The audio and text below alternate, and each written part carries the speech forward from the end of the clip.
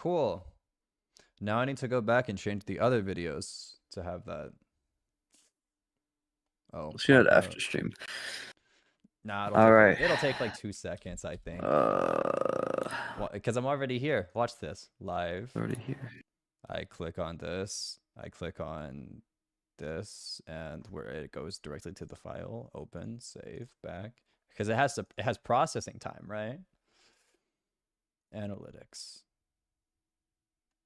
No, I did the wrong button.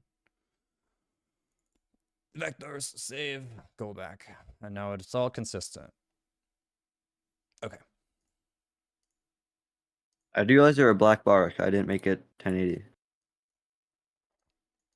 That's fine.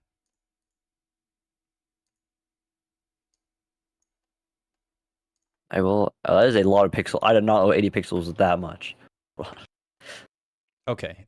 What I realized listening back is you're loud and I'm not sometimes. Hey guys. So that's better. I fixed it. If I talk like this, then I think it's pretty. Here's the fixed well version for your future reference. The fixed version. Count as actual thumbnail resolution.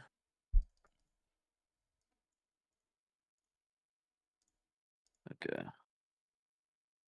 All right. Oh, I need to remove a print statement from a little guy. Roho default. What? Steve, it's not installed. Why is Roho dead? Yeah, you got it in. Actually, wow, where did default project addition go, Eric? Huh? What did you do, huh? Uh-oh. 1 second. I need to log back into my Mac and drag a little file back. Or no, wait, Git saving my life. Never mind, it's not. It doesn't realize Git only saves one file. Yes. And no, we ignored it. That's why. Yeah, that too. Command and iCloud, OneDrive, Math plugin. Please pretend this never happened.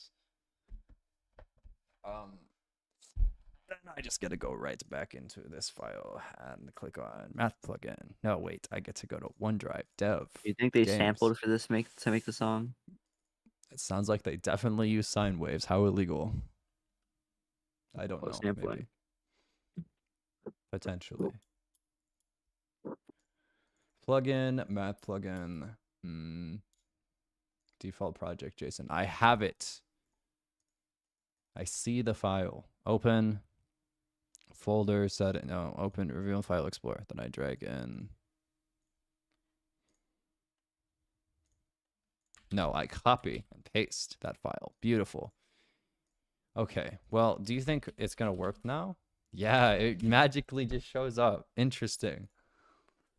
So if I plug in Roho connect math plugin and then I close, and over here,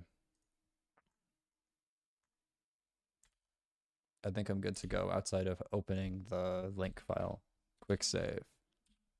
Roblox or run.lnk. Yes. And then I F12 it.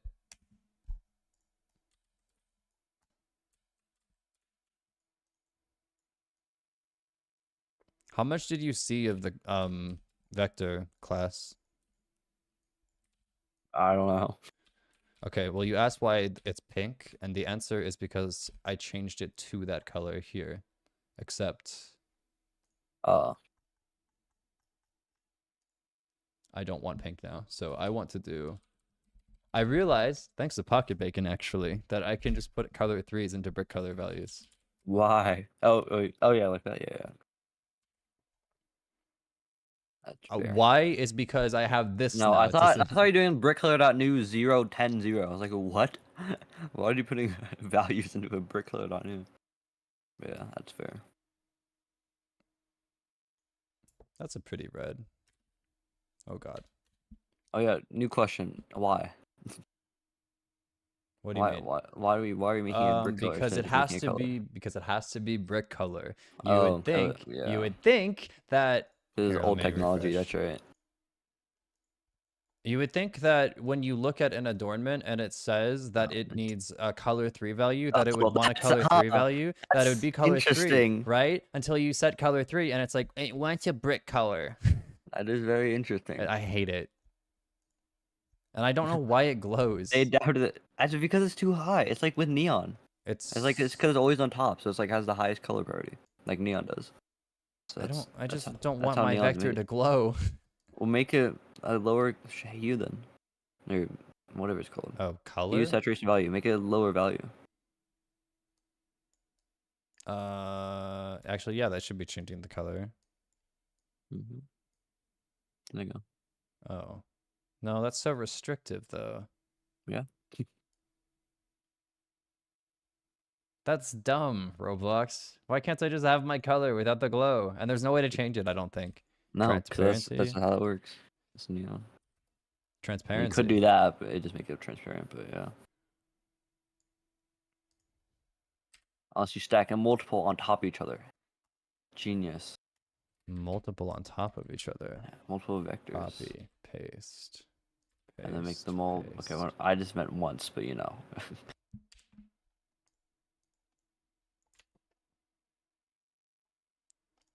Cone, cylinder, sphere.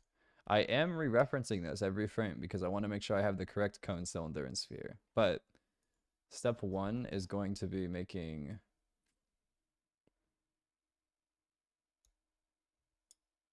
all of this go back in here where I reference all of the GUI stuff.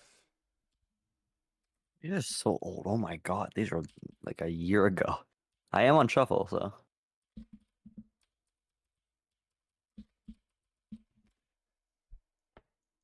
And I do want to make sure that the adornments folder exists over here. So all I have to do is yoink.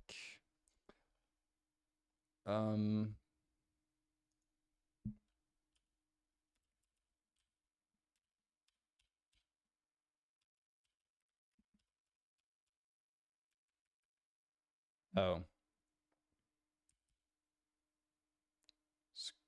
Script.parent.parent. No, we're gonna. How did we do it in range? Yeah, this isn't even a class yet, but it will be. Actually, doesn't need to be. Do I need to No. make different types of ranges? No. The only thing I'm gonna do for readability is just delete range, not local. Or can I pass a local function like this? You could, but like, I don't know. Kind of redundant to me. I think that's probably fine.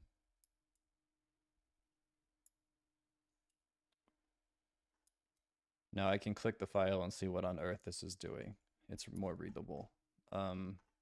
This though. Yeah.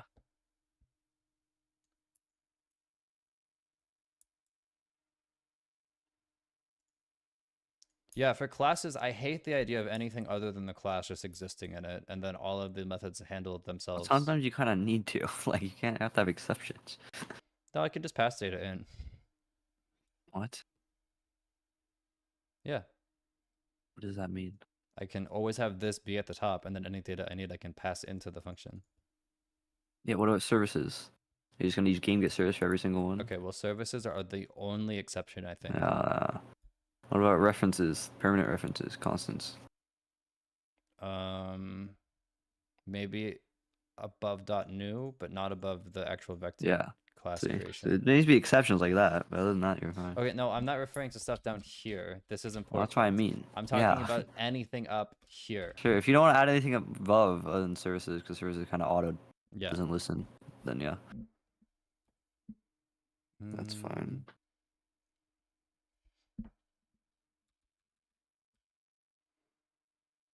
Root dot adornments. Oh, this is where I need to start thinking about multiple vectors, because I can just do dot vector adornment and name this vector adornment, and it will work perfectly fine. but it won't work with multiple vectors, obviously, because it's referencing one vector ever. I'm also not cloning anything. Okay, if I actually, what were you saying with the whole, if you do multiple vectors on top of each other, it will look good? I don't know. I'm gonna try it just to see if it does it. Looks good. Because I definitely want this to be pure red, and I would like to have always on top showing up. But if I'll I try it. say Why Derek? It's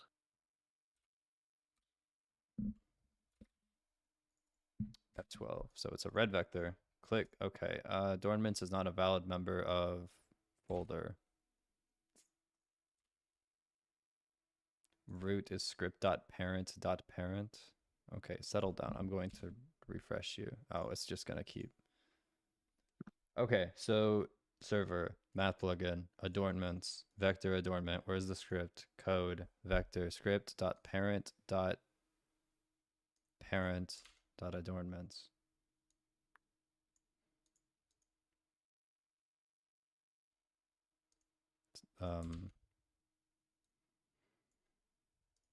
But why is it not? That's a little confusing. What is the error?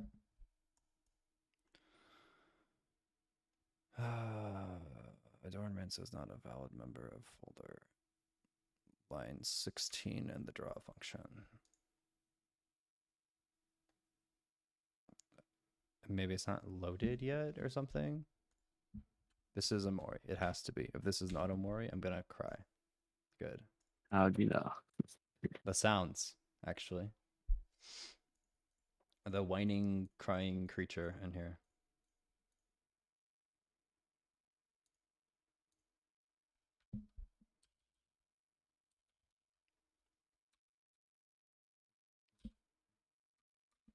Print. No, we're not printing. I don't even need root.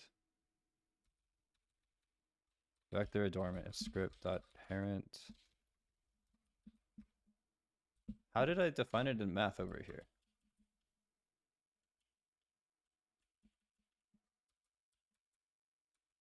Oh, maybe it's...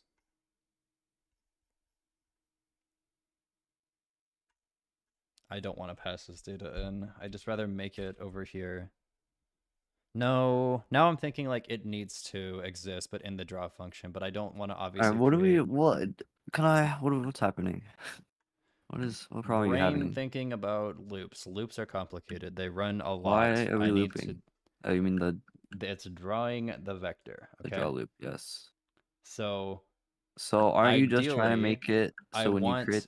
the math server Lua, this file that is running code to begin with, to create the objects that we want to use, and then the draw Why? function, because Shouldn't the module that makes each vector arrow make its own arrow?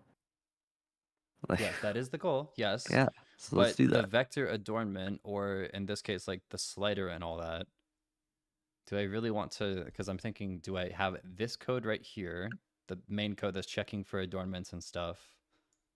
We want the main code that like sets it up to not to be there, but like when you make the one that makes each vector should be Local in vector the adornment vector. should be in Yeah, vector. wherever you make it. Yeah. The only problem is You put it in new because that's when you make a new vector. oh, and set it to self. I didn't even think of that. My Wow. brain is not OOPing it. Oh my. It doesn't know what adornments is though, and adornments is equal to root.adornments or script. Workspace.adornments. Well, it is. Just depend on that. That's more beautiful. Hey, this is actually fantastic news. You I'm don't even need a liking variable. self dot a vector adornment or adornment. Probably Oh, it's gonna be the variable name, so whatever you. vector adornment makes sense in my head equals workspace dot adornments dot vector adornment. So right Actually, now, this is no. We have to change this. I know. Okay. I'm aware. Yeah, we have to. So you have to make it so you don't want to move them. Oh wait. Oh, it's not a. Oh, okay. Wait, it's not in workspace. Okay, it's in the plugin folder. Okay, so you do need some way to reference this outside. Yeah. This So is because adornments is add. script.parent.parent.adornments even in the plugin folder. So this is where vector is at right now. That is true. You could do. Yeah. Okay, yeah, do that. So it'd be script.parent.parent. Yeah, okay. I was thinking of some complicated way. I forgot script.parent exists. Adornments, yeah, there you go. And then clone it. And then there you go. That's what I want. Yes. And then you can initialize it still, yeah. But you still need the adorn if you set to the terrain. And parent it to terrain, or parent it to So workspace. we have this now. So you can get rid of that line. You don't need that at all. Then, so yeah, do that. And then at the end, do the self.vector adornment.parent equals workspace.adornments. Self.vector adornment.parent equals workspace dot Adornments. adorn. Wow. And then just change your draw code. Simply just change, I think 8, 9, 10. Change those to be self.vector adornment. And then, unless you use vector adornment more than here, do you? Or is it only these 3? Oh, it is one more. I guess change them all to self. I think it's self.visual. Wait, what? We don't need visual anymore. So visual is set to. I don't know why. Yeah, I don't know I don't why know. this can No, go. no. Okay, yeah, you can get rid of that. So yeah, just do self dot in front of all this, and there you go. Oh God. Oh my. Then thank you for your contribution. And there you go.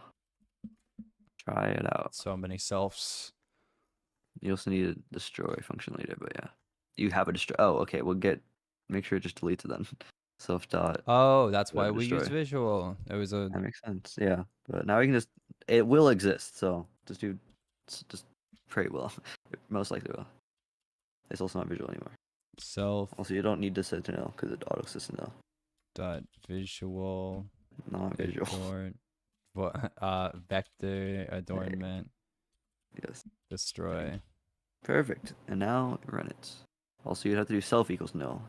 Is actually what you need to do. There you go. Okay. Now, if it runs, Adornments is not not a valid member of. Oh, all right. is it? Script.parent.parent did not work. Yes, I'm understanding that. Is it because you parented it?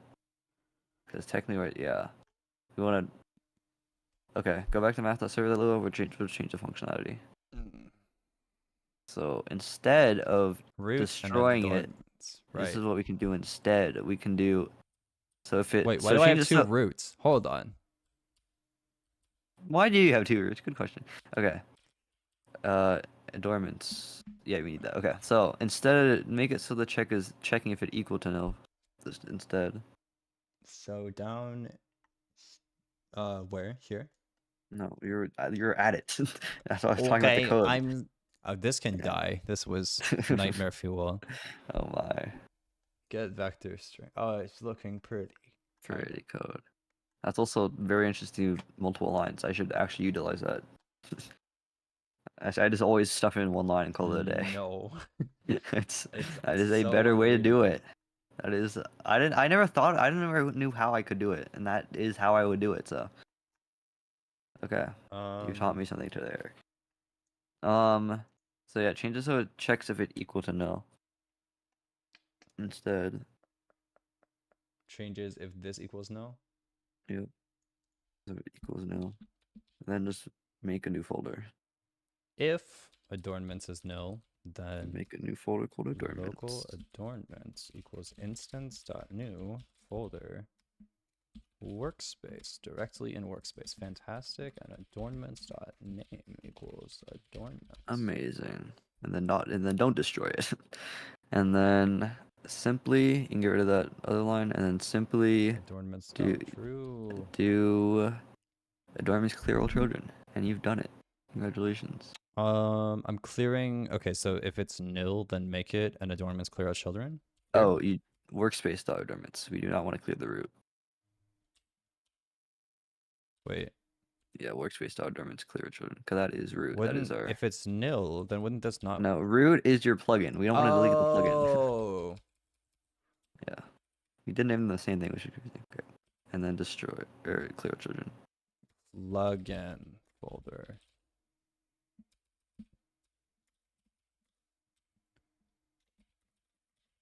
Yes, perfect. All right, there you go. Now, this should work better. Amazing. Now draw 2. What? How? Wow. How are you so good at your job? What? Because I know logic. I spent all night trying. You probably watched it. I suffered. I watched some of it. Yeah, a it was lot. interesting. I really don't- suffered. I don't know what you're truly up to be honest, but Oh was my interesting. god. I was happy you made this module. It made it easier.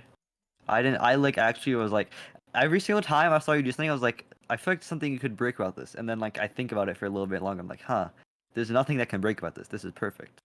You do have to destroy it though. Oh wait, you're right. It does destroy, right? Oh, so it's the destroy function that's breaking. Yeah, I selected all of them Okay. at once and then moved them, and it breaks a bit. Okay.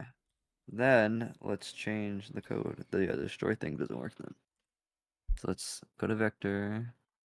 And let's look at destroy self.vector dormant. That is it, right? If you scroll up. Self.vector dormant, which is the vector dormant, which is the vector dormant. Okay, why is it not getting? Is destroy being called? Step 1. So destroy should be getting called in bind to render step right around. It doesn't. You commented it out. All right, that would Uh, make sense. All right.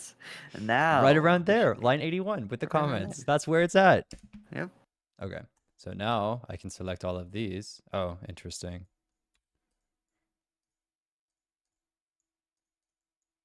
Oh, you have to get rid of the old ones. But yeah. Oh, wait, it should get rid of the old one. Wait, why does it not get rid of the old one? Unless you select them all and then it broke it. I think I selected all of them and Oh, wait, does it? I know. No, I think. I can't tell. I think. Oh, yeah, yeah. Cause I saw that. Yeah, okay. Why? so if I select one and then I select another one, it makes Does the another render? one. If I Oh, click yeah. off, Okay, that makes sense. All right, great. if it's a part, Mm, then math, not math, logic. How would we implement this best? what is This happening song's a right now? banger. It is a banger. It is because if you look at your code, it's because you unbind render step 2 when you select another part, and that would not destroy the vector. So we need to have some system that will have all the vectors and then know which one it needs to delete. Yeah, it's kind of got. Yeah. So So this is what I spent all night suffering with. Is I was trying to figure out some logic to make unique vectors, and like the previous positions was Yeah. a table I was thinking of to check Yeah, every other part to make sure that that would be very inefficient, but yeah, that was like you got to know the thing that you're drawing the vector to and check Mhm. somehow if that vector is drawing to it. no. There's a Is that I really know- inefficient? Wait, how does a game engine figure this out? How does a game engine know to It's just more draw efficient than other pixel methods. to? I feel like this is a really solved problem that I haven't looked at, and I don't know where to Let's start come up with looking. our own solutions for it then. So all we have is the position, right? That's all we have. We have the specific instance that it's drawing to as well, but that instance has dot position, so But will you always be drawing to parts, or you be sometimes drawing the positions? I'll be drawing to whenever I want to make a vector, so it's not just gonna Yeah, be parts. so Even yeah, this exactly. code So we right can't rely on now that. with part is like gonna have to Yeah, go that's just eventually. that's just for testing. So I'm going to get some food to eat because I'm starving. And actually, you leave in like 30 minutes. Never mind. I'll wait.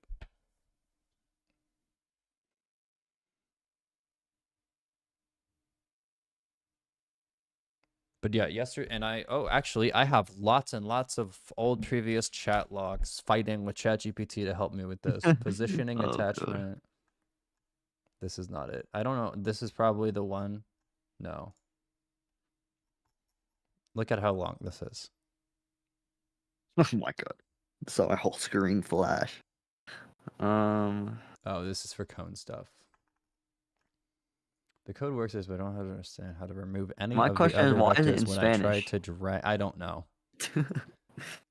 uh, So there's an infinite vector adornment folders getting created. How do I clean these up? To clean up the previous drawn vectors when updating their positions, you can implement a mechanism to remove old vectors before creating new ones. You can do this by modifying your drawVector3 function to remove old vectors associated with if existing vector, then destroy. It was not fun. I don't know. I don't even know how to make the previous Okay. positions idea We work. don't actually have to implement this in the base vector class because the base vector class isn't doing any of that work. It's all it's doing is drawing. So because all we want to check is for parts, we can just Well, add temporary functionality for parts. okay. Because Would it technically, not make it's not sense for actually a part thing. the class itself to handle the logic to draw a vector if it's supposed to? I mean, well, we tell it when it's supposed to. So that's us. That's an external thing out of the module. We call draw when you want it to draw. So like, right. So instead, Yeah, but like in onDraw Gizmos, which is a loop that runs over and over inside of Unity, you just call draw vector and then you can call draw vector multiple times and it just draws multiple vectors. And it seems like that draw method has it figured out whether it's like drawing a vector or not drawing a vector. like if So it's like already drawn it, then it shouldn't draw it again. there's some type of loop. You could So do in this that. case, void on draw gizmos, and you can just call. I guess this is my ideal world. Is I can just call draw line, draw sphere, draw vector, and obviously pass in like a position or a radius or something, and then yeah, it can exist in some type of loop. In our loop, it's binder render stepped. Well, then you just have to make a Gizmos module that handles it for you. Then it just be more layering. But Okay, for right now, sure, but the we and just need. because I guess I am doing plugin dev now, where I'm behind the scenes trying to figure out. I don't think I'm. Because you simply could just check if. I mean, if you just want to make sure maximum efficiency, just don't draw it if this position is the same as the last position. Easy. Don't draw it if this position is the same as the last In the vector position. module. If So if draw. yeah, you literally have like all the code. Position. Yeah, just right above that, do if position equals self dot position, then return. That's it, done. If That's your position optimization. equals self dot position, then Return. return. Ill. You But yeah. don't. Yeah. Well, I went back to the Epic Obby code, and you did this Yeah, hundreds of times. I know, I did. That Hundreds. used to be my work style. I hate it now. It's ugly to me. It's so bad. I don't Anyways, think that's an exaggeration. I'm sure I could find like 200 times you wrote no, this. no, genuinely you could because that's how I used to do it. I did not know any better before. Okay, so the power of learning. That'll be your optimization at least. But for your functionality, yeah, Oh, you're just gonna want to put that in math. it never worked. Oh, it does until yeah. So it's not initially doing it. Oh, cold draw then. Initially when you start it. Call draw initially when I start it. Like Hmm. No, over. in vector. In vector, I mean. Wait, yeah, that's it. Go to vector module and go up. And draw it here. Okay, no. So set position to just vector 3.0. Self dot position at the top. I already have. Set to vector 3.0 always. And then yeah, and then at the end you can just run self colon draw and then initial position. At There the you go. end. Wait. Line So 7. there's initial Line position, 10. right? Yes. And then just run self draw initial position. There you go. That would do it. So you just call draw once at the start too. Call And draw then one. yeah, that should be your working.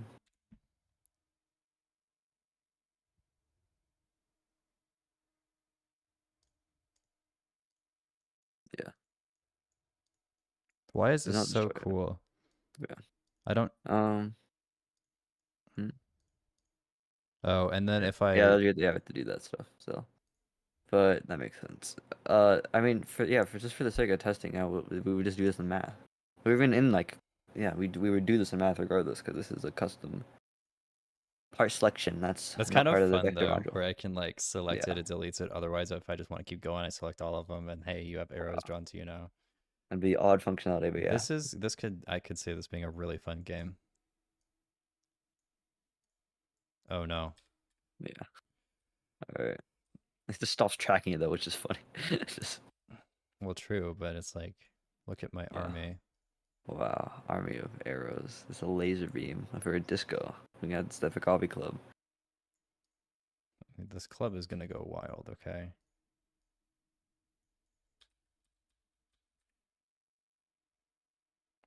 But Math. That's Lua. math.server.lua. And then yeah, just make a table called like vectors outside of the everything, yeah. And then you can just assign. Oh, this is gonna be like logic. Okay, yeah, just it'd be a vectors index selection equals vector. Vectors index selection. Yes. Oh, where am I putting this? And where you define vector. Right here. Yes. Vectors index selection equals vector. Yes. And then we get that when you destroy it, remove it from the table, obviously. When we destroy it, remove it from the table.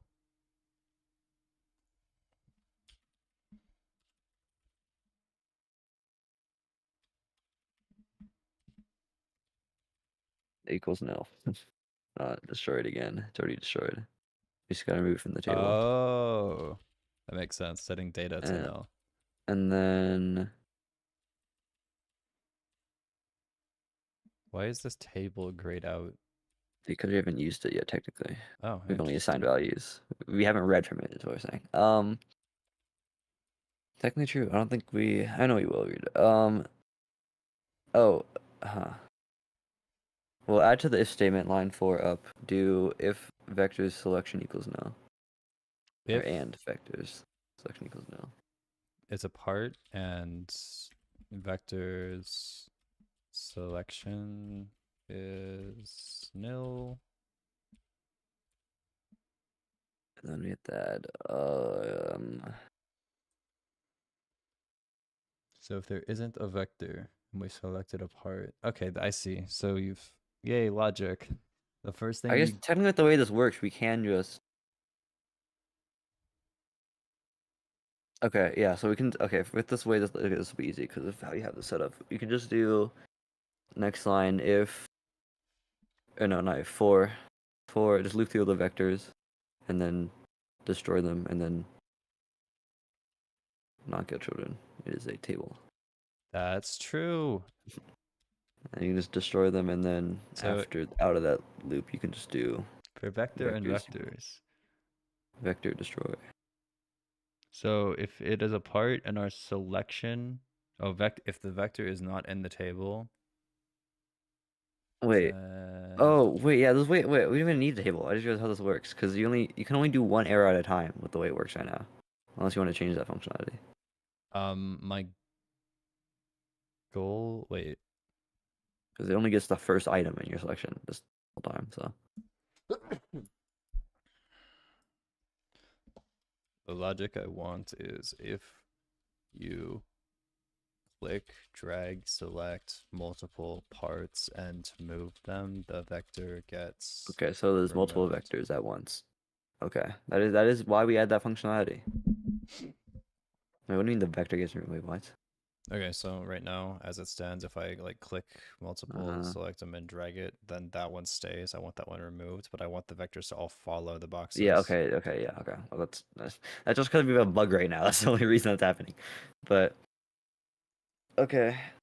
So, okay, we have to change functionality a little bit. Make it so it's if we have to loop through the selection. So we don't just get the first one, we have to make a for loop of everything in selection. Okay, so So do that. wait, let me think. It's a part, right? We selected a part, and Well, it could be there's anything technically. Oh yeah, well, yeah, the logic. right now. But if Mhm. we've selected the thing we want to select, Mhm. and there is not a vector already in the table,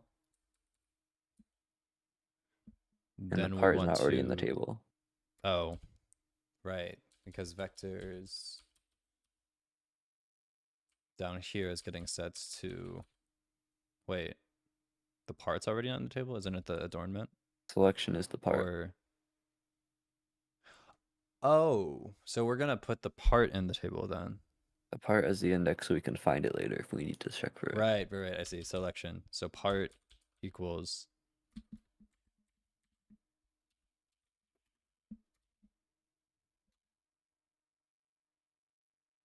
table or vector. The vector. Yeah.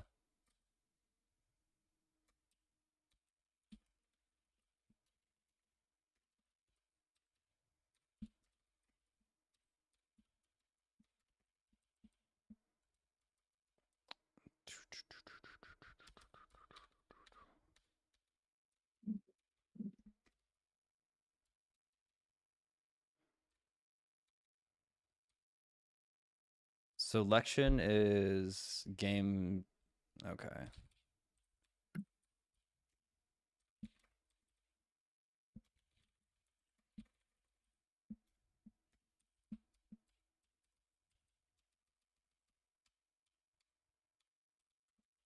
Am I able to use this as the name?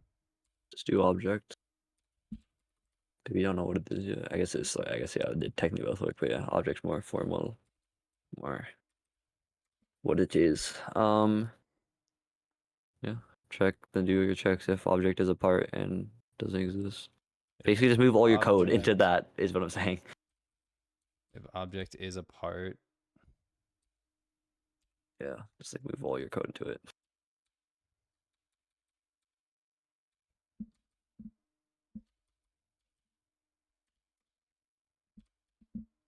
No, you naughty beast.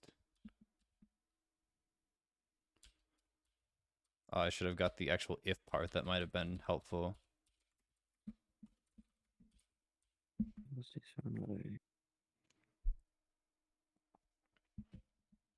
So this if statement probably isn't used yet, meaning this for loop needs to go after this if statement.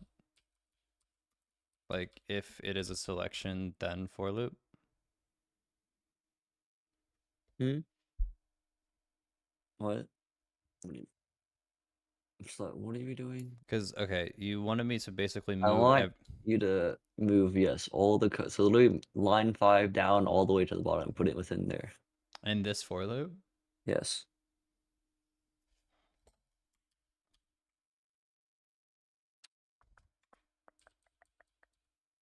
Hold on. Do you mean line 70 right here?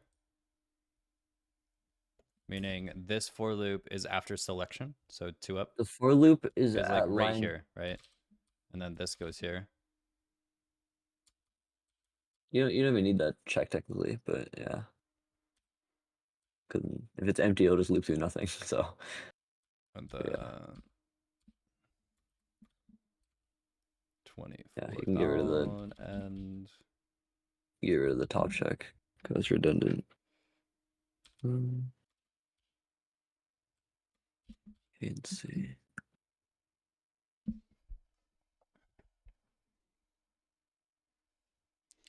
for object in selection get. Now we're for looping through all of our selections. Hey, interesting. That's good. I see. And You get then rid of the.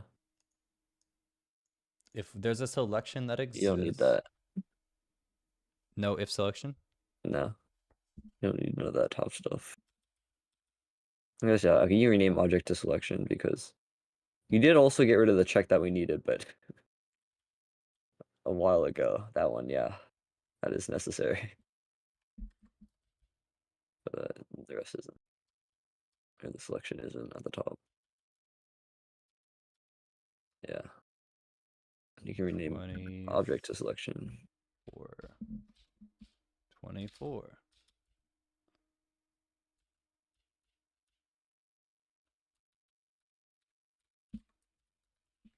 And then add that if statement back. And then add an end. And then there you go. Uh-oh, the function's angry.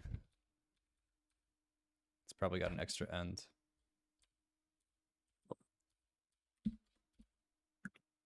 Oh, this is a for loop. Oh, this is an if statement, right? So do I need all of this inside the if statement?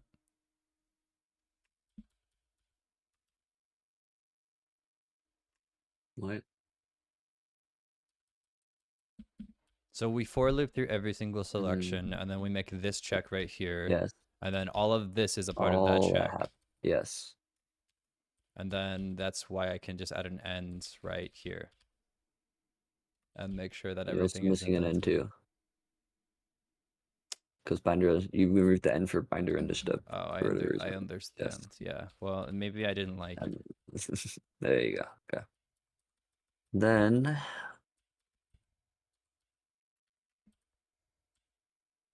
Okay, now I have to do clearing logic.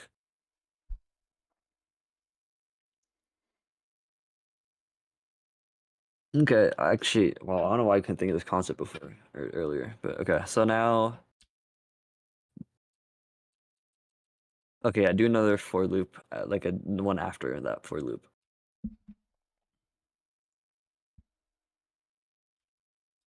And loop through vectors. Actually, it should happen before, right? So think about what we're doing. Do 24 up. We loop through all the vectors before we do our selection. Yes. And we can check. Vector in vectors. Oh, how do we do this? Do. Oh, okay. I see. I forgot. I remember my concepts I learned for the coding for years. Vector is I don't know. Close. Okay, make a new table above that too. Call it like new vectors or valid vectors. I guess valid vectors make more sense. And then do a if check, if vector or if table.find. Oh god, wait, how does this work? Okay, wait, okay, we don't need the vector. Okay, change your for loop to check for the index. So like for part in vectors, basically, is what we need. We don't need the actual vector anymore. And then we can do if. Yeah. Oh wait. Okay, just write out the logic Okay, you're thinking. I got it. It just takes time for my brain. If table.find game.selection get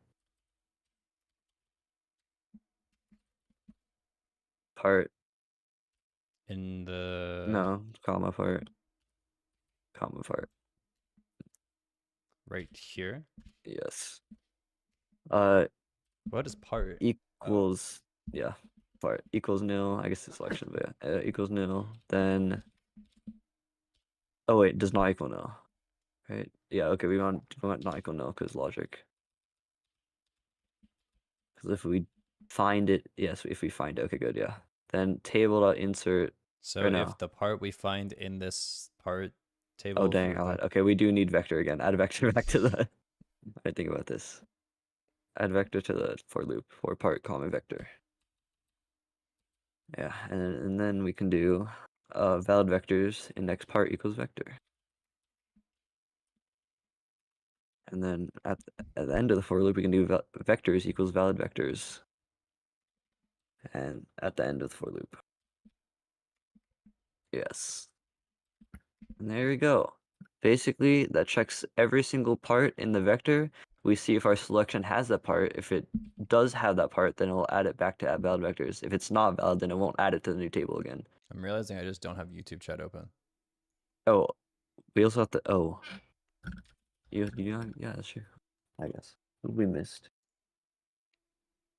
Pronouns are not available. What? Where is?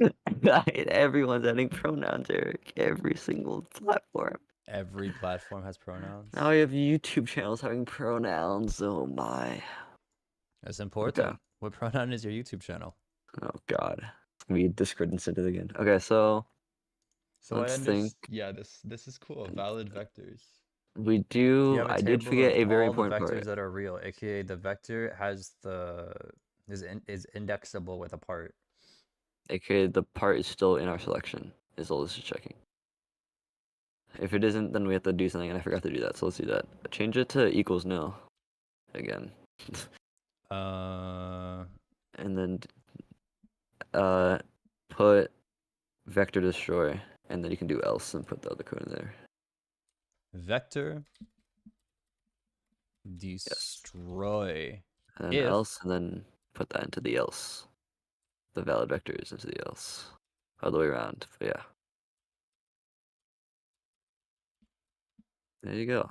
So that'll destroy the vector if it's bad. Else we can add it back to our valid vector.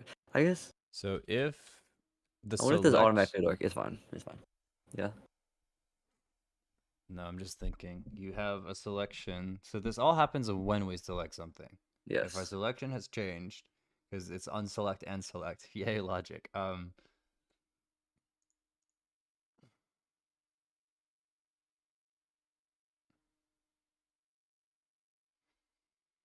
If you find, isn't this a table? Yes. If you find in the table If you this part. find the part in the, I understand completely, and then the part is an index to the vector that is an object that we set down if it is a part and if it's the selection nil, right? So down here, Should work. You can test it. logic is difficult. So how confident are you in the years of experience guiding your brain? Oh, Steven, you've done it. I'm good at logic. Never mind. Oh, doesn't it just? So for some reason, it's Interesting. because Oh, multi-selection, we have a whole okay. table New, of wonderful idea. Okay.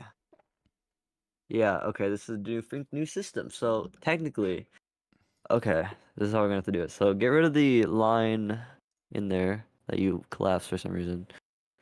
Get rid of the line 17. And then move that whole render step outside of all of that, all onto a brand new place, brand new home. And then, yeah, does it like its new home? well, it should. We just have to change some things. So now we can for loop within the vector visuals, within the area. We Don't I can do want a, my bind render step somewhere though? oh, actually, okay. Oh, this is annoying. Okay, Because okay. I kind of want to Wait, think about. I know. Yeah, you probably have here. like Can you give me this code? I gotta do this quickly. Like, I don't know if I can explain this to you within 8 minutes. It's easy, but just, live oh, it's a lot of share. code. Give me that link.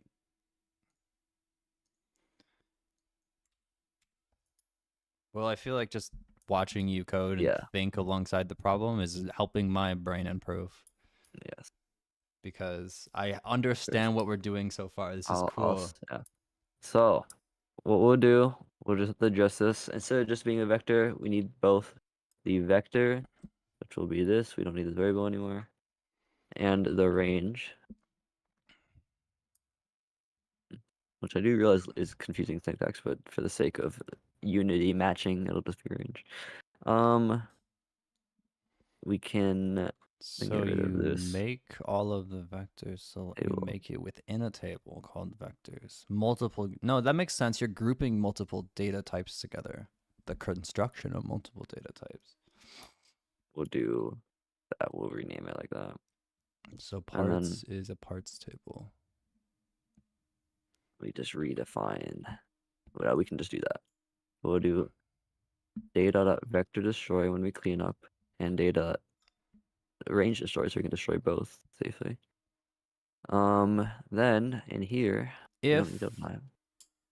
selection get part nil, then data dot vector destroy. Oh, the object gets destroyed then, so not the actual. See what we're doing No, here. wait. I see. You're calling the destroy method. Yeah, derp.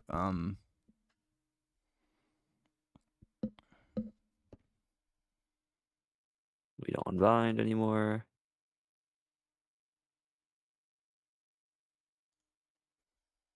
We can change this. This functionality will not work anymore because we have multiple parts. So table.find inner selection the part equals nil, then we get rid of it. Which actually is redundant because selection change does that all for us. Okay. We don't need any of this.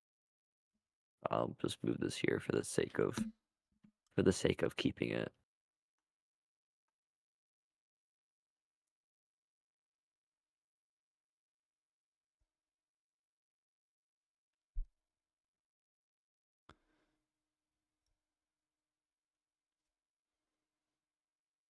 Is this Mario Galaxy remix? It's Space Groove from League This of is Legends. very groovy. Oh well, never mind. Never mind. I need. Hold on. We're turning off shuffle. We're going to the top of the playlist. I gotta hear some bangers right now. Okay. So we have How did I draw. set my keybinds to close the terminal? It doesn't seem to be controlled. It's control J. No, it can't close ever. Fire is written live. I guess I don't know. Part data parts. You get what this is doing. So you have a bind to render stepped with part and data. What exactly is data? Data sounds of like very Oh, I'm gonna probably have to change that name. But still, I understand we're going through the parts. Bind to render stepped. GUI dot property dot visible. Also make sure to unbind somewhere. Oh, we do not need this. Okay. No, we don't need to. This will run always, all times. It unbinds at the top for the sake of reloading the plugin, but otherwise we never unbind it. Wait, how? Oh. Yeah, Yeah, but that's otherwise, all I wanted to make sure is we don't have. yeah. For part data do Try it. See if it works first. data dot vector draw You can see that. F12.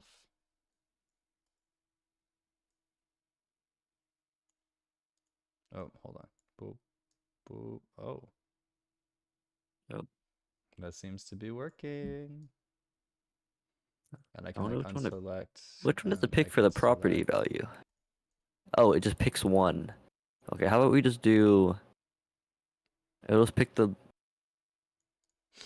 Huh. I don't know.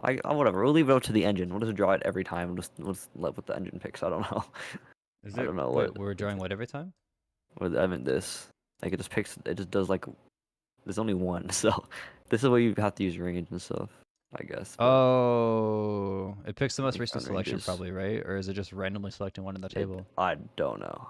It picks one of them. I don't know which one it picks. Well, it's Yeah, good luck. okay. Say I have a position at 0, 0, 0, and then I have one at like 10, 10, 10, and I select It's just both latest. of these. Okay, it's just latest. Okay. Yeah, it's just latest. Okay. Well, and it'll be then your I latest one then. select- Good enough. Yeah, Yeah. Okay. we're fine. Okay, well, whatever. Whatever. It's not gonna be final functionality because you should have to do range stuff. Genshin. Sorry. Oh yeah, I did like half the soundtrack, so enjoy it for the next half. Oh my god, it's all just kidding. Okay. Here, listen to a banger then though. Where is it? Where is it? Here, this one. Okay. Really cool though. This is exactly what I wanted. Yes, you get the logic. We have one handler that handles selection. Which basically just says initialize all the vectors and ranges that we need to for My only favorite new part parts. is that you put it into a table when having this grouped together is beautiful. Yes, and then this literally just does the rendering every frame. This is your on Gizmos run. That's what this is. Mm-hmm. The rest is just logic of what part are you clicking and then doing the right logic to make sure Undraw parts are right. gizmos, parts, data, and parts do. It's a loop within a loop, so it goes through every single thing in the parts table. Yes. And then it draws with the vector. I mean, technically. Yeah, I mean, technically. Now we have on draw gizmos. We've done it. Even better.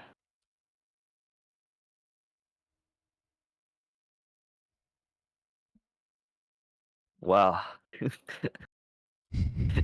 This is so stupid. Hey, there you go. There's your keyword. Huh. That's so stupid. Ondor Gizmos. Okay, but yeah, I like it if it's just bind to render step and then we can pass the function, yeah. What do you want? Okay. That was just silly. Okay.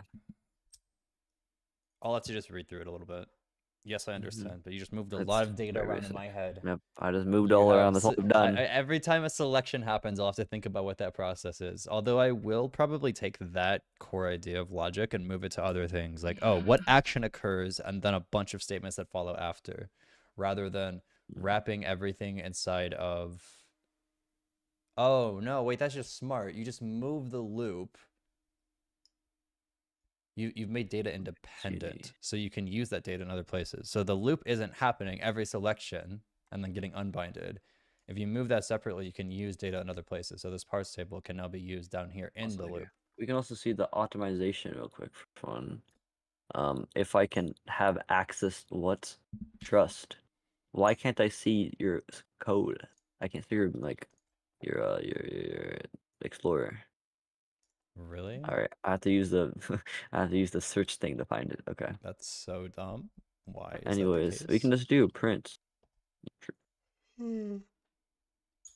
Drew. Okay, let's add some fun facts. Is this Genshin? Yes. Oh, okay. So it's beautiful. Format. What is function? Oh yeah, that's another library we have to create as a printing library. A beautiful, formatted, nicely printed library for output. I'm gonna steal. I'm literally just testing. I just want to see what this looks like. Oh my god. Oh wait. Yeah. Right here. This. There we go. What is the? I literally just want to test. I just want to see what this looks like. Oh. Print Drew format vector 3 self. Oh, you just copied and pasted format vector over. Yes. Just want to test. I mean, yeah. Hey, this is gonna be a separate library for formatting all of our text. Okay, it's gonna be gorgeous. We're basically just building a framework, I guess. Time took equals tick start. Format in a format in a formatted string. Isn't that wonderful? What is happening? It's a formatted string, and you're calling format in that format string. Oh wait, how do I do this? I forgot how to do this. Why? Percentage. How do I do? Oh, yeah. Dot 3. Yeah. All right, play. I want to see work. Okay, I'm gonna close this. Oh, ignore the dollar or something. Dollars. I'm used to JavaScript. Okay. Interesting. It took. Wow, it takes no time. Okay. I'm gonna make the rounding bigger. I'm gonna get rid of the rounding. I've decided. All right. Try Roblox again. is a good engine, as I showed you that game yesterday. It still blows my mind, even though everyone's already seen it. All right, try it.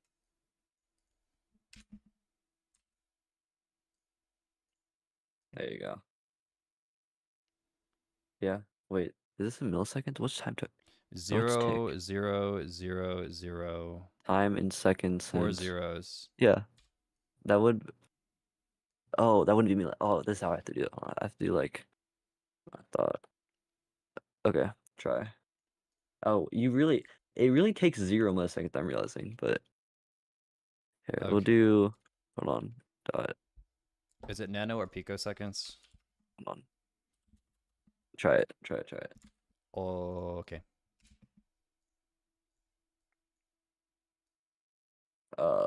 Why does it? Okay, it's still too small. Okay, try it again. If this doesn't work, I'll make it even bigger. Till we get a number that there we go. I'll do one more decimal place for the sake of there. Okay. Now I got precise but not. Yeah. There you go. There you go. Jesus 0.008 Christ. milliseconds. That's how long it takes to draw. And it's efficient because it only changes on update.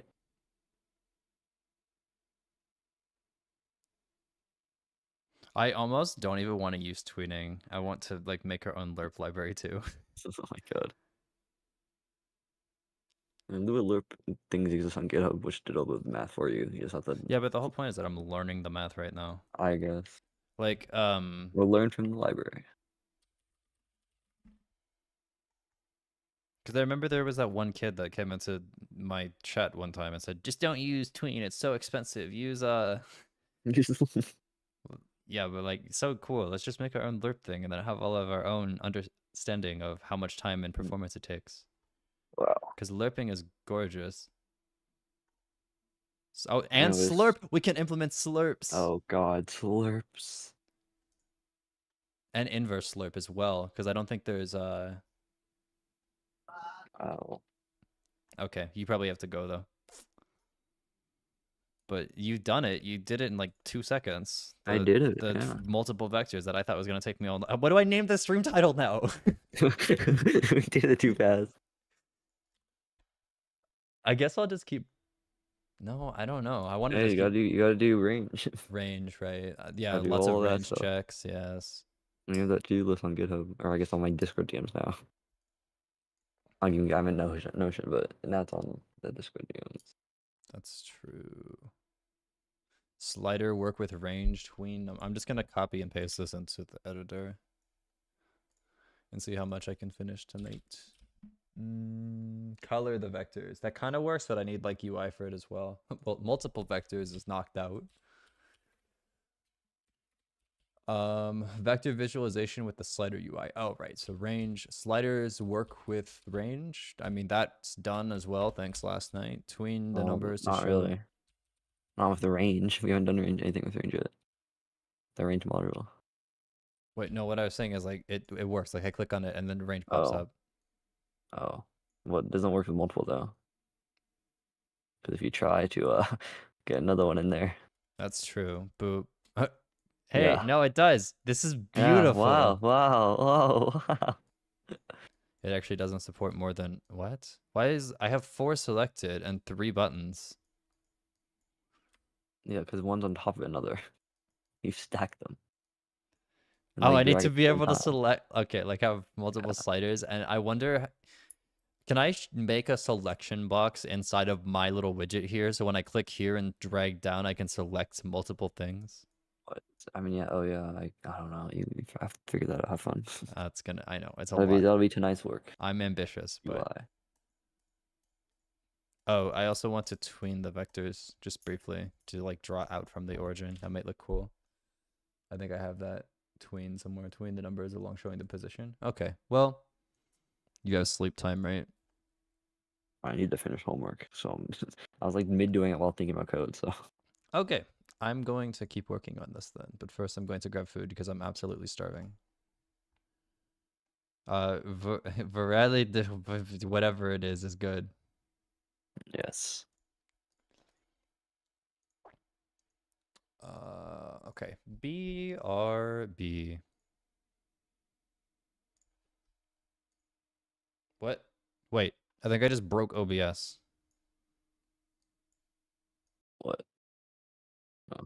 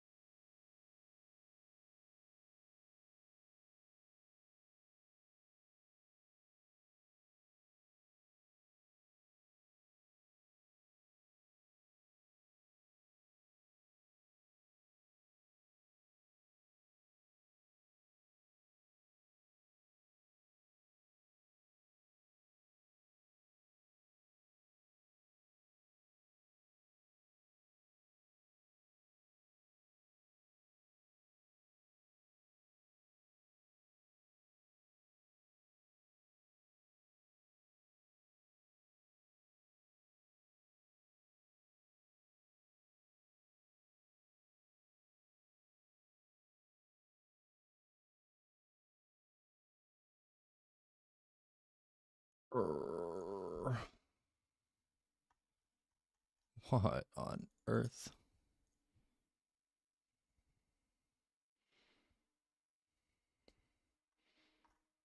Oh, I'm still connected to your thing. I need to disconnect. Wait, am I? Hold on. I don't think so. But I do want to listen to this. So this will be on the listening list tonight. And I am not going to be. I could put it on desktop audio, but I'm not going to. We don't risk copyright in this house. Boop.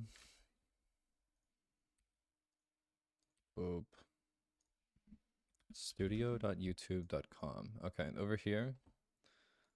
Have these guys processed it all? Live now.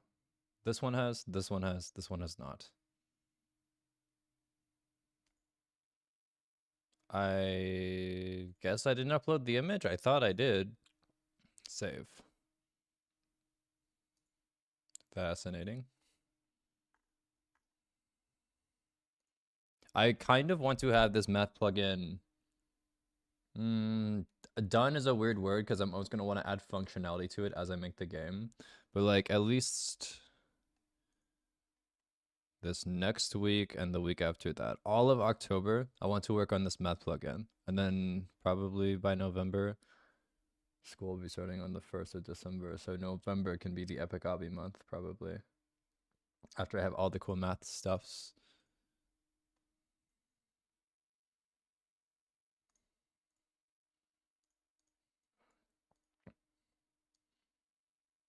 Well, I don't feel like renaming the title. Multiple vectors work, so time to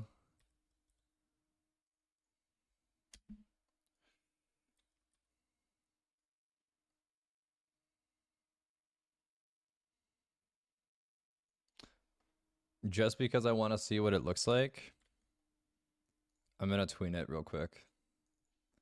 I actually like this good formatted, yeah, millisecond thing. That's cool, but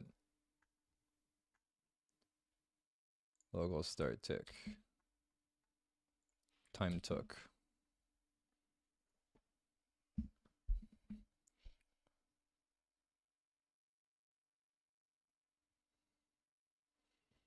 So instead of just setting the C frame, what happens if I like tween service create play? I play the tween of cylinder tween info.new, take like 0.1, and we're setting the C frame equal to this.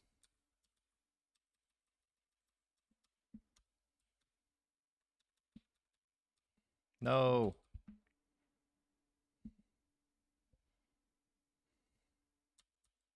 And the height to distance to cone base.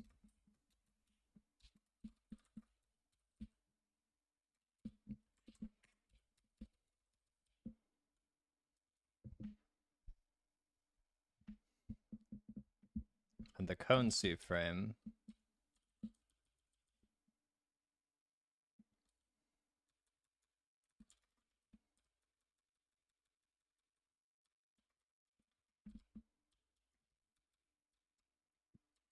How is Genshin's music so pretty? Like, okay, not for the copyright stuff that I just talked about, but if we ignore that, like listen to this.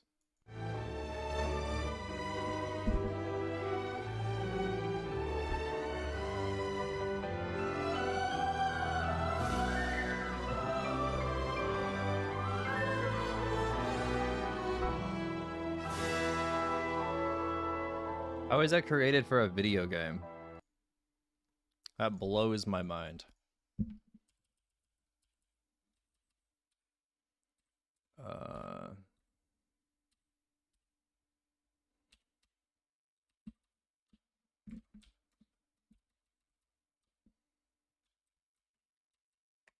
I'll go back. Let me space out my pretty C frame. Thank you.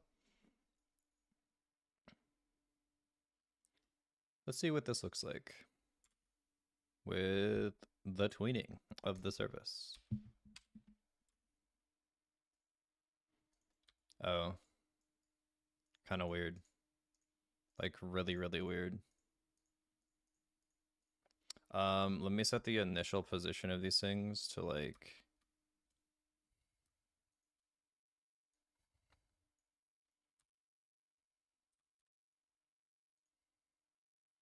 cone.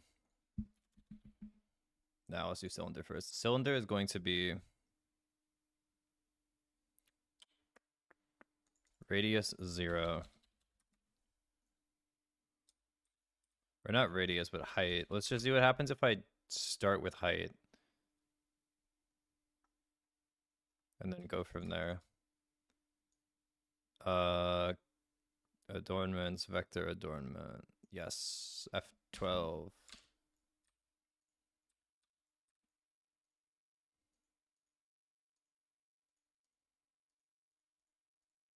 And then I make the little sphere up here. I give it a radius. Ooh, I don't do anything with the sphere. Self.sphere equals this. When I'm making these tweens, right? Origin, blah, blah, blah. After we set origin, I think it'd be kind of funny to have sphere dot radius equal to 0.02, because this is kind of what the origin is. That's what the sphere represents. But obviously I want to tween that with all the other things. So in here, I'm going to say sphere. That's probably all fine. We're going to say radius, and I'm going to delete the rest of this line and say 0.02. Table close, this close, play the tween, comment out. And that should work, except I need to set this to 0 here, and let's see what that looks like. It kind of just appears now, which is cool.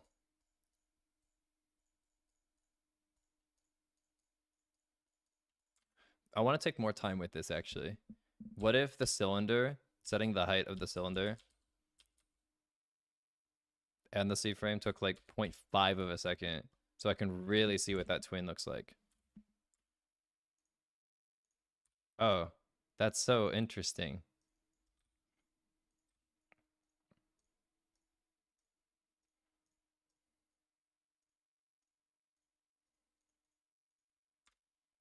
This has to take the same amount of time for this sphere, though.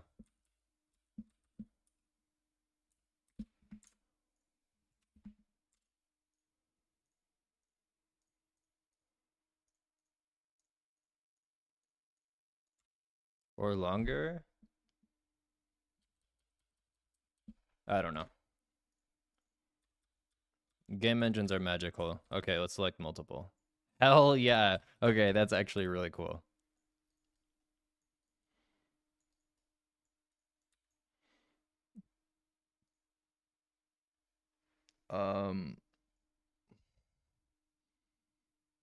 Start recording.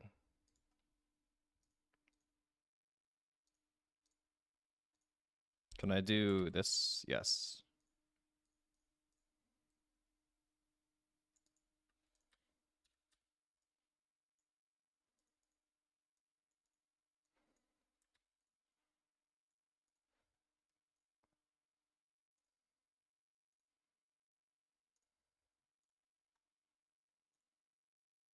Videos? No, wait, this isn't D. Dev. No, D videos.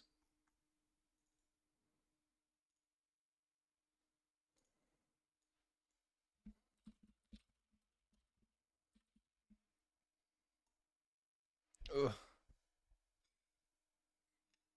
Can I do this?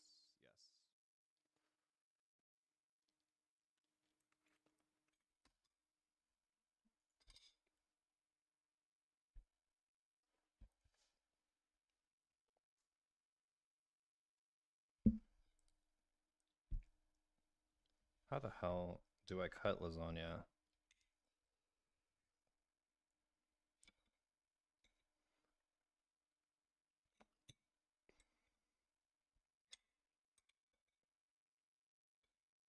I'm slowly learning.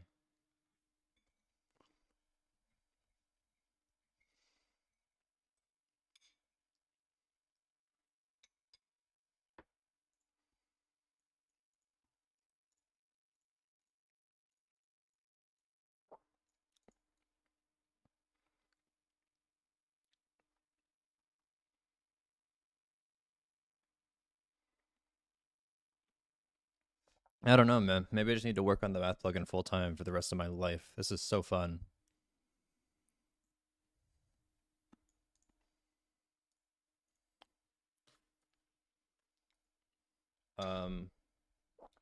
Yeah, I really need to get that range UI to work. Ugh. Okay.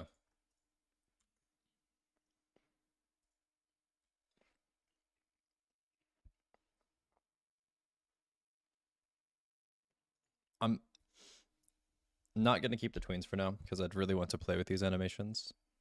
Um, that doesn't mean I want to get rid of all of this. So copy Eric's server. Lua, vector draw. I'm gonna say drawing vectors with tween service. It would be nice to have my own LERP library though. That'd be really cool. So I am just going to control Z a ton. And there they go. Similarly, I have the time took in comments and all that, so I'm going to undo those changes too.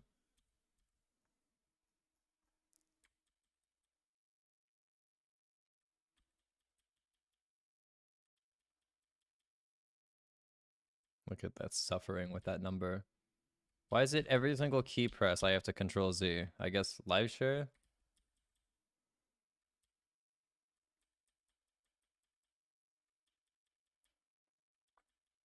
Okay. I don't understand why it's every key press live share. Self draw initial position. Modified vector. Oh my god. Yeah, that's fair. Okay, we're gonna commit this now. And say 1 second. We're not gonna say that in our commit message. Get status. Range. What did we do with range? Oh, hold on.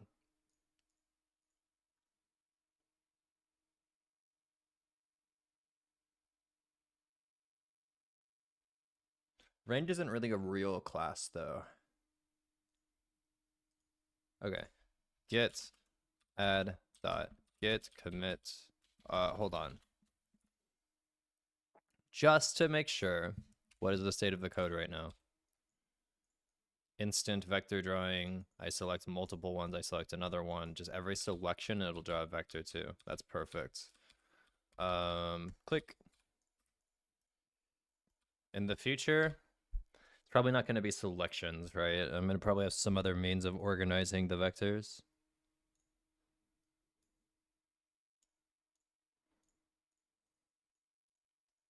But for now, this is gorgeous. So I'm going to say git commit -m support for multiple vectors. Git push. And drag this over here and go to GitHub, github.com/erichints. Click.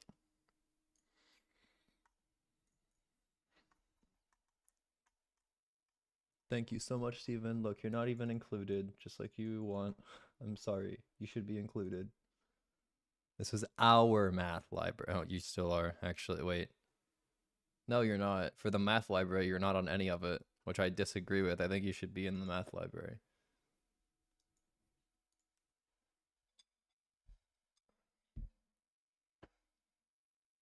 How do I eat food?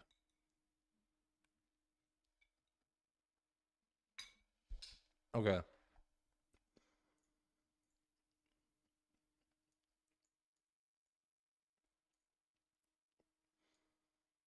Range.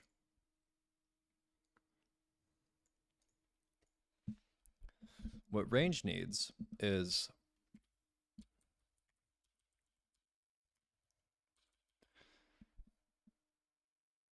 math.clamping for the displaying of a value.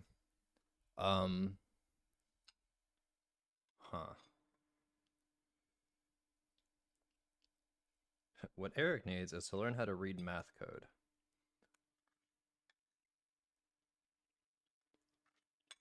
So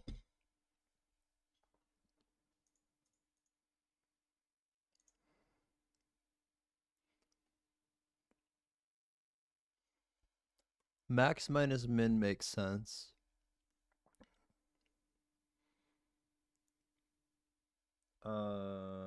Why do we add the minimum value to it? Let's see. Is ChatGPT good at explaining things today? We are about to find out tonight.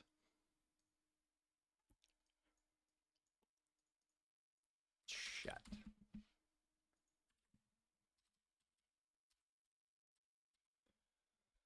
Whoop. Explain what this code does.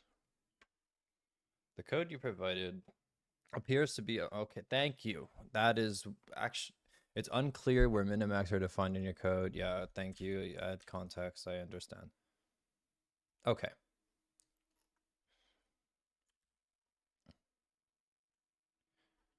Here, here's the entire function, but the part I want clarification on is just the label.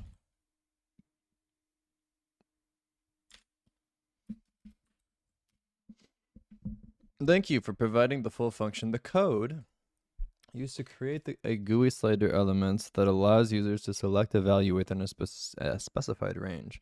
The button textLabel.text part is used to update the label on the slider, displaying the current value selected by the user as they drag the slider. Let's break down how this works. The range takes several parameters, including a name, minimum, and maximum values for the range, an initial value, and an optional increment. It appears to create a GUI slider. Yep, the slider is cloned. The code sets up event handling. The key part you're interested in is percentage of the line. It's self-explanatory. I think I did that name myself. It's just dividing the pixels or the offset of where the oh, I guess that's important. New position.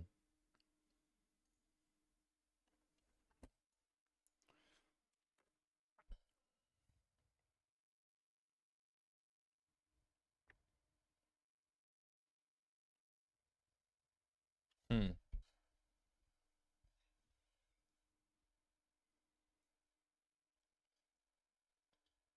Can this break apart? Oh my god.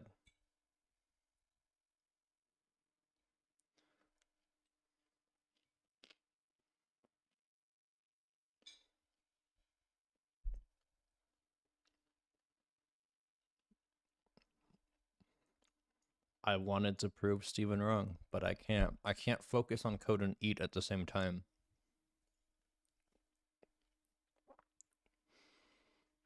So we're gonna watch Coding Adventure Simulating Fluids.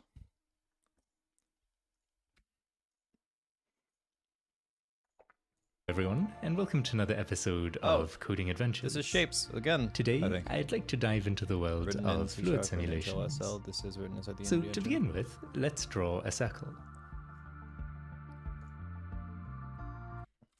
Let's draw a circle. Okay.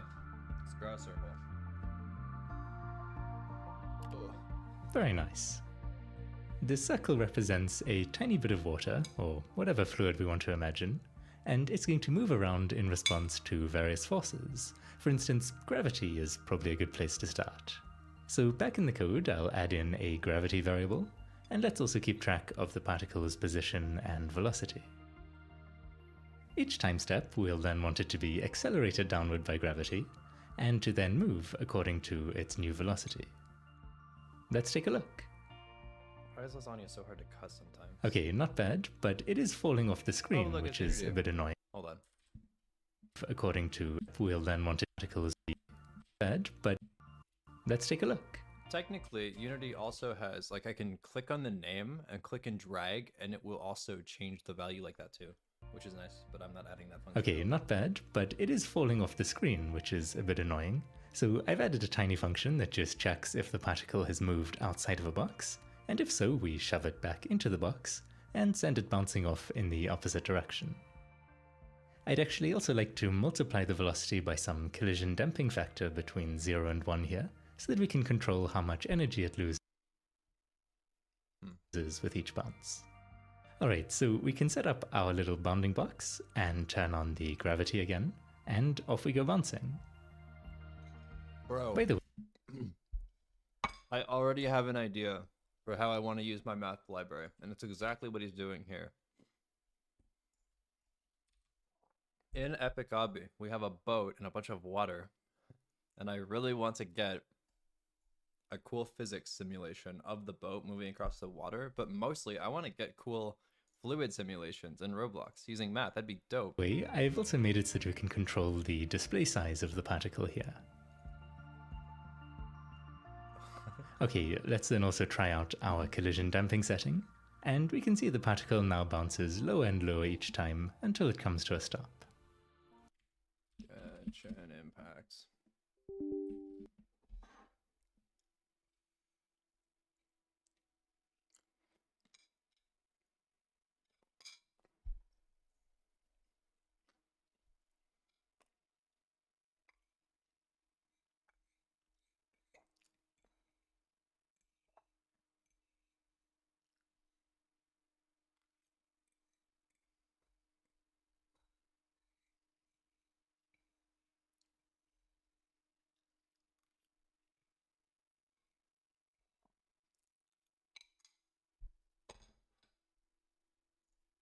Where is Genshin? I guess it'll just pop up randomly. Believe it or not though, one particle is not enough particles to simulate a fluid, so I've quickly upgraded our position and velocity variables to instead store a whole array of positions and velocities, which we can then loop over and just do the same update as before to each of them. I've also created a simple function that runs at the beginning to set up the particles in a little grid arrangement, just so that they're not all on top of one another. So let's make a bunch of particles, and I'll quickly tweak the size and spacing over here to something more reasonable. Wait, I'm displaying, yeah, good. And then we can let this run. Okay, there's a pretty clear problem though, which is that the particles are all just collapsing on top of one another. So I guess we need some sort of force to push them apart. Oh. I'm curious to learn how this is typically handled in the fluid simulation world, so I'm going to do some reading. I found a bunch of Smooth particle hydrodynamics. Yeah, some basic light reading. I love the cat though. intriguing That's the cat that's particle-based actually fluid doing all the papers, reading. You and can I've tell. just spent the last few hours trying to work my way through those. Honestly, most of the maths has gone well over my head, as it often does, but the broad ideas at least are encouragingly simple.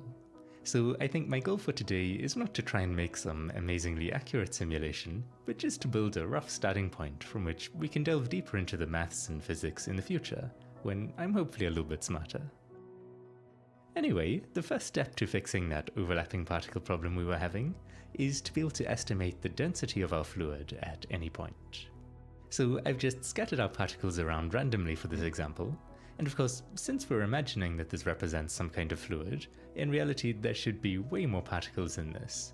But we're always going to be limited by what our computers can handle, so to approximate reality, we can just cheat a little bit by blurring or smoothing out the few that we have, so that That's it appears more as a continuous that's how I field cheat than too. a bunch of individual points. This simple idea is the basis of smoothed particle hydrodynamics, a technique introduced back in the 70s to help solve astrophysics problems and further our understanding of the universe, which today we'll be using for the equally lofty goal of making some little pixels go splish-splash for our amusement. Alright, so to see how we're going to calculate this sort of density field we have here, let's zoom in on a single particle and Oh, Genshin has officially opened.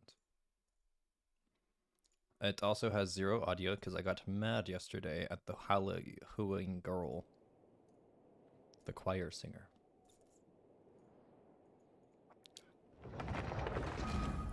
That sounds like a door.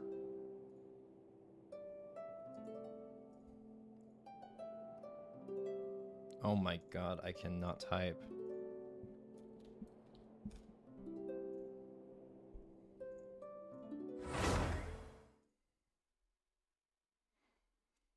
Oh. I'm feeling... Oh, it's almost 2 a.m. Wait, how long have I been live working on this problem? I mean, it took Stephen like really quick. Studio.youtube.com. But have I been live longer than I thought? Go live. 1 hour and 38 minutes. Yeah, that's longer than I thought, actually. Jeez.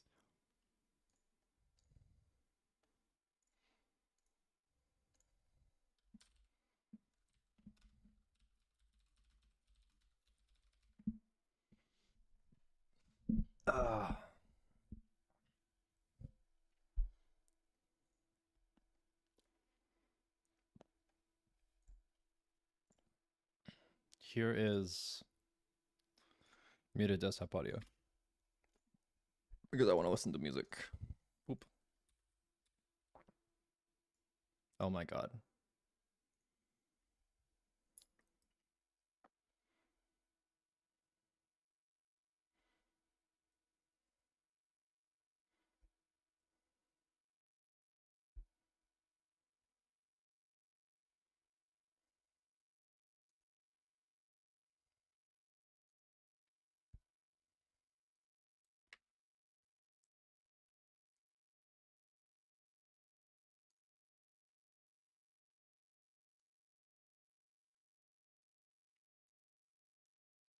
I want to look at what? Oh, the server is cray cray.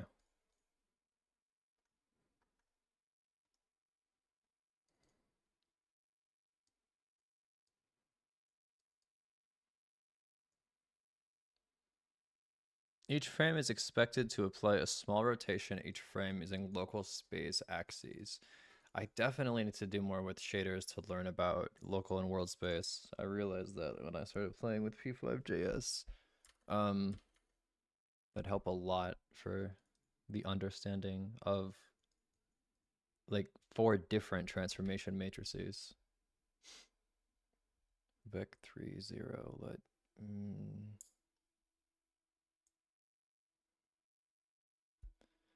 something has, these people are like asking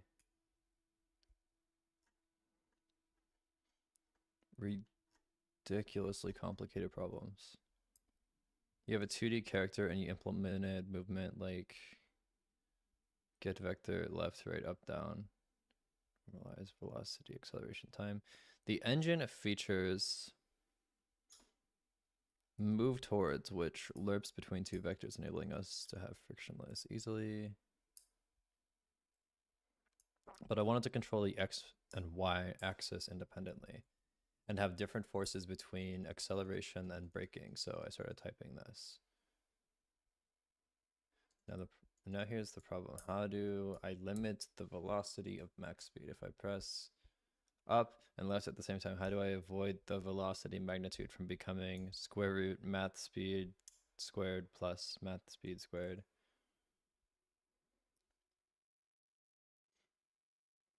Check if too fast and limit if so, or implement a drag I have both Genshin and Genshin playing in my ears, and it's unpleasant. Anyone know how I can compute the up and right vectors of...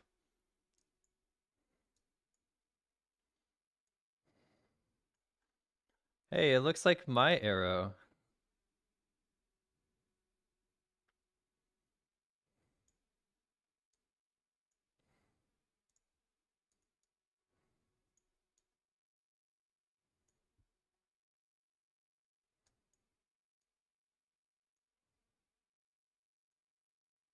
I mean, the up and right vectors would just be...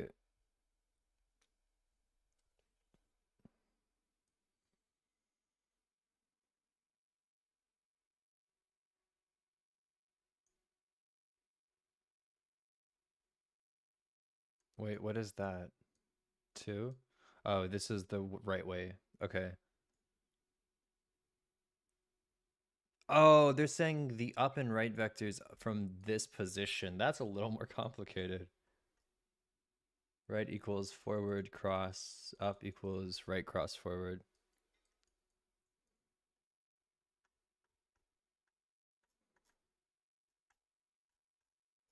The server, bro. What is space and beta for all your colliding streams?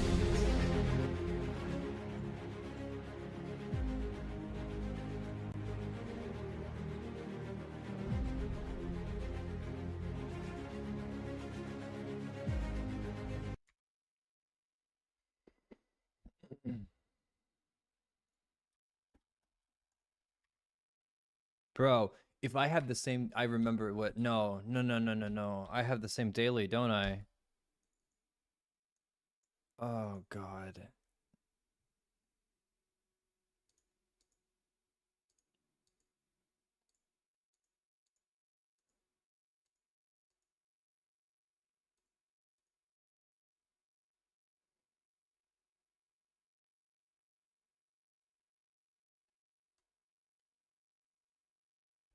His boots made of scorched rice, his crown made of tofu. He comes clad in...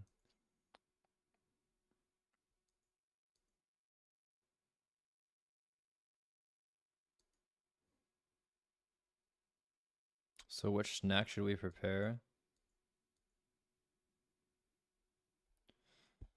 Rice, buns, and lotus flower crisps. And a tricolor dango.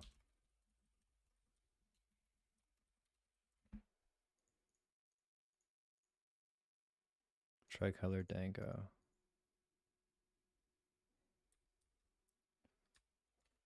What the hell is a tricolor dango in Genshin?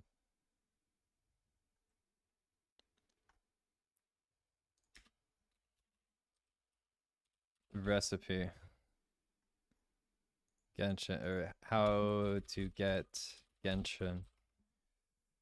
The recipe for the tricolor dangos, somewhere.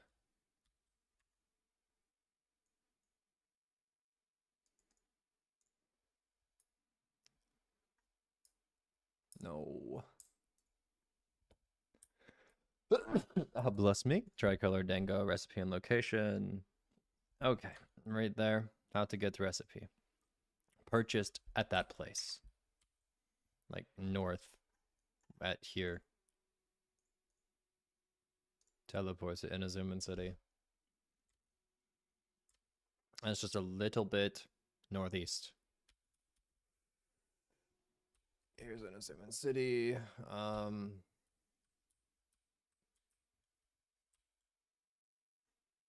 Oh, that it just takes me to the closest waypoint. I understand.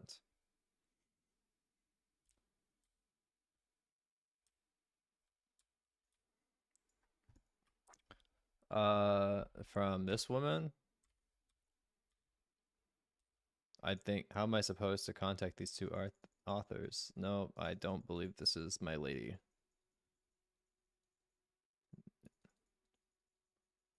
Please let me not accept this quest. No, I don't care. I thought this was the option that would give me the least amount of text. Ugh. Nice.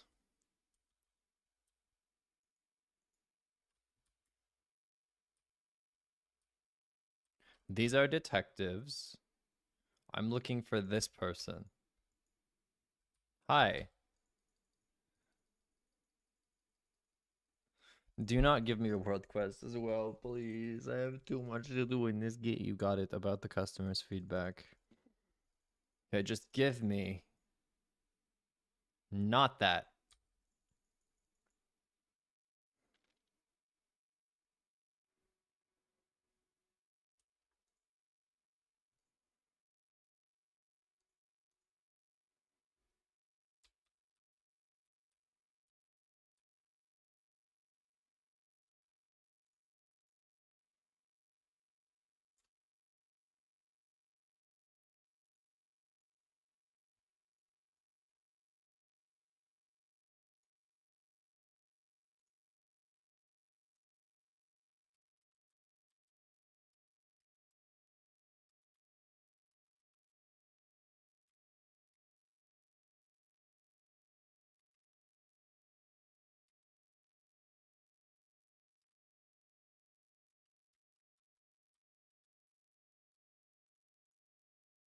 I have to do this stupid quest first.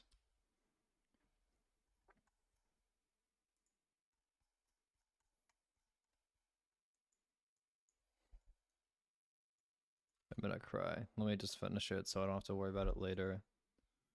What is this woman's name?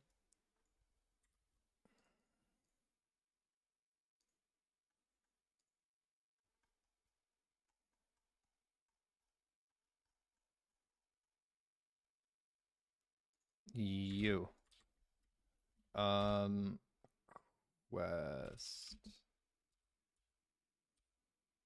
Pizza from another land.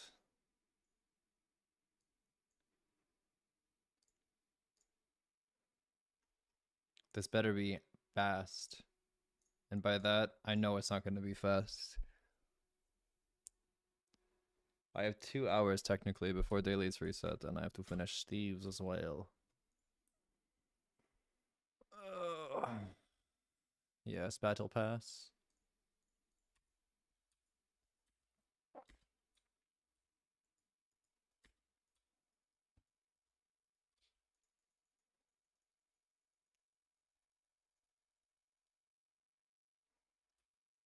Oh, is that it?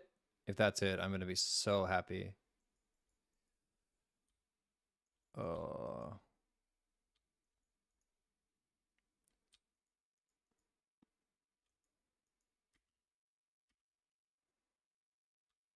I see her.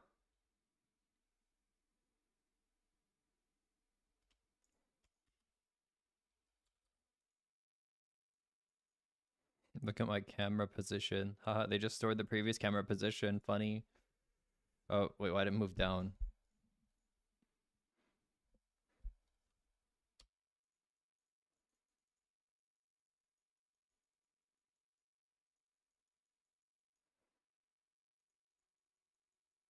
Our lavender melon. Can I just give you a lavender melon now? Yeah, okay. This isn't bad so far. Fingers crossed, nothing else is required.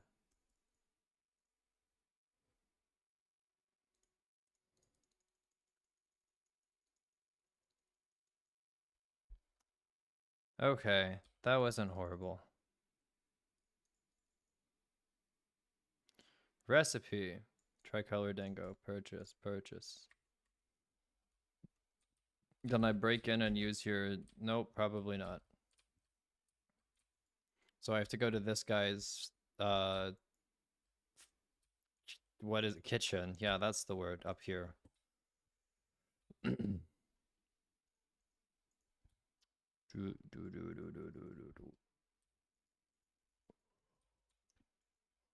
Oh, excuse me. Wait. Can I not...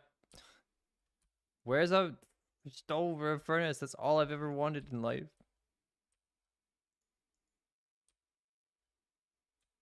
I feel like I'm getting colder. Furnaces in Inazuma.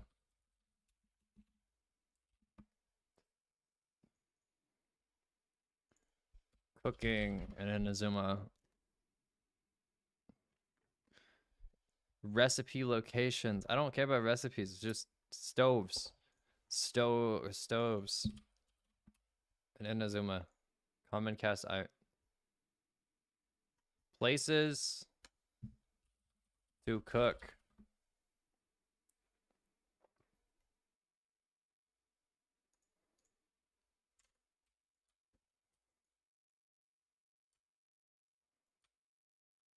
Can I break this out of frustration? Oh, it shows. Oh, wait, that's a tea house. Oh, it does show the food though. But I don't know if I can get in. That guy seems like it's just a window, right? Maybe I can cook from the outside?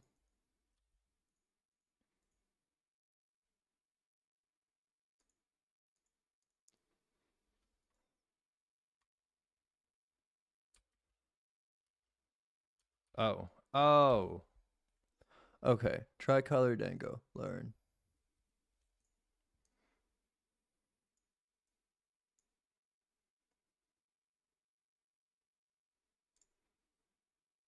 Oh my god. Barbara?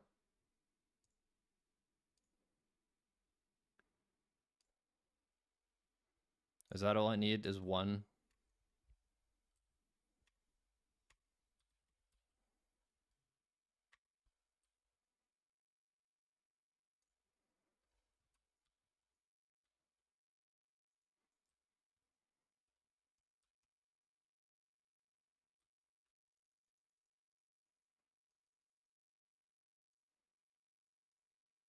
Please let me go now.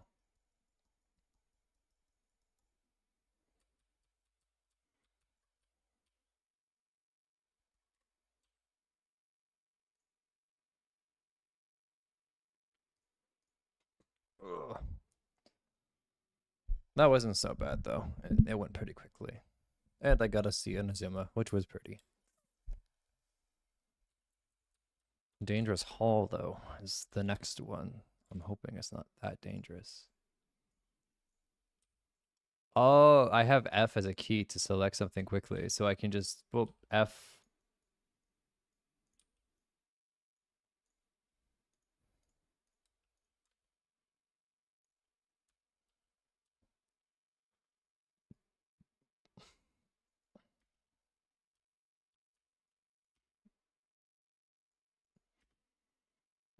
Leave me alone.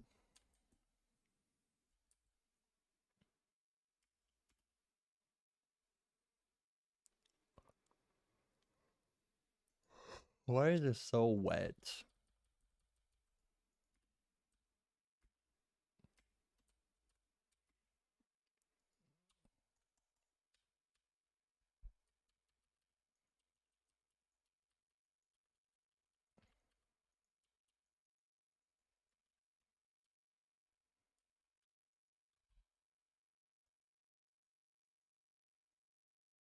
No. Okay.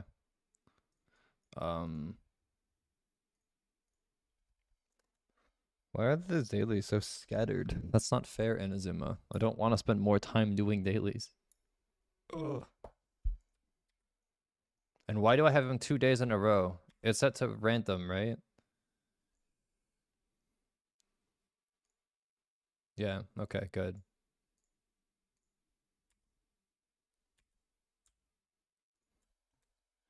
Did I ever... I'm worried that this is gone now. There was like a thing every day.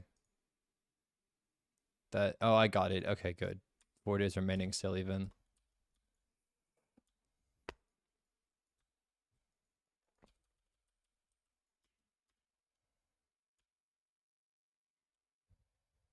Damn, it's 2 o'clock. I really want more coffee.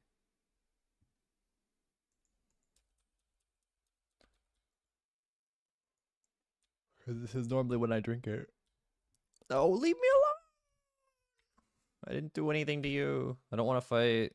Oh, and of course, because I don't want to fight, there's now 5 people down here that want to fight. They're all very angry too, because they're getting rained on. I promise. I'll be very quick. I'll just drop down. I'll just press this. I'll just do this so you trip. And then bye. And then, because the Genshin gods love me so much, actually the programmers, even worse than gods, sent me all the way out here on a daily because they think this is acceptable gameplay. And I disagree. Oh, the boat salmon is out. Nice.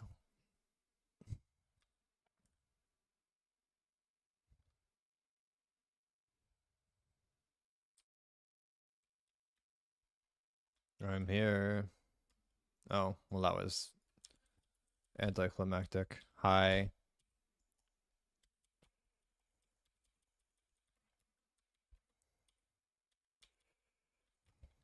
Got lucky that time. And now I only have to deal with one.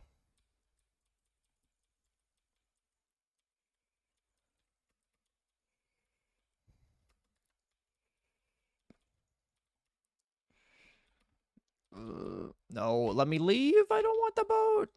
I do. Genshin? What was that? Oh my god. Okay. Jay. One more. Finally. You've claimed the maximum number of commission rewards today? What does that mean? I didn't do my dailies yesterday. I gave up because it was too much effort. Or maybe I did. No? Why would it come up with new dailies if I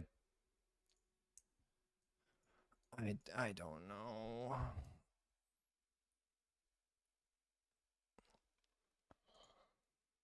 I don't know how the world works.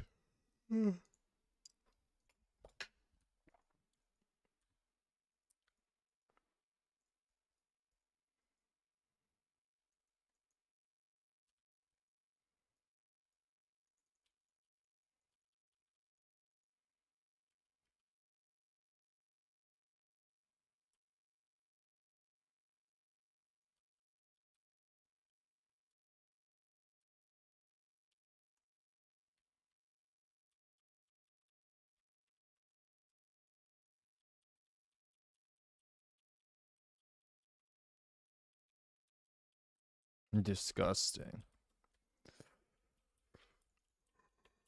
Ugh. Die.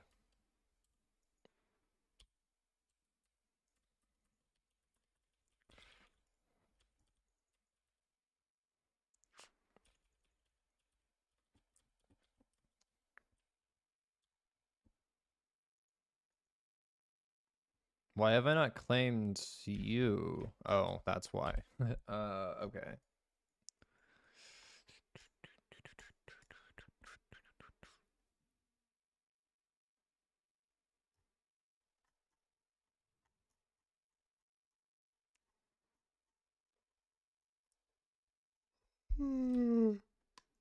Eric, stop yawning. Hi, Catherine. Don't tell me I can't claim. Okay, I was gonna say the UI was just broken or something. Cause what did it mean? You've maxed out your something your commissions today. Boop boop boop boop.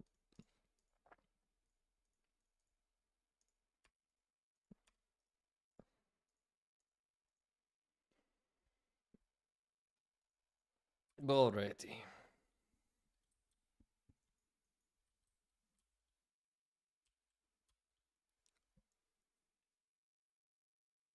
Oh no. I'm hoping Steven is not in a fun team. Well, actually, I don't even care that much. If I get parts of the visuals spoiled, that's fine. I've seen some already, so. Okay, time to quit the game.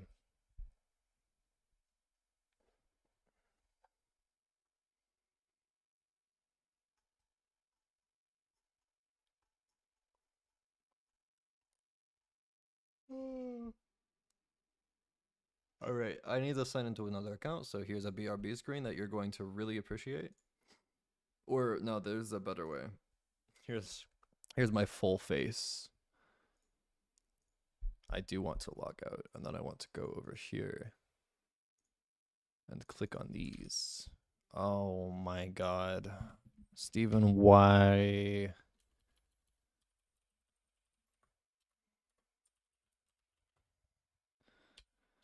You really make me type all of this?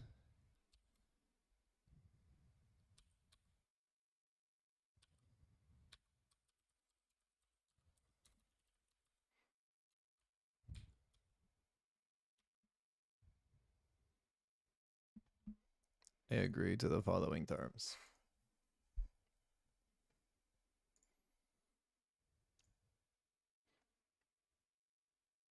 Screen.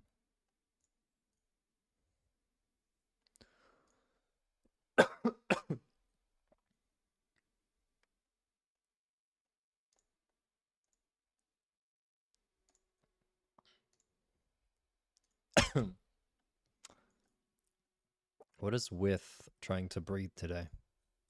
It seems more difficult than other days.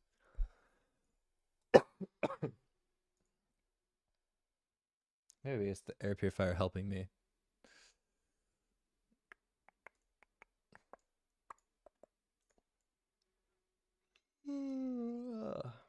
Boop.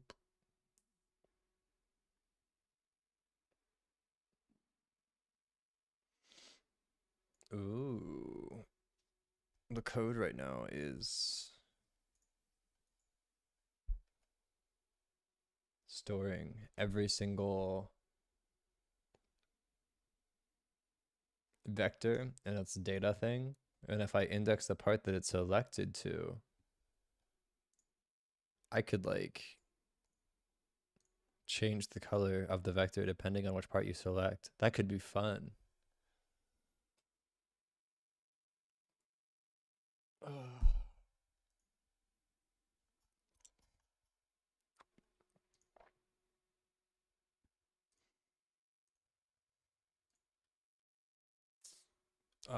Okay, good. He's in leeway. J. Food delivery. I'm gonna not know how to use any of your characters, sir. In Mondstadt. Teleport.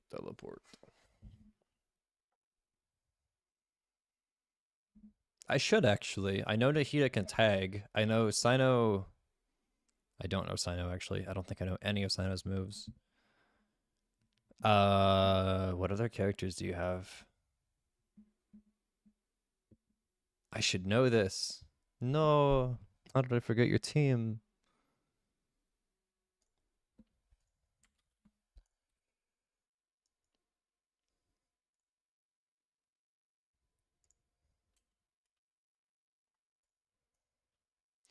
Xingqiu and Kokumi.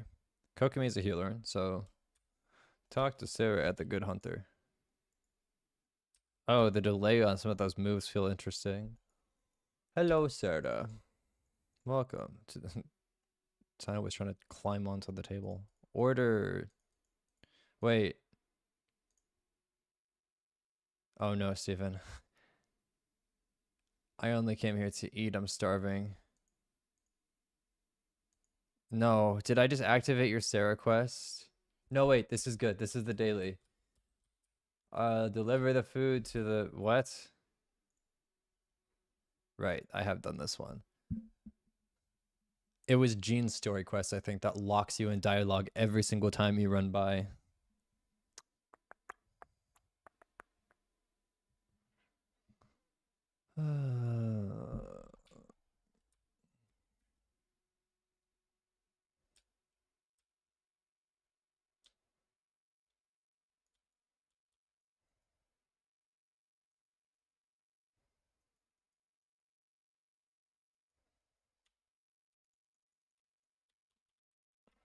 Oh, okay.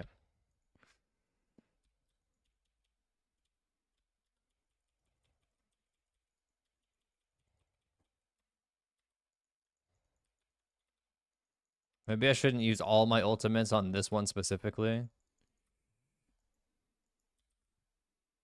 but Nahida's ultimate's very cool.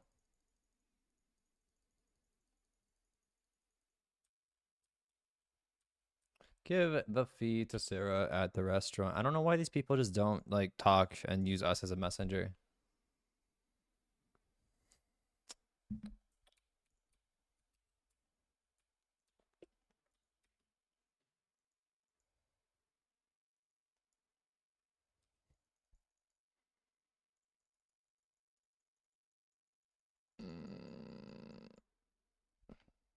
Nice. That wasn't hard. Boop, boop. What is the music I'm listening to right now? That almost looks like Noodle. Holly's Noodle something. French. Couldn't be me. No.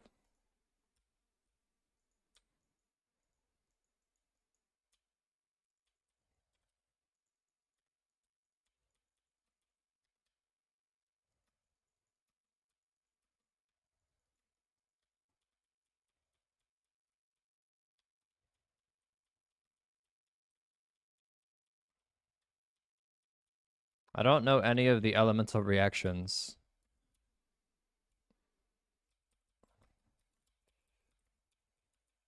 Okay, but I can't shoot things now. That's kind of helpful. Okay, Nahida, can you like tag everyone? And then Bloom with water, Dendro, Electro. Oh, Hydro Bloom. That's cool.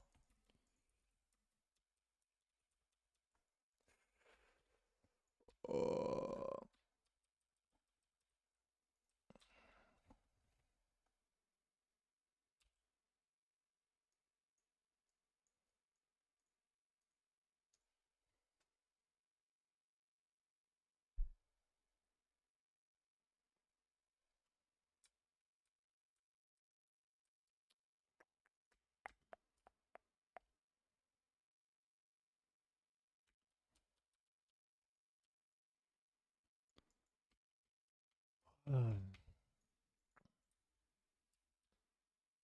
Why have you not unlocked this viewpoint? Here you go, viewpoint.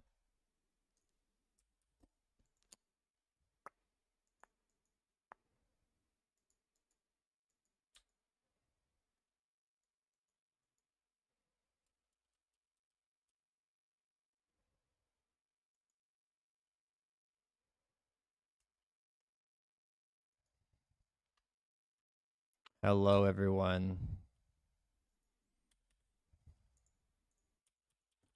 Oh, that's spread.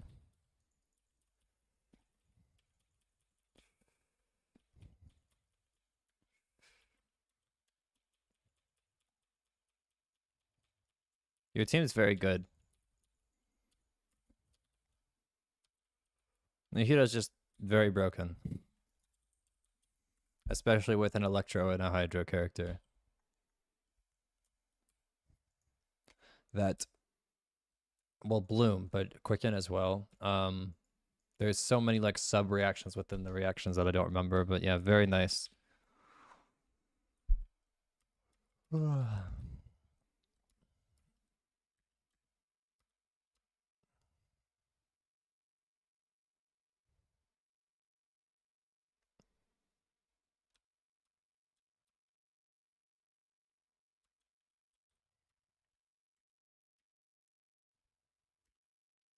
Ooh. Can I tag people from like a ways away? Yeah, good.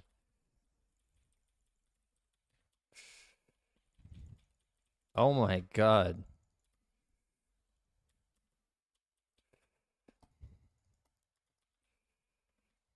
I think I need Kokomi. Best healer.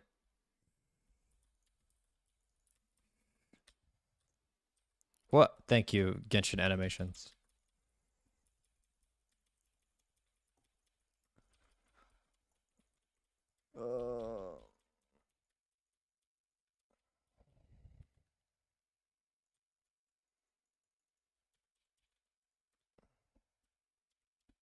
It's those elemental reactions that are like absolutely insane. I'm not sure how much base damage you deal, but the reactions are like god tier.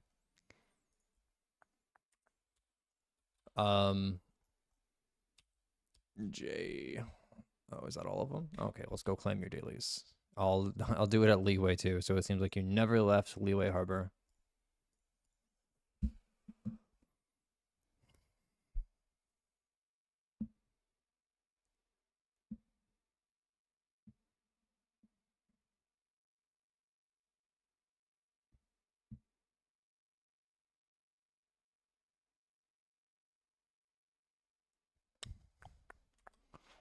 What?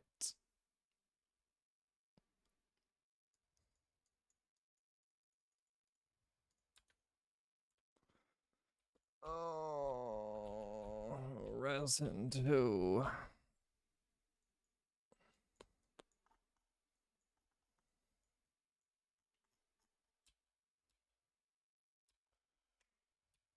Okay, well, step 1.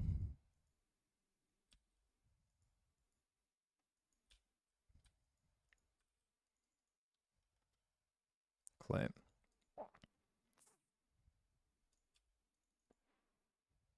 Dispatch. Cookie, Beto. Amber, I'm so sorry. I'll recall and put Beto back where she belongs. Wait, was it Amber? Okay, I guess it was probably Amber there, and then Cookie. Oh my god, you have them so spread out. What the hell? Bennett and Fischl, right? Fischl, Bennett, and Sino.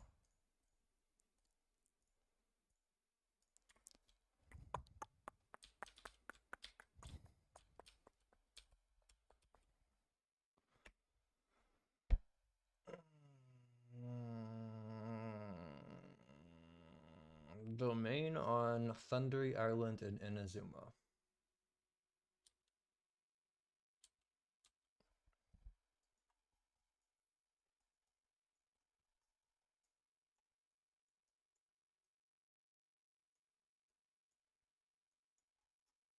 Well, wait.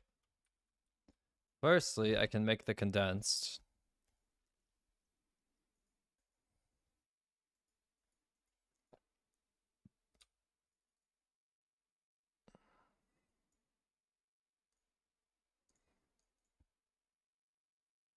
You already have condensed resin. Wait, no, you don't. Hold on.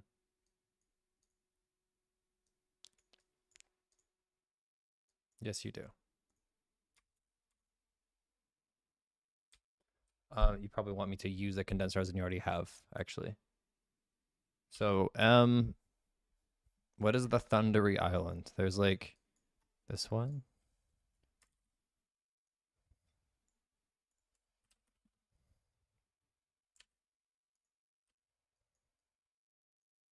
Okay.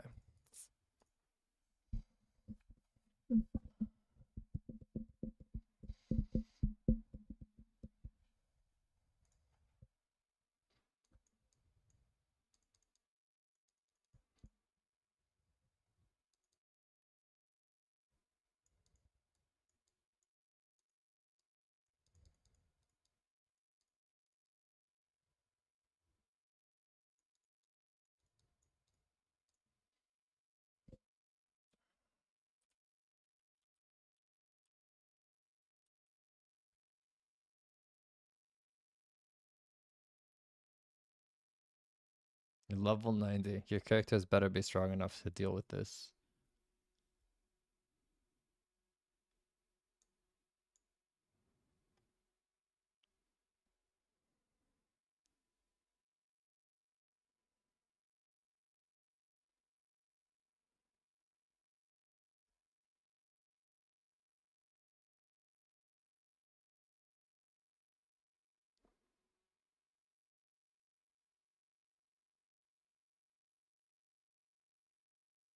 Come on, load game. You can't be this slow.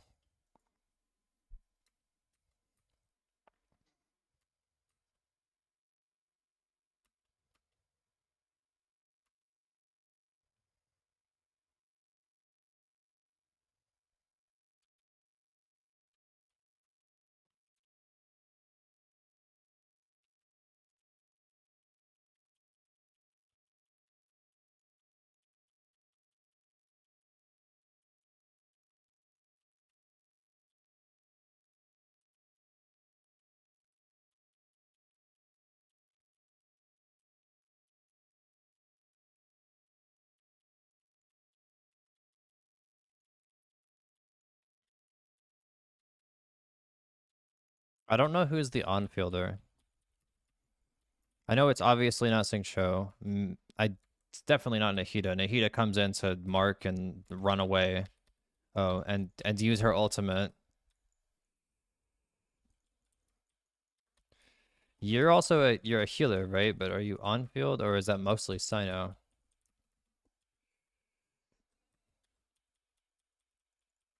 It seems like a very healthy team, like a lot of healing.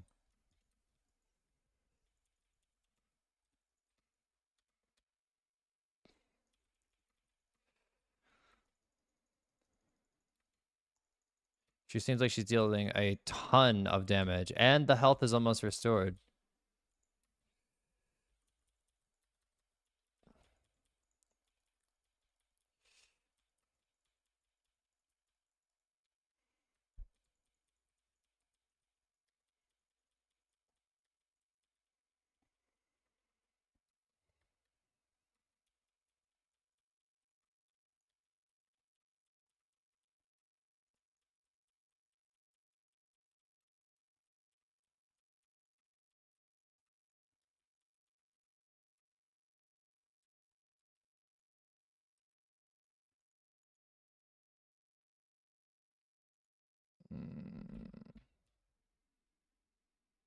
I have to do this 4 more times.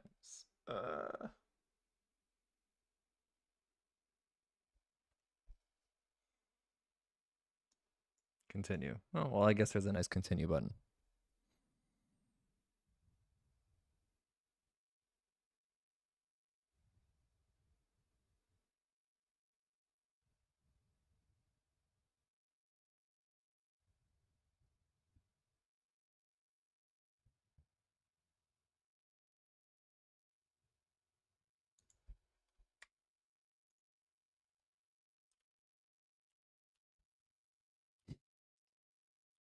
You use 4 total. I always keep 1 extra, so you'll need to do it 3 more times. Okay. I also like afterwards spend the resin into condensed resin, so it you have 5 again when you play the game.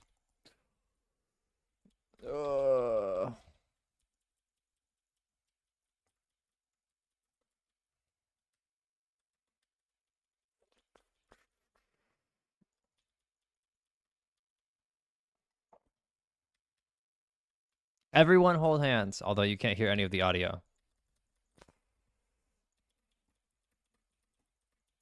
I guess I am fighting level 90 characters, and it's going like insanely well, so yeah, broken characters.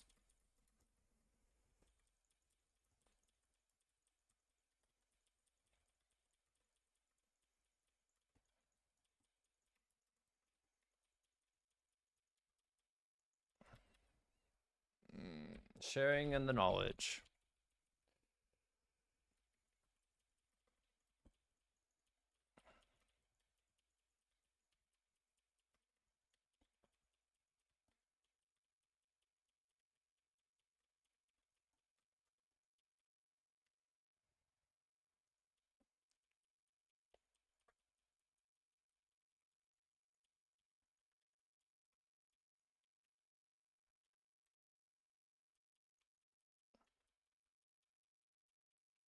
Whoa.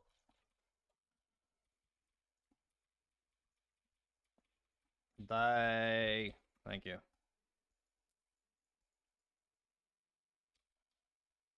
Use condensed.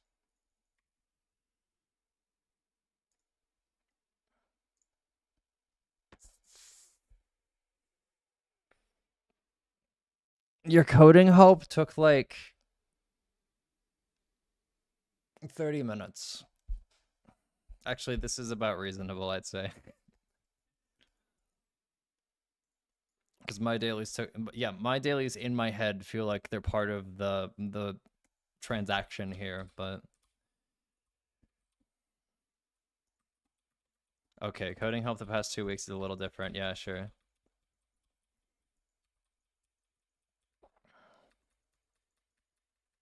But also, the coding, yeah, you have helped, but the streaming of the code is a payment, right? You're a customer, I'm a producer, unfortunately.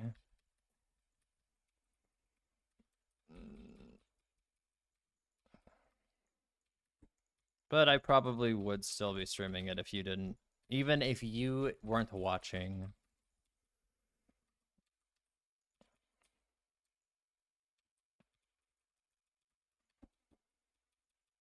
Ow! Don't kill the god, please. Or she's not a god.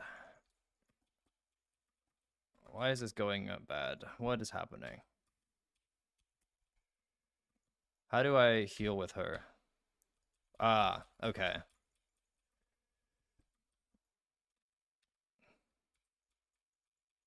Like everything she does heals, it looks like.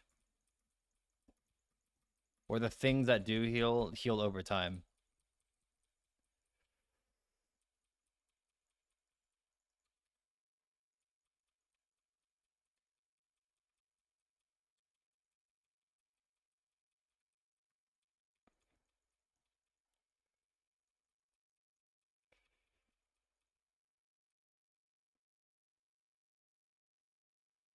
Very cool.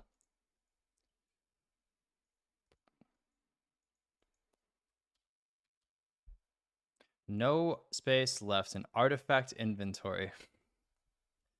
Please clean some up. Okay, sure.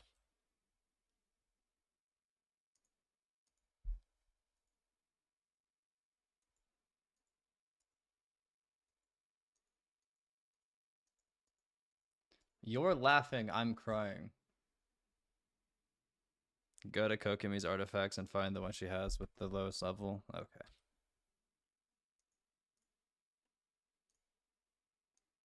Probably that one. Enhance. Can I just auto add everything starting from 1-star materials? Or do you want 4-star materials? I'm guessing this is an artifact you don't care that much about, but I don't know Kokimi's substats. Everything below 4-star is good. So, okay, 1-star. No consumables for 1-star, 2-star. No consumables, 3-star. Okay, there we go.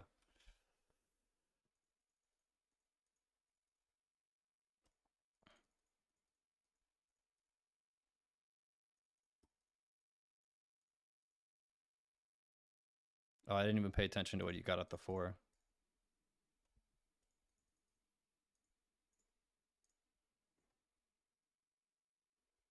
Defense and elemental mastery.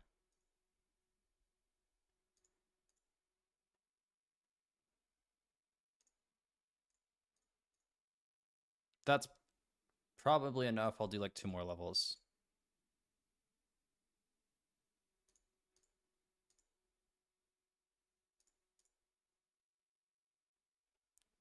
Okay, I should be able to at least claim stuff. And then one more time.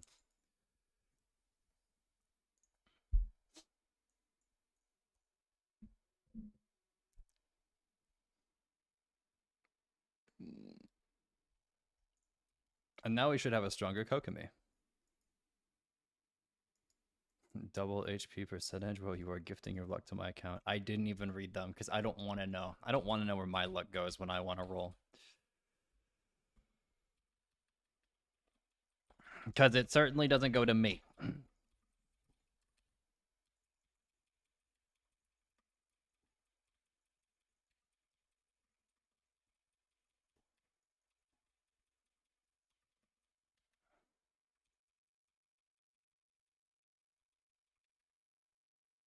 It might be weird watching this without being able to hear any of the audio.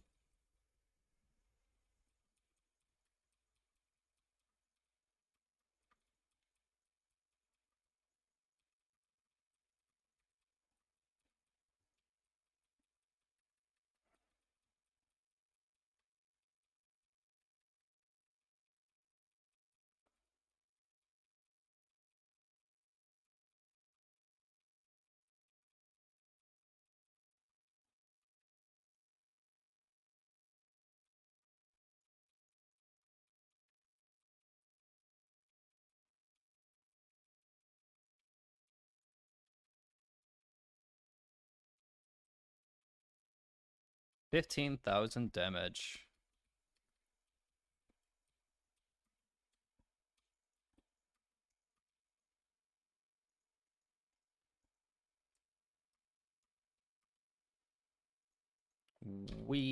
claim rewards. Claim. Okay, yes, use condensed.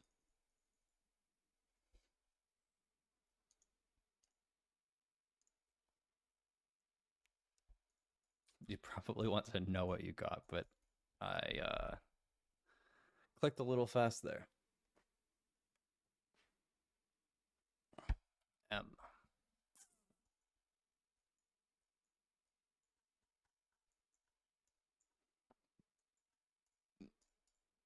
Oh, where's the crafting thing? It's up there. Forget to read it is one thing. Just actively not reading it is another. That's what I do with Kazua's domain and his artifacts. So he probably has a lot of better artifacts that I could put on him and level up, but that's a lot of labor. So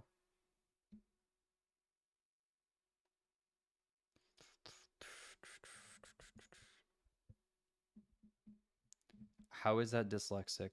You said I forgot to read it half. I forget to shut up. That's unfair. I forget to read it half the time anyways. The rest of my argument follows. Okay? And that is I was just saying that I don't read mine either. You're saying that you forget to read it half the time anyways. Well, I'm like agreeing and saying that I just actively don't read mine at all. Oh, why am I talking to Catherine? No, Catherine, go away. I want this thing. And then you get 4.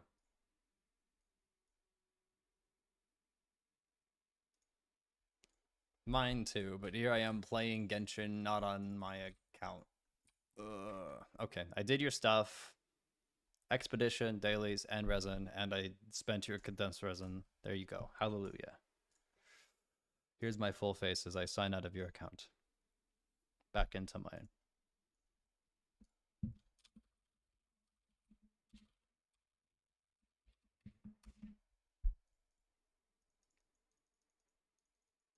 You can sleep in peace now. It's like what happens when I don't do a workout and I'm laying in bed and it's like, oh no, I'm gonna die. I'm gonna get fat again. This is horrible. I don't think I've ever been that fat. But I could get there, obviously, if I don't work out. Sleep well. Oh, that's my face. I want screen. Also, why is the camera... My face is not in frame. Now it is. Much better. Ugh.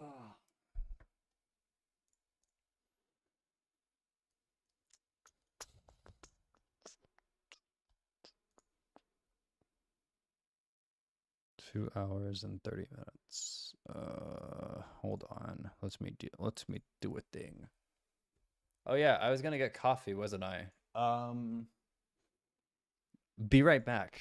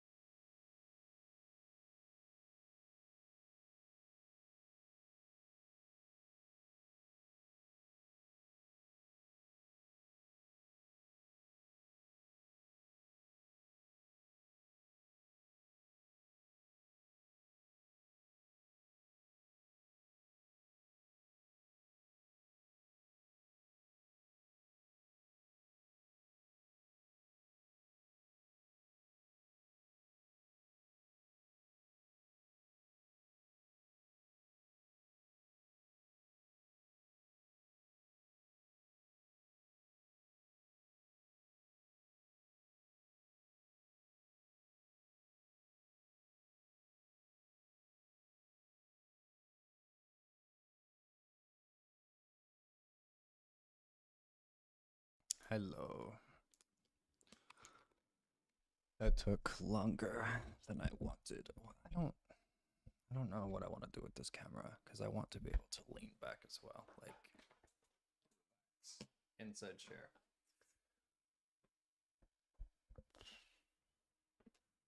That's probably fine. Just here's my screen.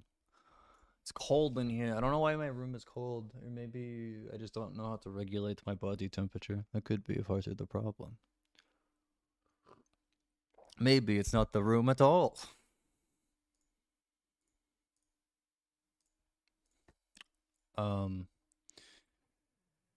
Why is this open?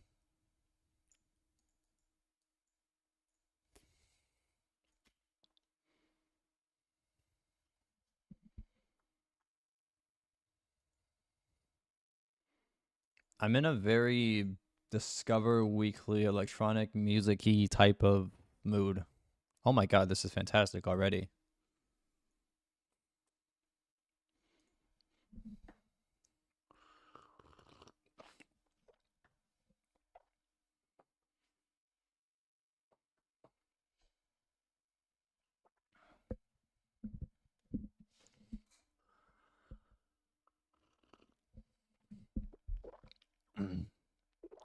Oh no, coffee. I don't want to choke on you.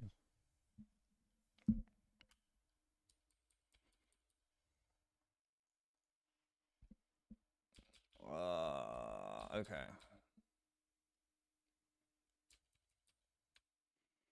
If the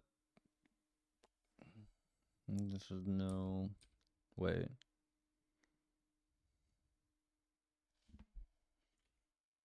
I think this already earns itself a like.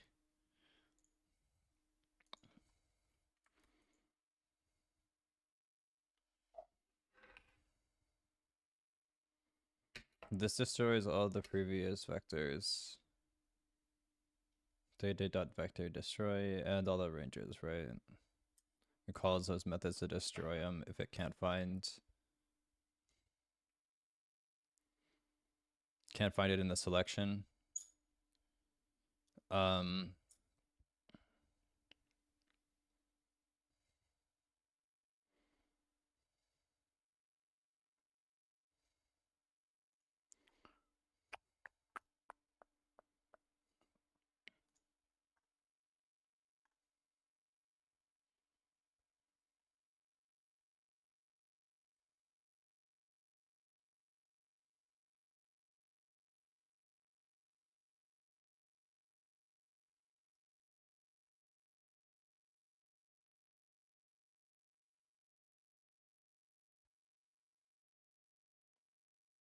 Script.parent.parent adornments vector clone, and then it clones it.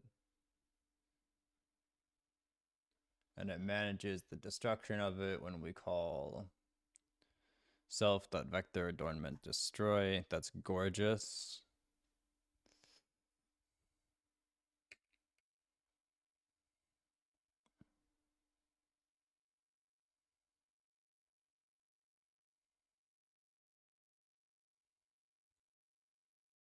When does self.position get used? Vector direction.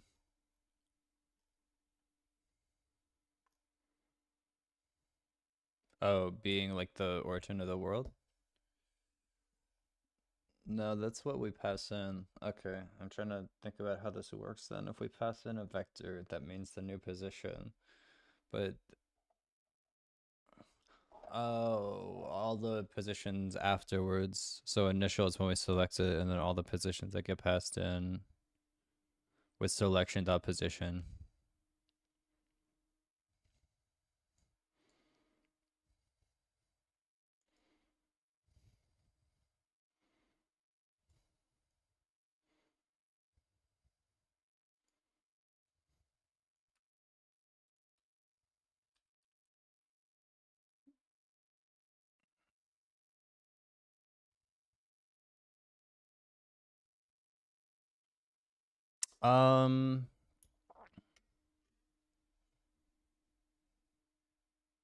This will be a little difficult because I'm wondering what I do when I display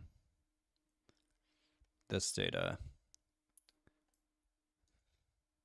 I might have to do some UI design here.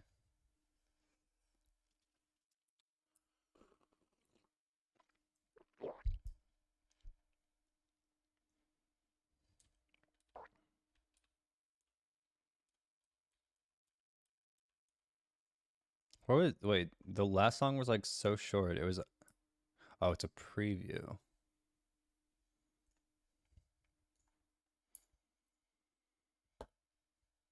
Hmm.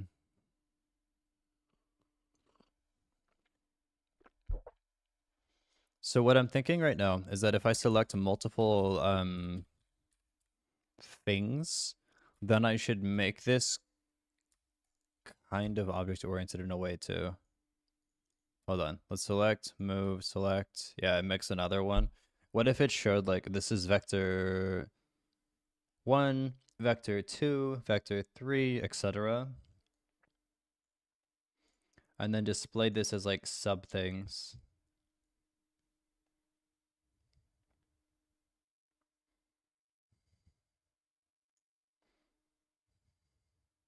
Where's this print statement coming from?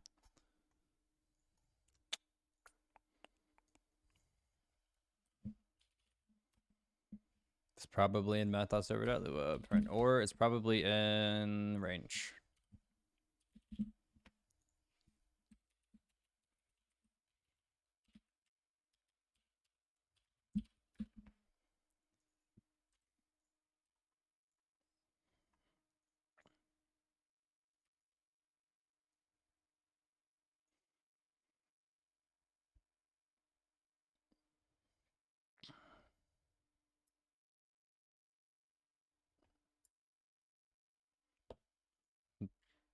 Duplicate this. Call it vector. Set these as part of vector. Damn.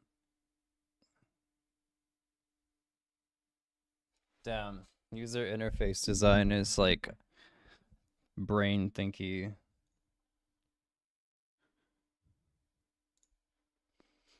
Because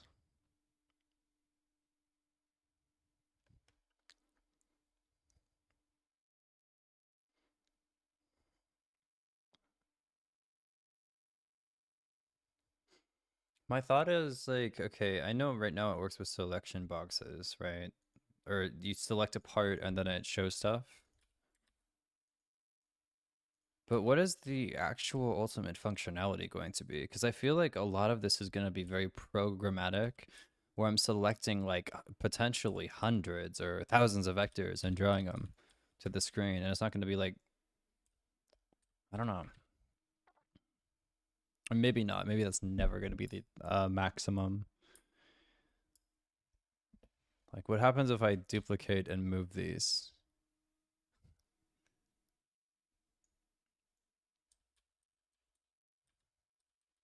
I guess a new selection has never occurred here.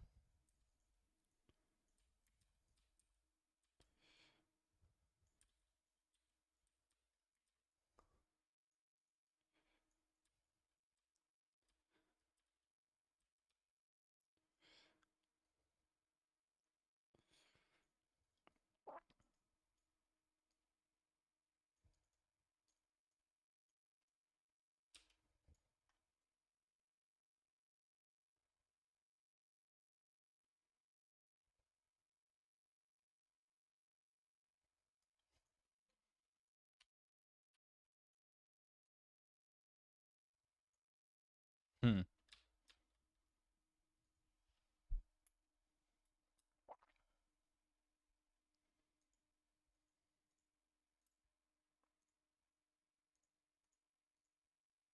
For now, no, I should do this. This isn't going to be that terrible, I don't think.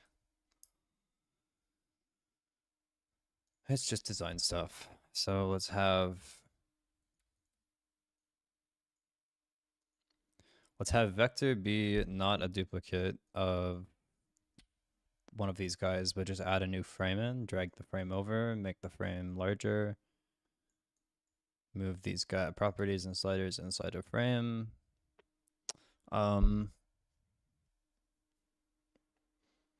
Okay, now at this point, I think I do need to use some type of list layout.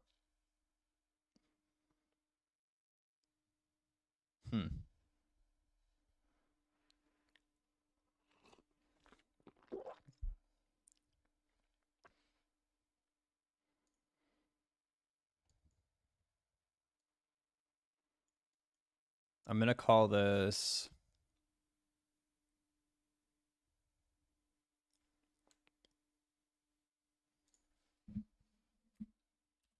vector.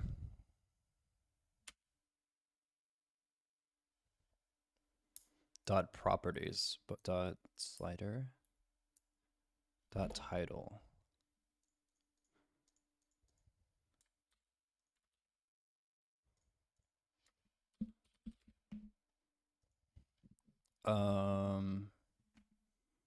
Add UI list layout. Title, background transparency, 0. Oh, 66.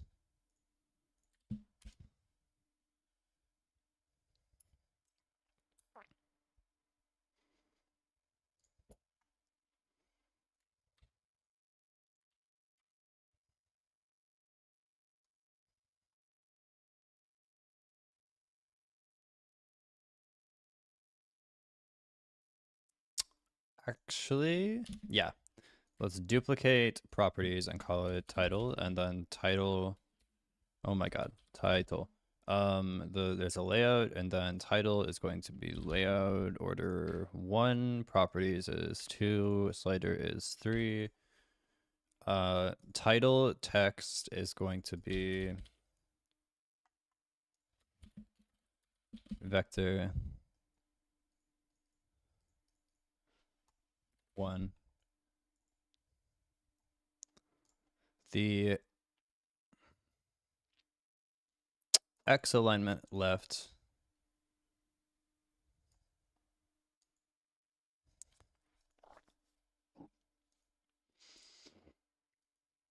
vector title dot text label. I almost want like an icon that lets me drop down all the options that I want to look at.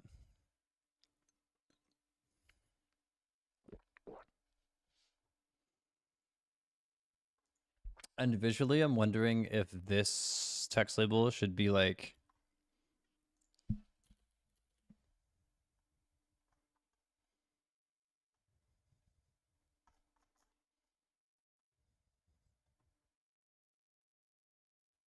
oh, right. It's this that I'm looking for, the properties frame. So I copy this and paste it in here. But then I make it like background transparency 0 and then like 86.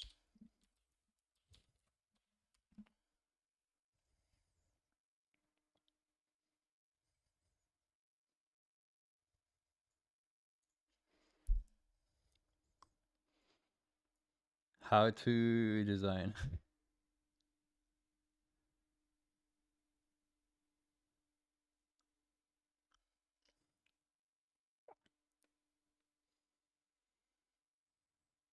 I wonder, would a corner look good on this? Slider, UI corner, properties, paste into. But for the label. Ooh. Not for 6, like maybe 12. Nah. It doesn't look good.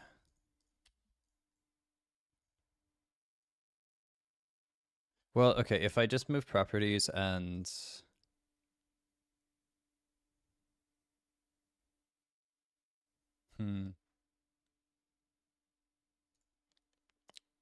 title, slider properties, go back into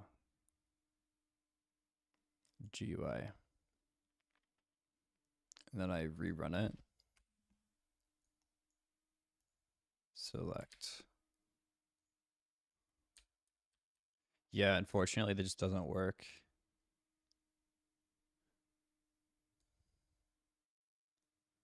Then my question would be, how do I scale this text inside of it to match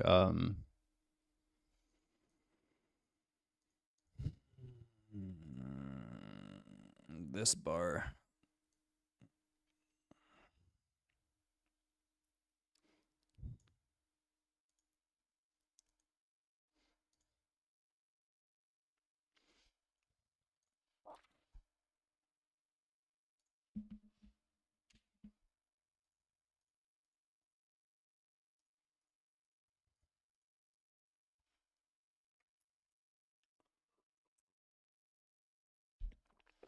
Okay, I won't worry about that for now. I can worry about these tiny things later. Right now, the main goal is going to be making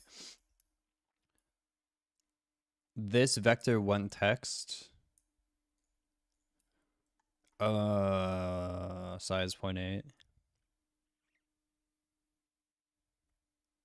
be like a drop down, I think. So the actual font weight should not be regular. It should be like, this is a title. This is like bold.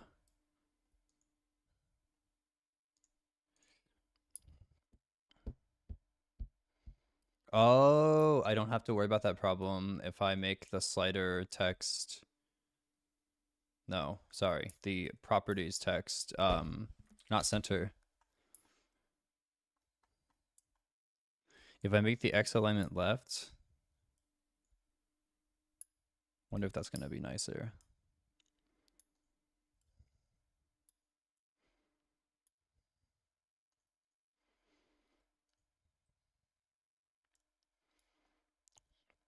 Add or not an icon, an image label. Make the image label size 0.2. Bless me. I don't know why this is overlapping with the text. If this text label is 0.8, oh, right. The size can be 0.8 and take up the rest of the bar as long as the position of it is set to 0.2 and the anchor point is 0.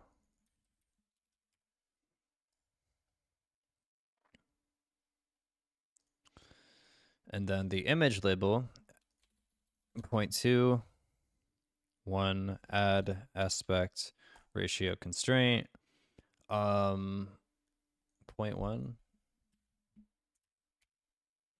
But anchor point it to 0.5.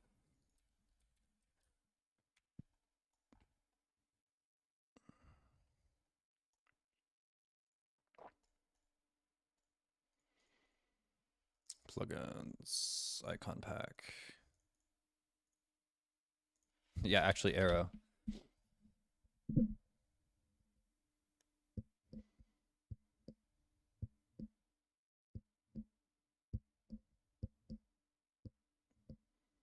This is what it's gonna look like when I want to like set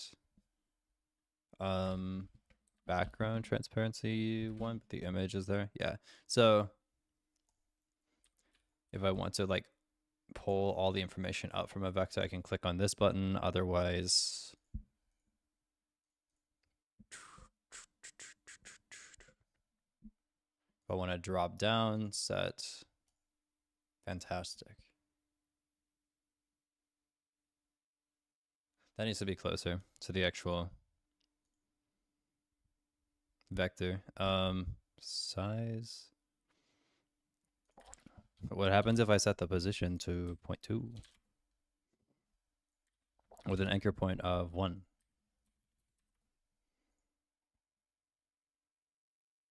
Great. So let's not do 0.2. Let's do 0.1. No, wait, not for the anchor point is not what I want. I want the image position to be 1. And then the vector title size, no, position. Wait, no, text label position to be like 0.1. Yeah. Oh, breathing.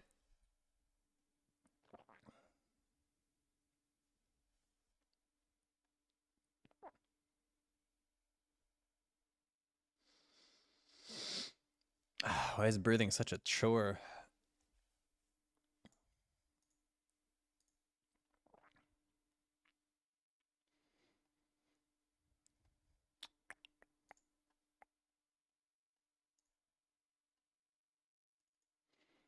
Where is the... No, not this.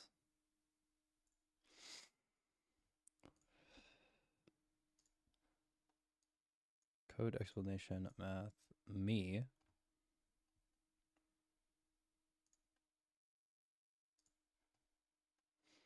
This was fun though.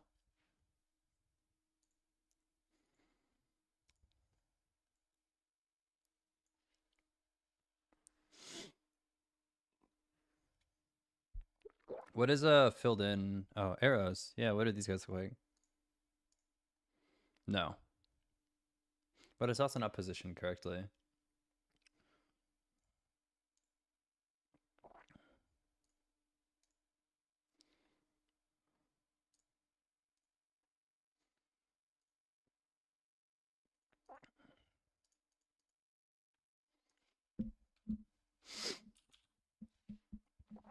Position 0.05. No. Okay. Anchor point 0. Position 0. And size 0.1.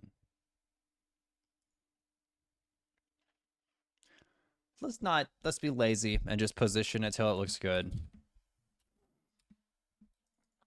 0.08. That is definitely not right.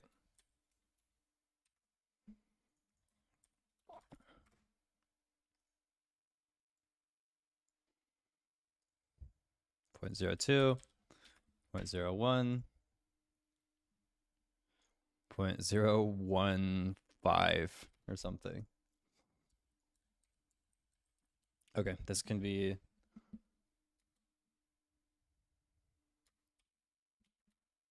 collapse and duplicate and name it expand. But just set the image of expands to a down arrow. And then don't make expand visible by default. Technically, I could just, I don't know. I was gonna say I could use the same object for both collapse and expand to just rotate the arrow around or something, but nah.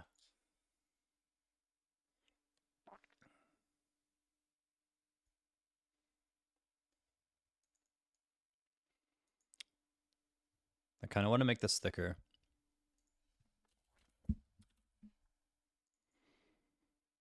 Black.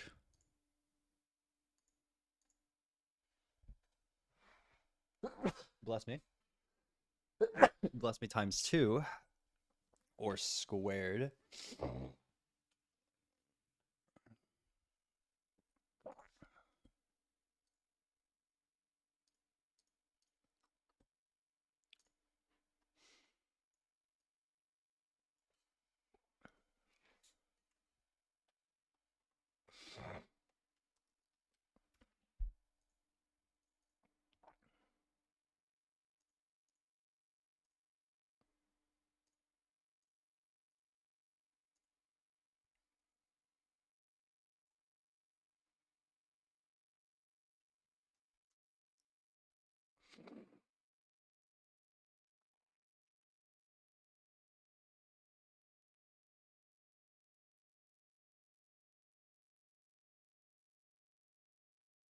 Okay, I don't have to break my entire code if I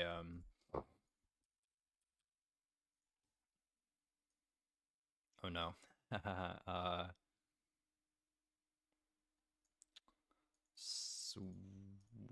Okay, I was gonna say, like, I don't have to break the entire code if I move all of these into GUI without the vector frame. I can just have title be a separate thing and then set the layout order and just include a UI list layout. Oh, interactions in here though, right? That's probably not going to work then. let's just, okay, if I drag these in and I don't touch interaction, does it really break anything? Let's find out. And no references broke off the start, so that's good.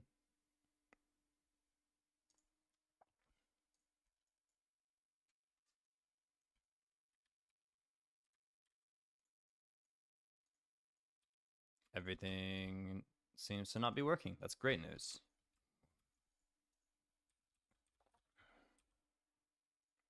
I'm guessing it has to do... Oh, wait, I can't see UI visibility. That might be why. Or no, it's not. Okay, great.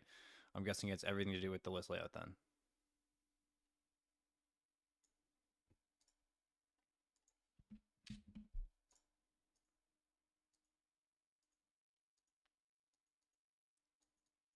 Properties?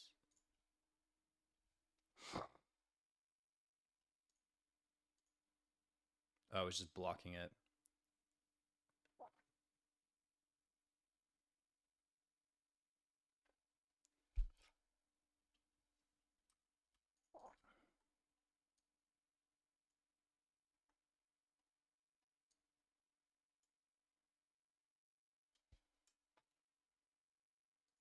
I'm not sure why the UI list layout is causing like infinite amounts of problems right now. Fill direction vertical, horizontal alignment left. 10. Yeah, it should be working. UI list layout properties, slider title, we drag them in. It might be because of interaction causing problems.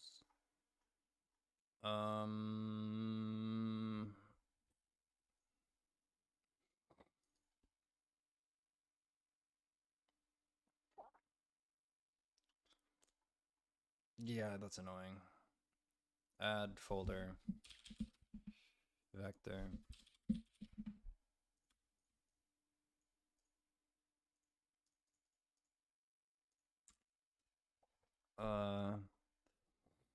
Okay, where is my chat? That is, I guess I just have to reopen.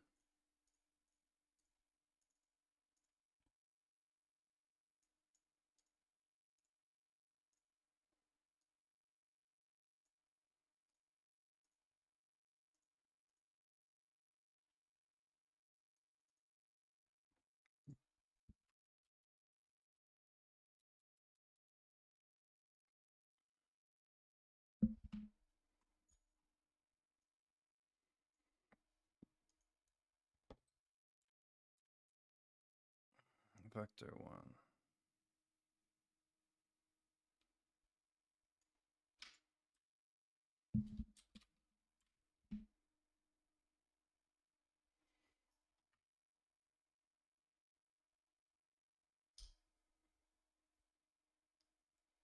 Root, widget reference, GUI, mouse module, signal.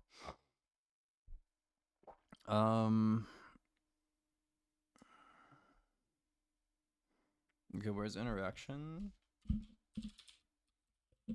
Nowhere to be found. Math. Interaction. What? Really?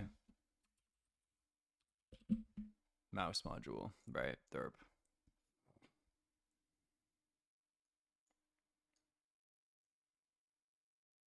Oh, that's not what I'm looking for. I want to know where I'm like referencing all of the widget reference GUI.slider. Okay, it's now gonna be GUI.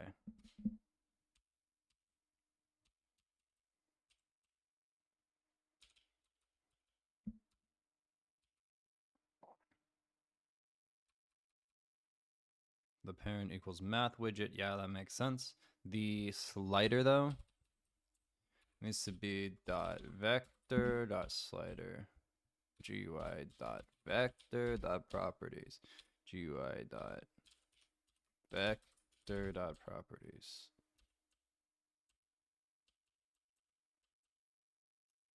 Right. F12.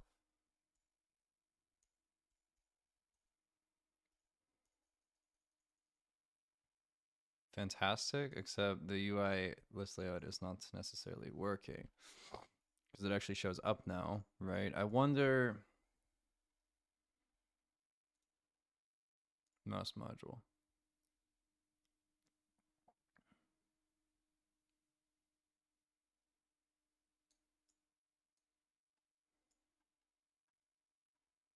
Oh.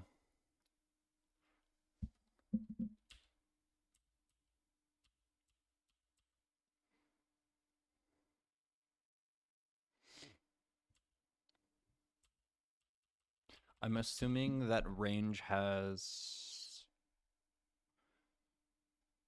No, where are the button click key events? Yeah, range, right? Isn't that where the events are set up? Button 1 down for mouse module for objects. Slider.line. Slider is, yep. GUI.slider is no longer the case. GUI.vector.slider. Clone. Slider.visible. Yeah, this should be fine though. I just use the slider.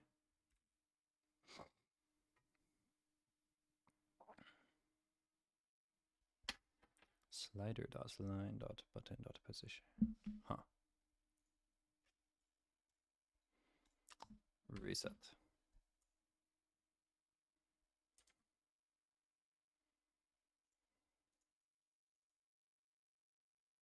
I plug in.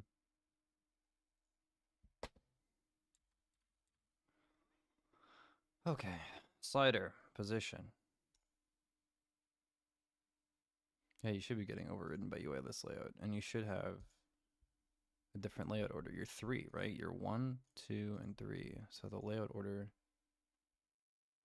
sort order, layout order. Yes, fantastic. Why do you not show up?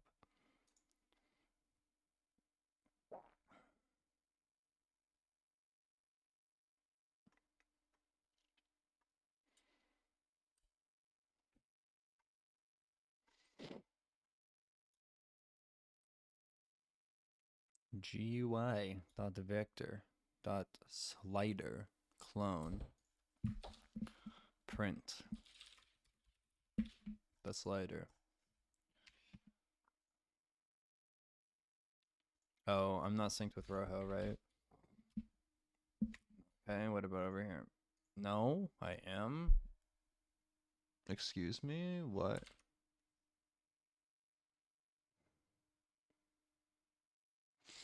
Range gets caught. Oh, I need to select something. Whoops.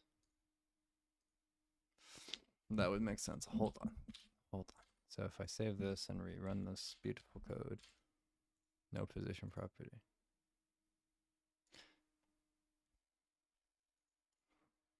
What happens after a selection?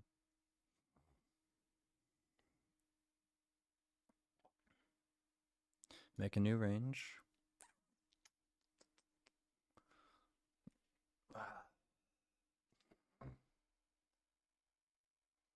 Lovely.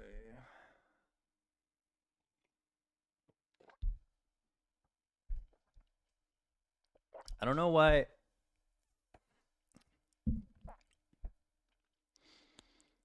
this is happening, because it shouldn't. Oh, hold on.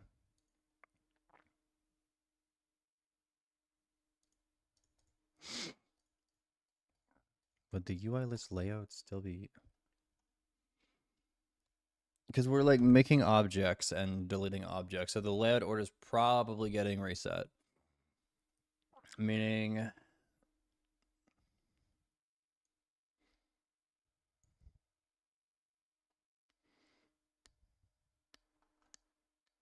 when I make a range object and I clone it, I need to be setting slider.layout order equal to 2 for now, and then the what is it, properties? I don't think properties is ever having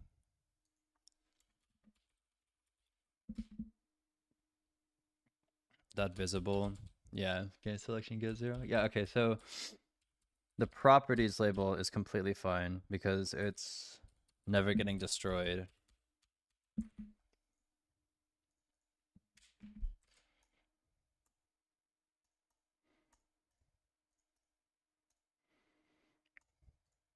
Oh, 1, 2, 3. So this needs to be 2 or 3.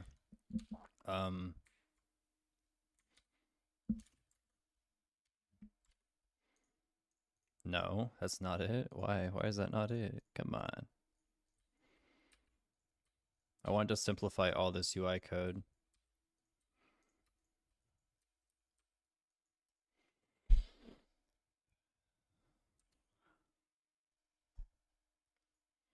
Range.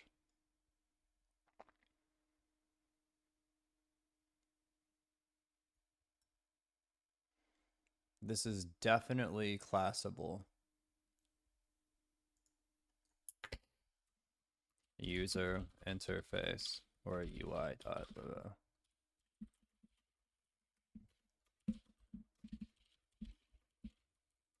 or something. How does this work in mouse module? No, how does this work in vector?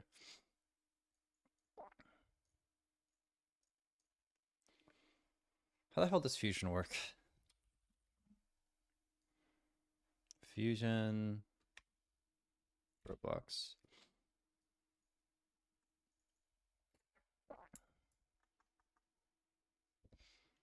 I don't really want to have more rediscovery get started.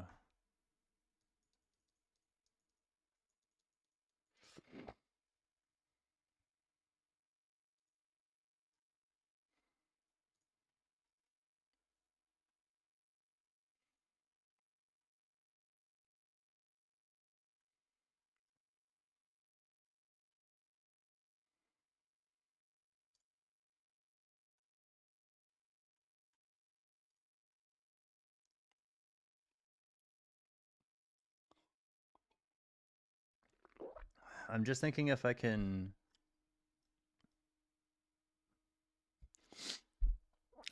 manage the state or whatever a lot better. Isn't that what Fusion promises? Is it's easy to control the state of your UI? Fusion UI.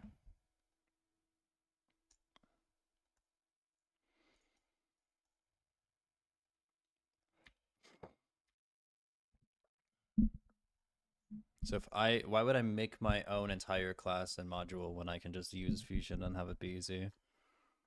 Introducing pre-release. Is there a Fusion version 1's a pre-release? What's the stable version of Fusion though? Unless there isn't a stable version.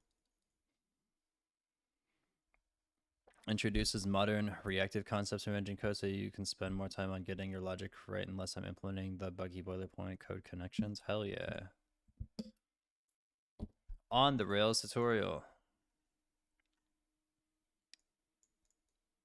Yep, we're comfortable. We know how UI works. Okay, it is Fusion version 1. I don't care what version really, as long as I can make this easy.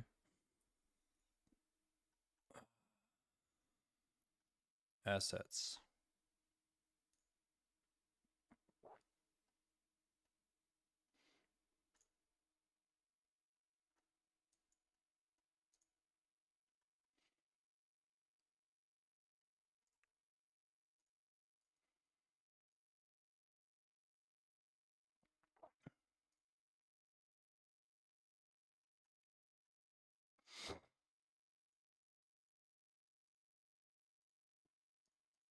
This is 2, right? Did I just get version 2?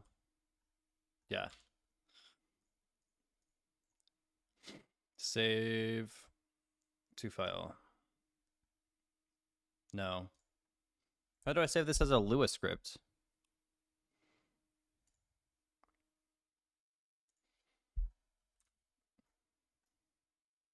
Source code.zip.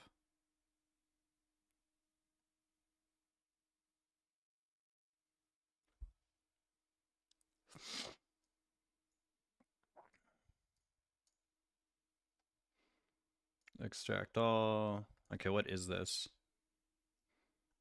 Oh, good God.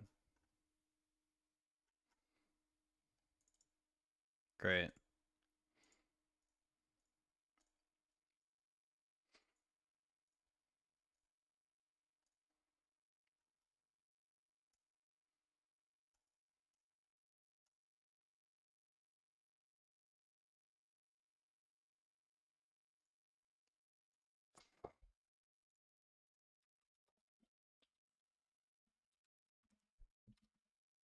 Select folder, extract, show extracted files when completed. Fantastic. And then over here. Actually, we don't want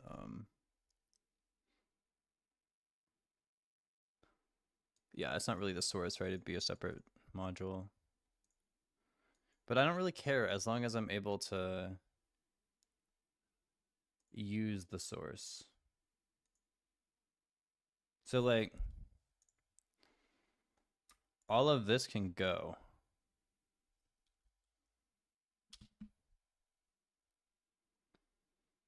All I really want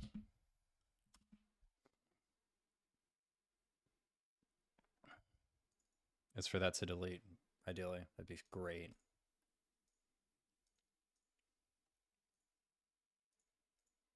Come on. Can we really not delete files?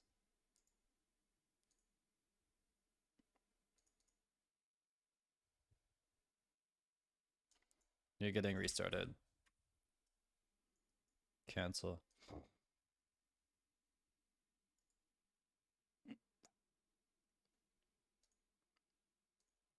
I just want to move source into Fusion. I swear to God. What is... Oh, is that why?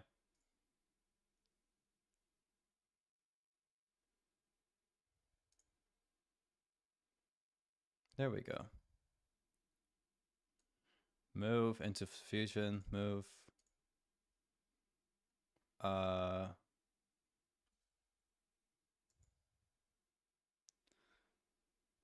Delete. Continue.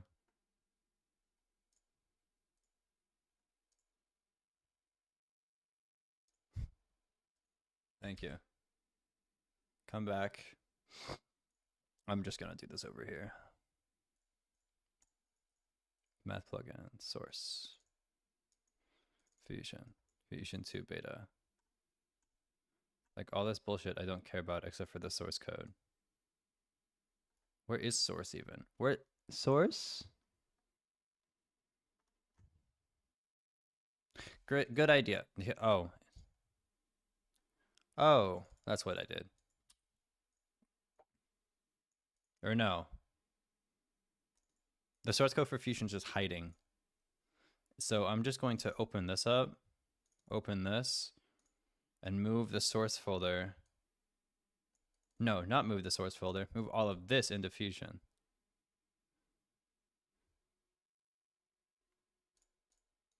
Where the hell are these?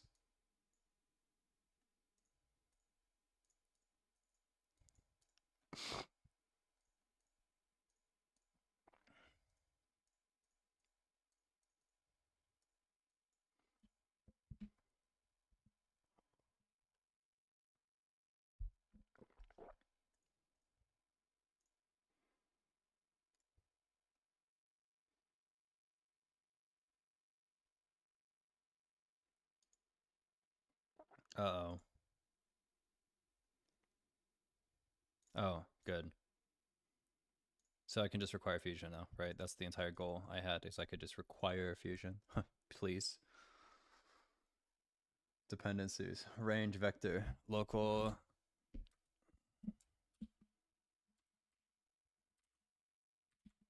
Nah, that's fine.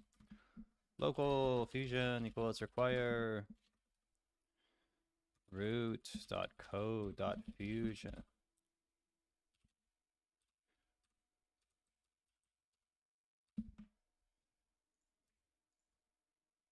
Great.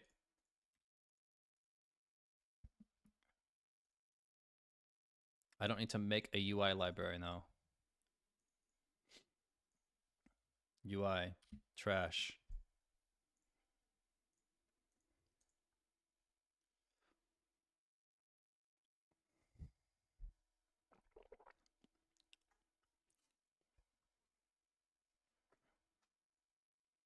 animation as well. Oh, hell yeah. It has a lerp module by default.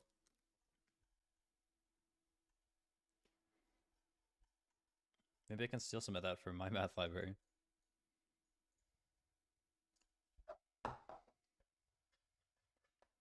Unpack type.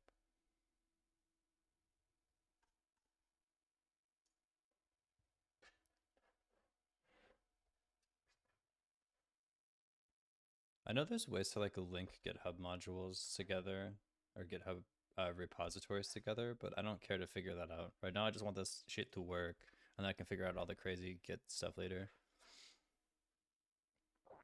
So like you can click on in GitHub, if I click on Fusion, it just take me to the Fusion GitHub page.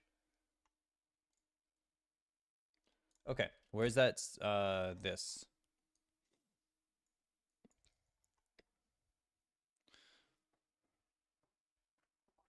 Close. I have Fusion. Thank you.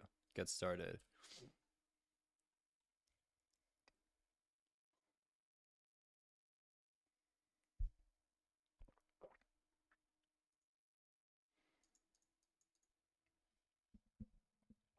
Values are objects which store single values.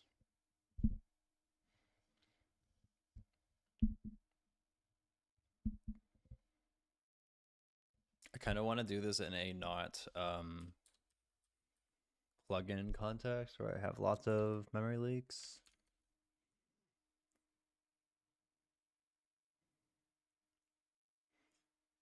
I think it should be fine, right? Like the plugin. I know we unbind this right up here, but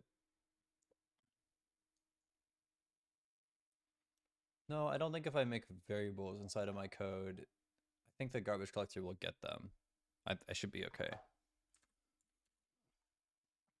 Values. Values are objects which store single values. You can read them with get and set. Cool, so I can get values. Health equals value 100.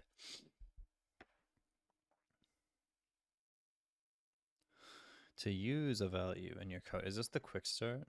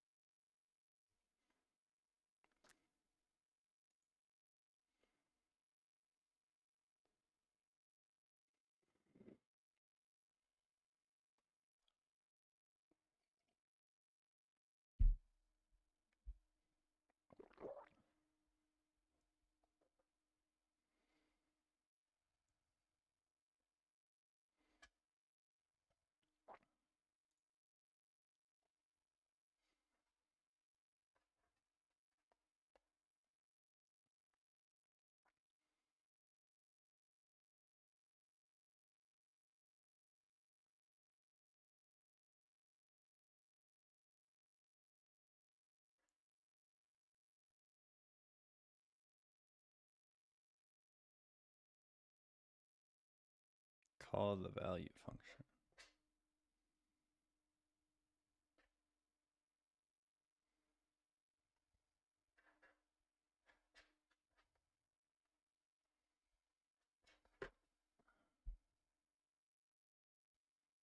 You can also set the stored value at any time. Wait, set. Why objects? Imagine some UI in your head. Think about what it looks like and the different variables it's showing you. Distance, 59. Message.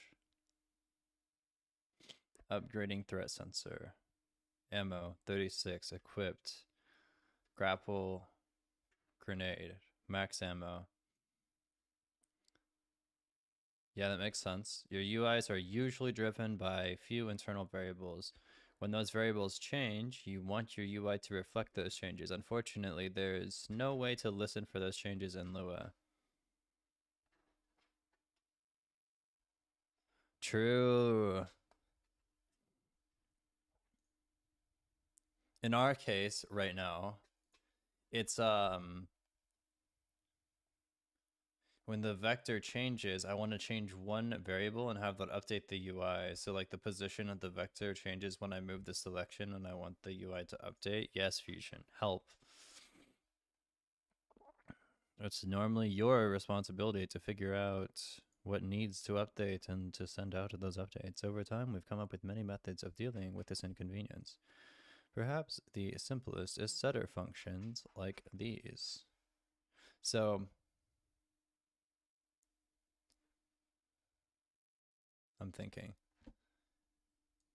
the range module has this complicated mess. What if there was one value to represent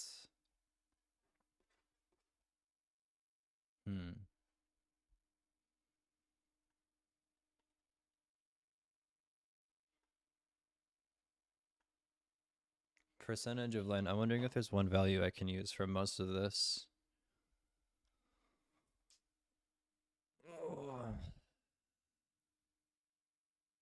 Actually, the slider's just not connected to the vectors at all right now, but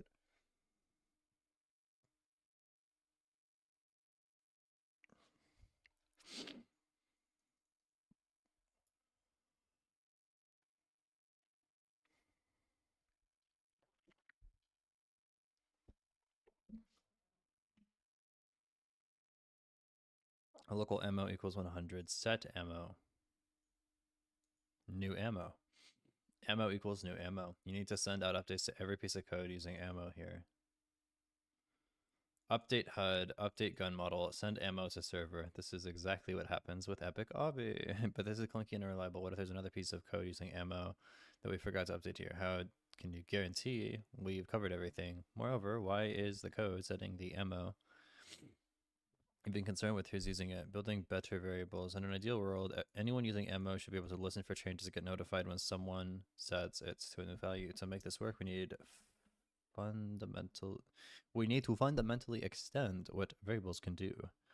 In particular, we need two additional features. We need to save a lot of dependence. Other places currently use our variable. This is so we know who to notify when the value changes. We need to run some code when the variable sets to a new value. If we can do that, we can go through the list and notify everyone. To solve this, Fusion introduces the idea of a state object. These are the objects that represent a single value, which you can get at any time. They also keep a list of dependents. When the object value changes, it can notify everyone so they can respond to the change. Value is one such state object. It is specifically designed to act like a variable, so it has a set method. Using that method, you can change the object's value manually.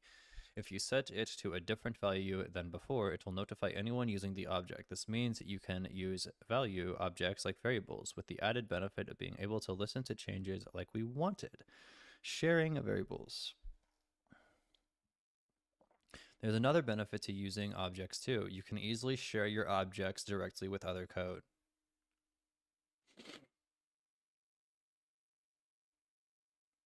Every usage of that object will refer to the same underlying value. Print value, some object, print some object get, health 100, print value health. Okay, so we make this.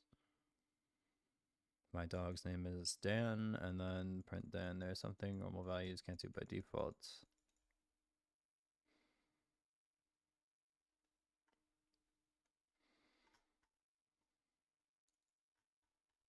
Oh my.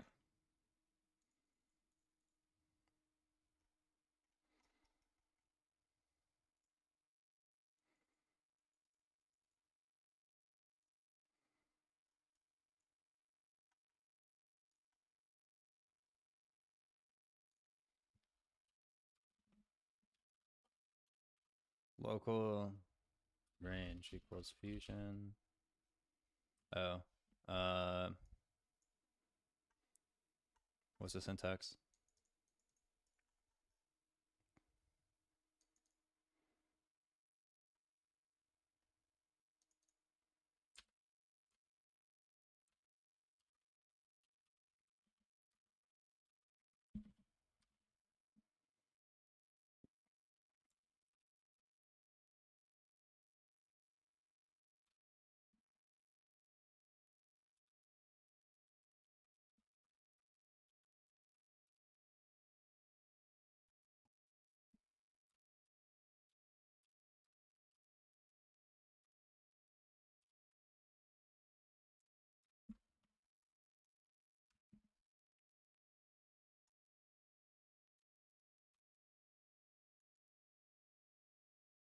Oh, I'm not requiring fusion, right? No, I am. Print fusion.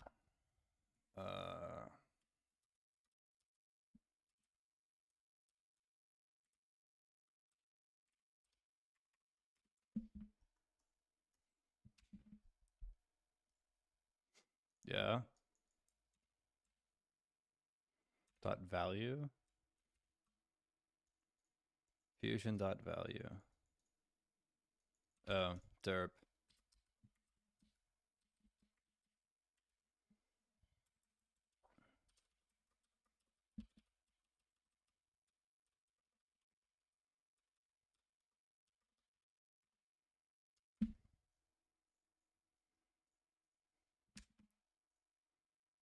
$100. Cool.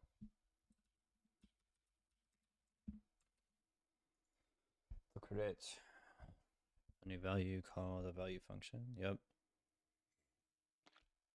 Oh, yeah, that makes the value, right? But you can pass in default.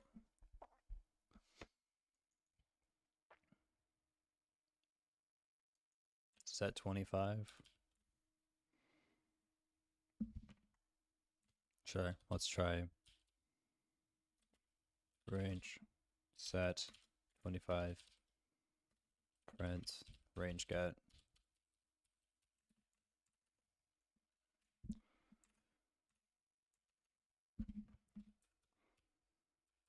Oh, this is such a good song.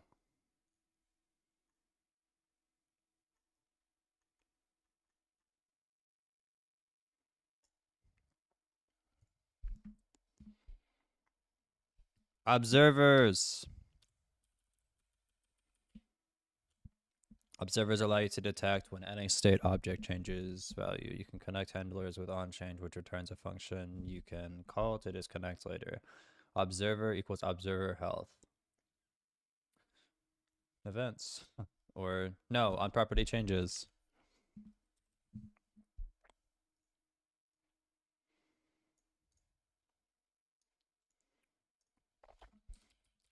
Local observer equals fusion dot observer. Oh, they're using the health example. We'll use the range example.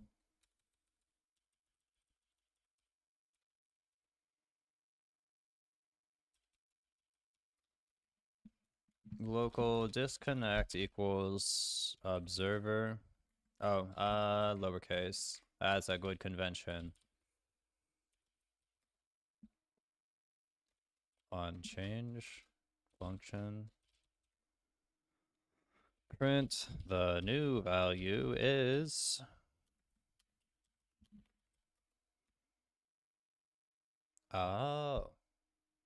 range get.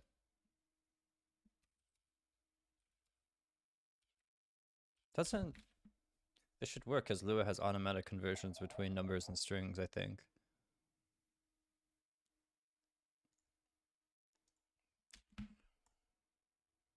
Yeah, nice.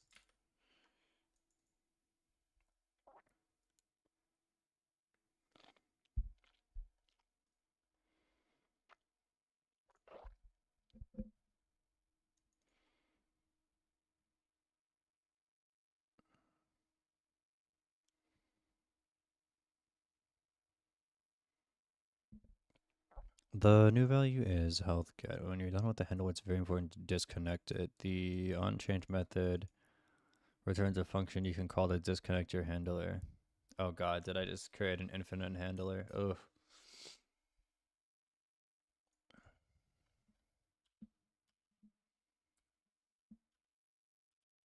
I should have called that. Whoops. Well, now I know.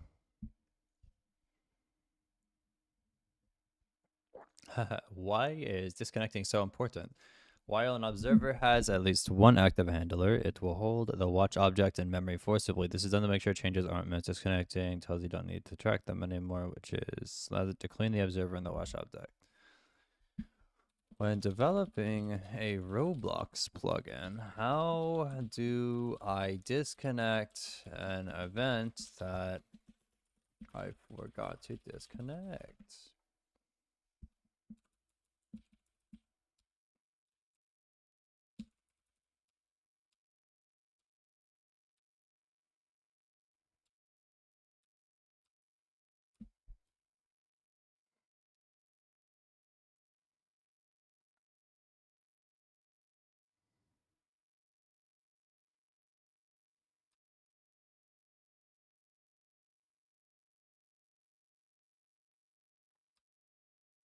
I don't think they understand what I'm asking for in here.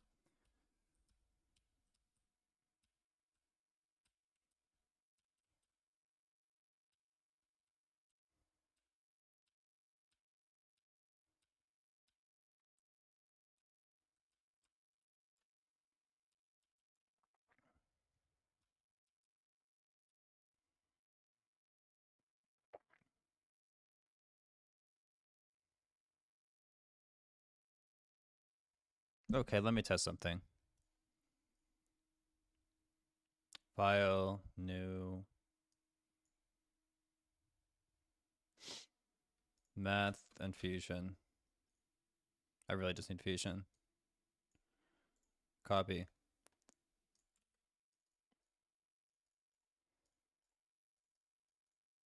Add script, add, paste into. Local fusion equals requires script dot fusion. Okay, cool. And then, no, I'll make it the actual name. So I can just type or copy.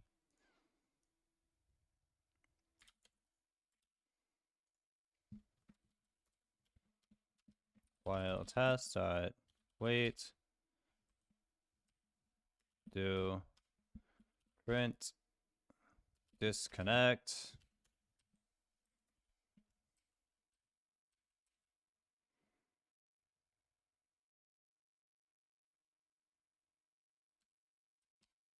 Hold on.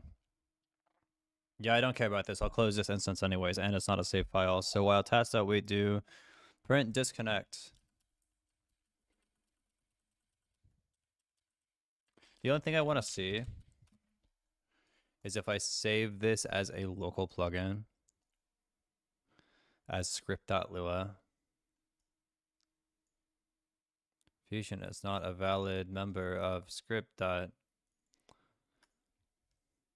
I guarantee it is.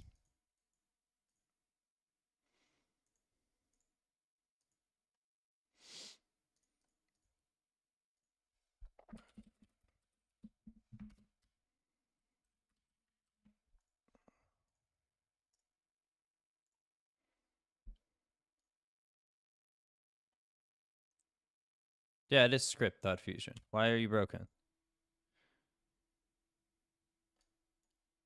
Excuse me. Why can we... Okay, hold on. Print script.fusion.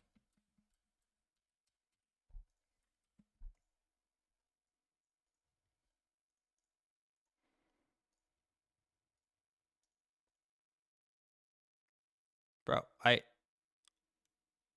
line 2. Oh. It literally just can't find fusion. Why? Script.fusion. It's like... Fine, first try. It literally autofills fusion. Oh, because it thinks it's a property. Yeah, whoops.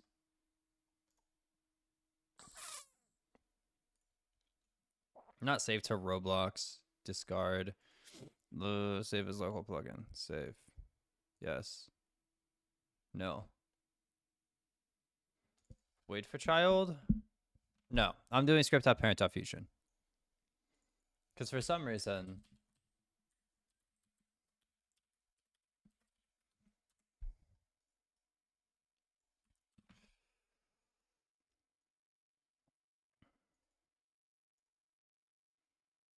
Why can I not save it as a... Oh, I need to save this as a local plugin. Save. Save. Yes.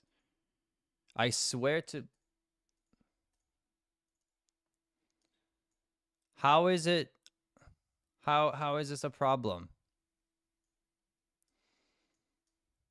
Print Script.parent. Do I know how code works? Save as local plugin. Save. Yes. User script.lua. Oh, it's different because of the plugin folder with local plugins, right? Server storage then? Is that where it has to go? Or math plugin? Folder. Yeah, probably anywhere.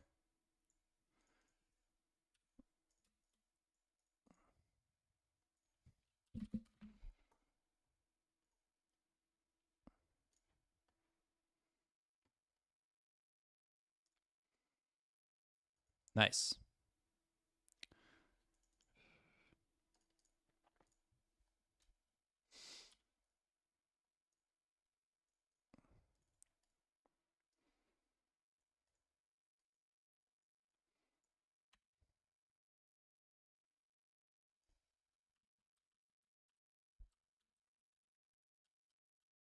I'm still confused why script.fusion didn't work, but sure. Actually, no. I'm going to figure this out. Why did script.fusion not work? Save as local plugin. Script.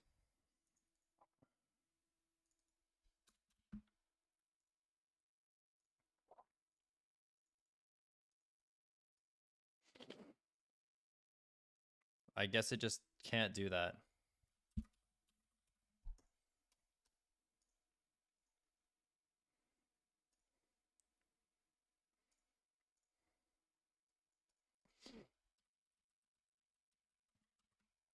Okay, this is the only test I wanted to run after that weird tangent. It keeps running, right? Save as local plugin. Yes, yes. And then it stops that one. Okay.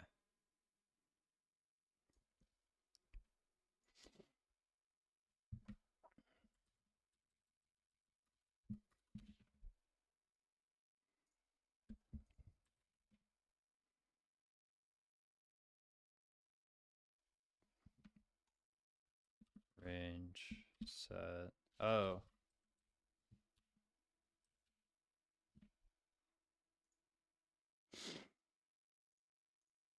Never mind.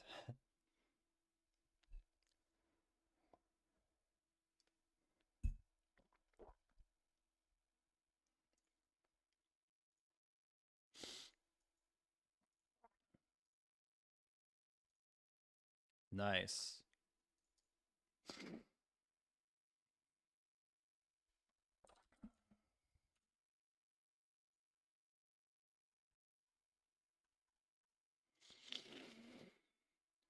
Breathing, please.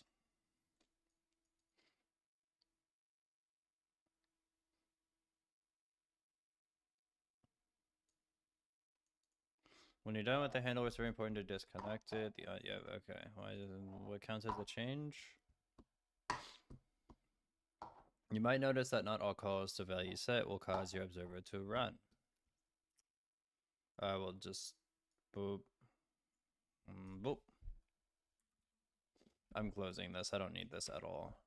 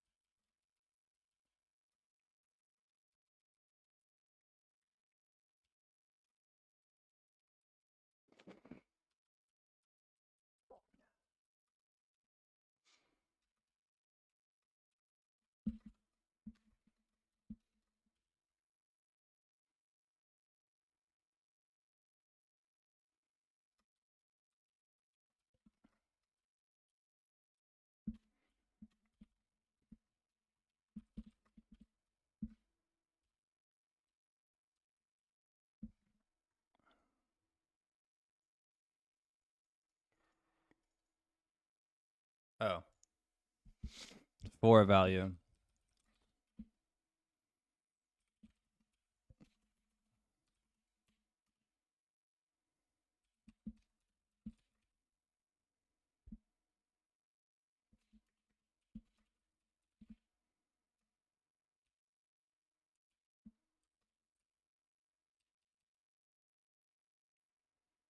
Why?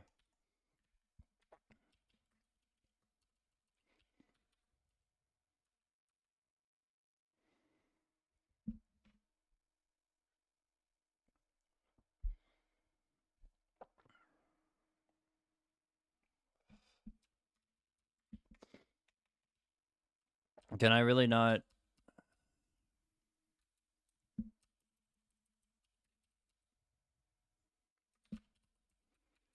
Did I just spell it wrong? Observe OB server.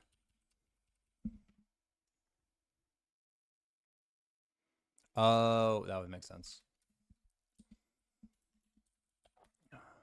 Local observer equals fusion dot observer.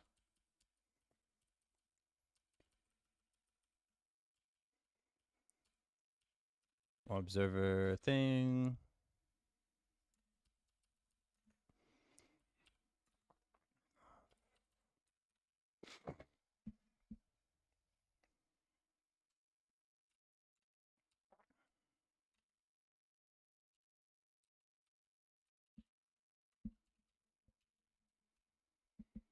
Unchange function.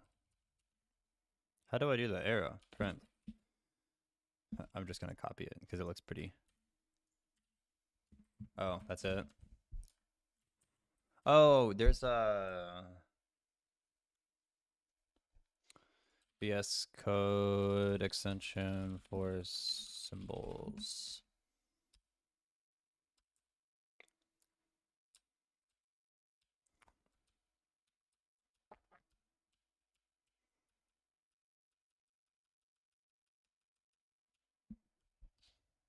VS Code X.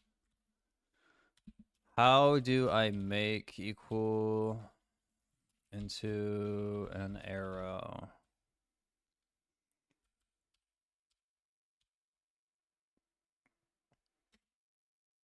Yes, this one. Font ligatures. Ligature extension. VS Code.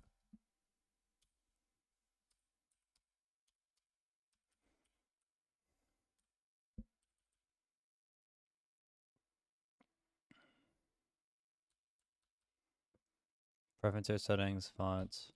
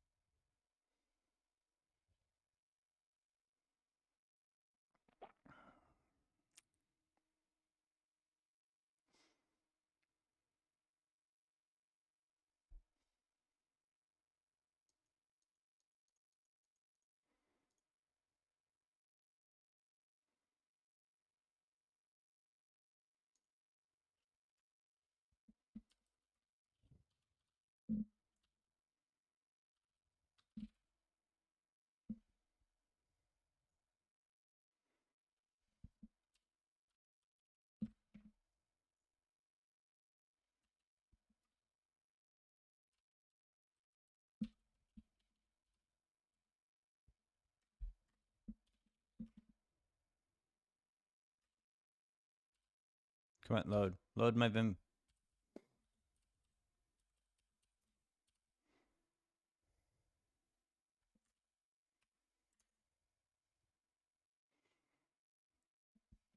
Why is this guy so zoomed in?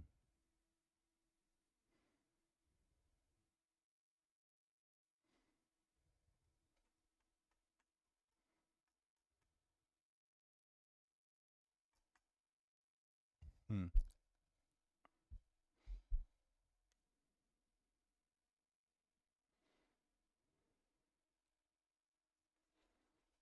Oh yeah, I should copy the token color customization thing.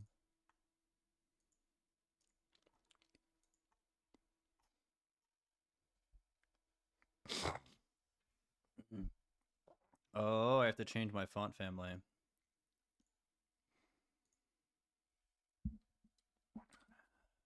Editor. That font family. Vera code.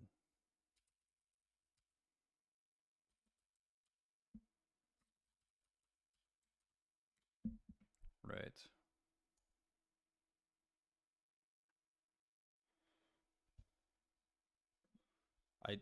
I did save.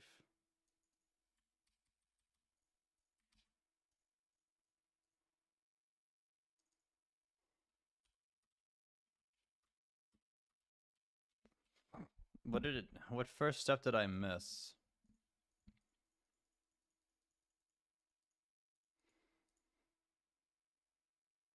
Oh. I don't have Fear code installed. PowerShell? No, not PowerToys, PowerShell. Do I have Choco? Choco PowerShell?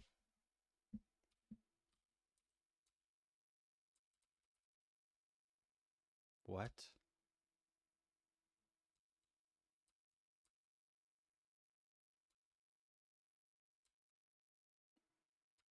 This is way too much work. I don't care enough.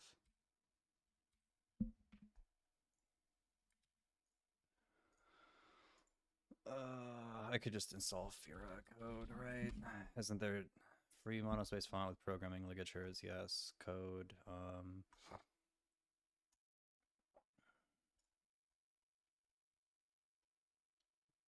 Extract to downloads. Extract.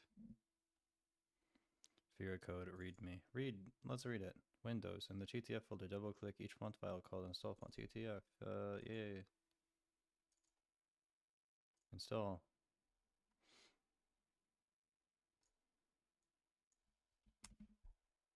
Install. Install.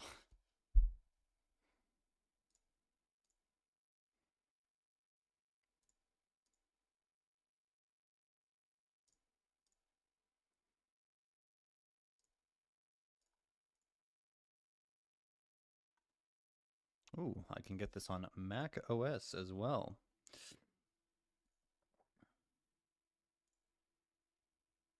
I probably have to reload window. That does not look like Vera code still, and that does not look like a ligature. I probably have to reset VS Code. It says updating Visual Studio Code. That is very interesting. That, however, looks like Vera code.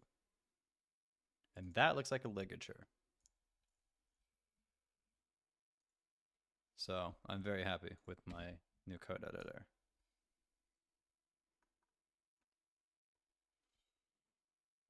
Is this like a symbol now?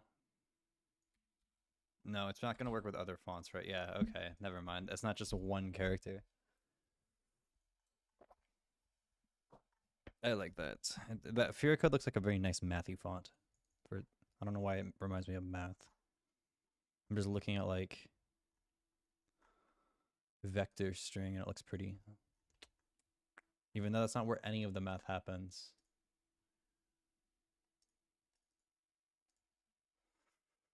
That looks pretty. Okay. And I have a monospace font now.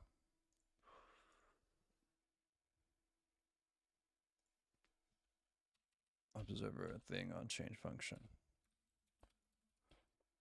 What? Oh.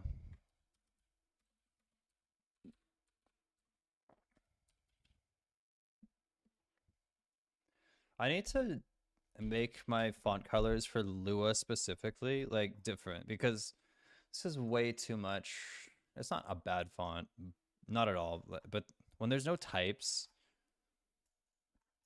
Actually, maybe I don't. Like, let's go to vector real quick. Yeah, this looks really pretty. I just have to have types.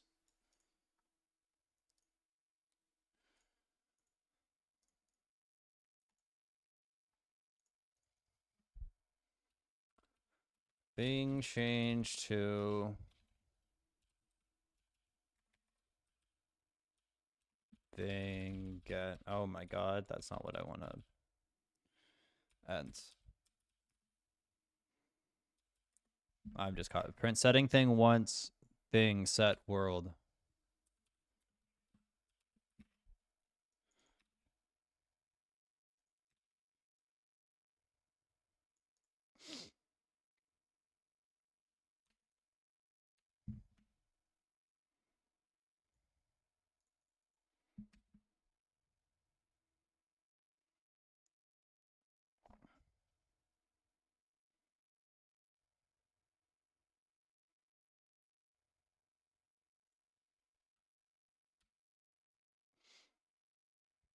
Oh, Rojo.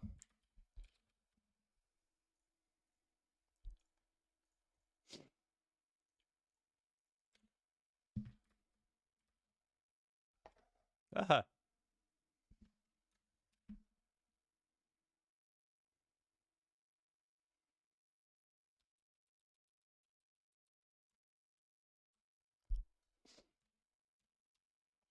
When you set the value, it's the same as the existing value.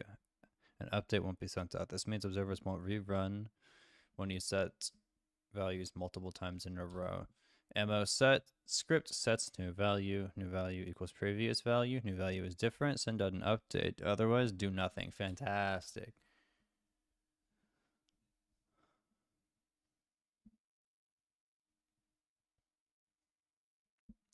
I don't think this is common or normal, but people are doing like previews now on Spotify for their songs, and I don't like that. Just upload the full song.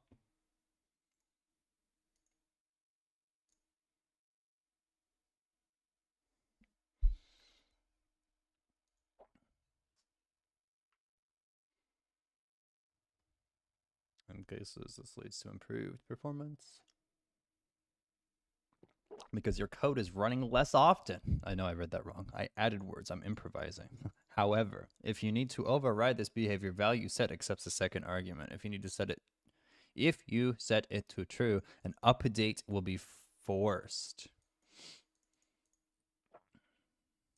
Oh, so if we just say true, then you can force things. Computed. This is like Cole's little monads thing.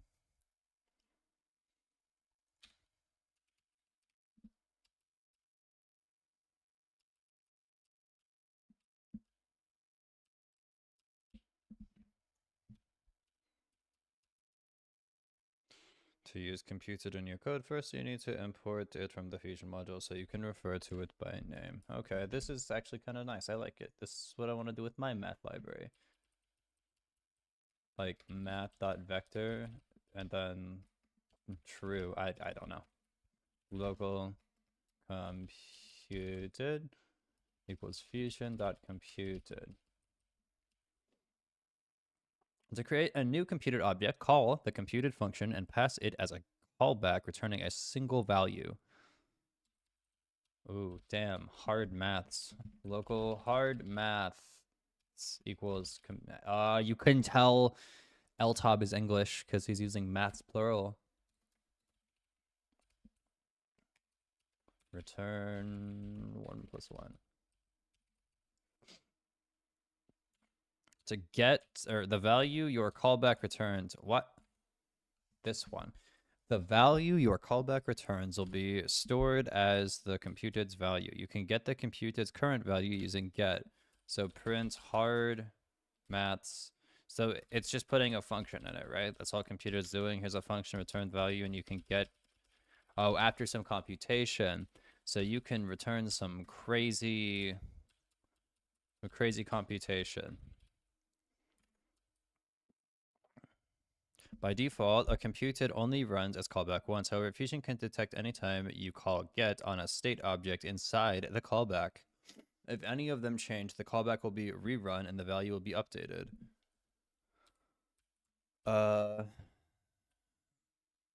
local number equals value to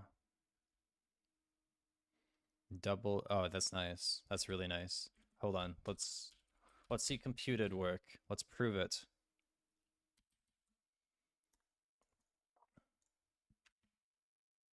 Two. Damn.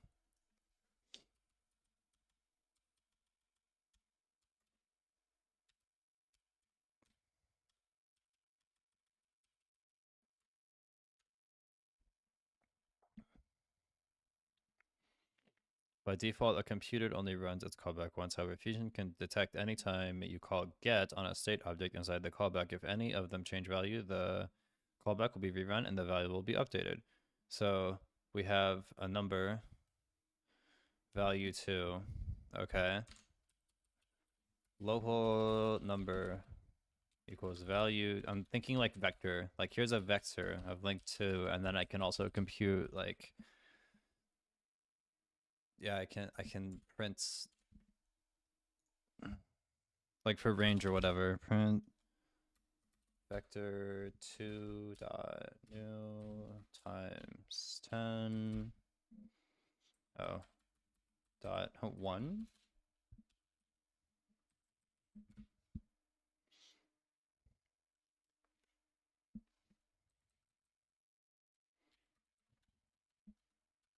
There we go.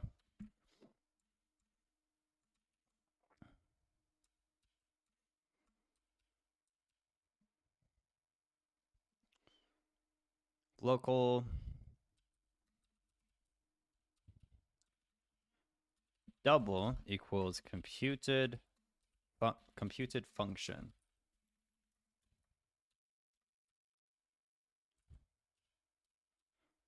What happened to my end? What? Oh, computed is a function, right? Hold on.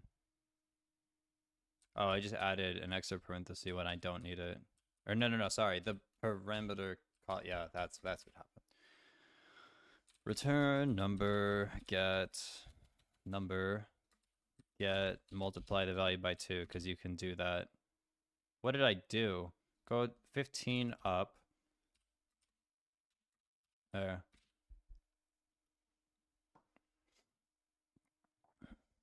Times 2 equals double get. Oh, this is looking nice for the formatting. Print number get times 2 equals this. 2 times 2 equals 4. Set it to 10. And print 10 and you get 20. A negative 5, you can just pass in a negative number and then get negative 10. Right.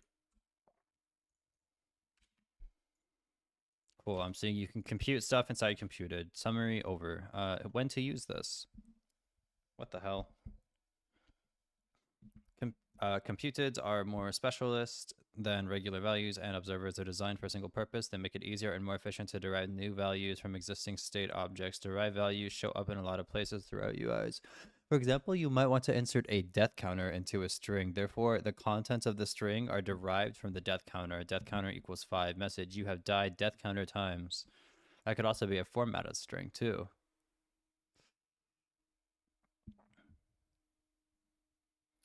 Because notice the computed is just using as get. Derive definite value.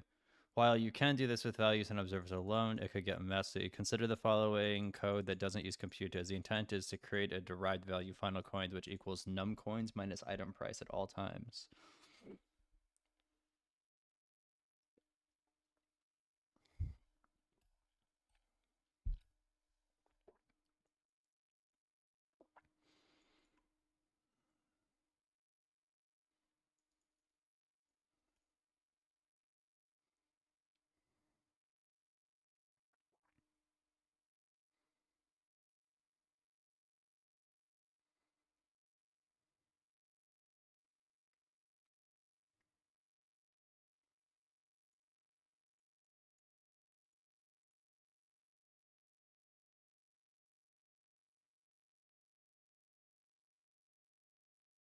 Get these values.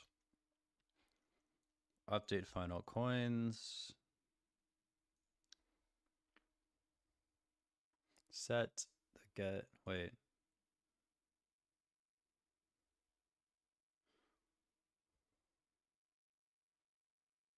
Oh, it gets the value after some time, right?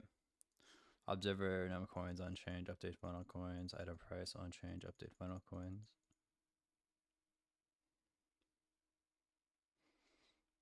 There's a few problems with this code. It's not immediately clear what is happening at a glance. There's a lot of boilerplate code obfuscating or obscuring, obscure.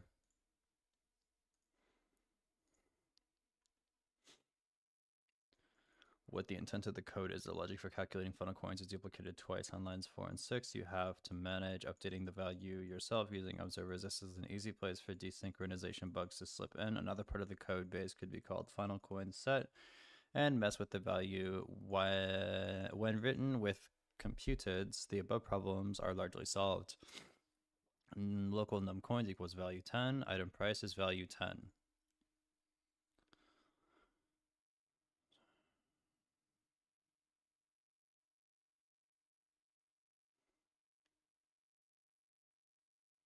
True.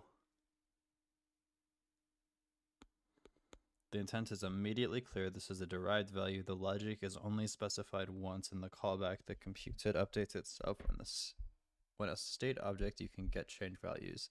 The callback is the only thing that can change the value. There is no set method. Oh my god. A warning about delays in computed callbacks. One small caveat is that you must return the value immediately. If you need to send a request to the server to perform a long-running calculation, you shouldn't use it. You should use promises. The reason for this is consistency between variables. So just wrap it in a promise. When all computeds run immediately without yielding, all of the variables will behave consistently.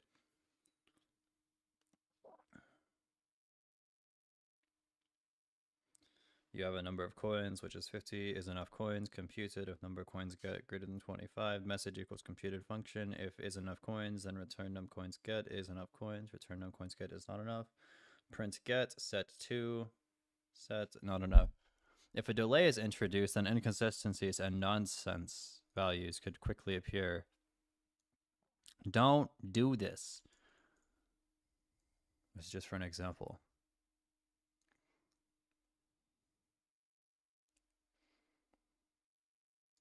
If enough coins get return num coins get is enough coins, otherwise it's not enough. Message get set to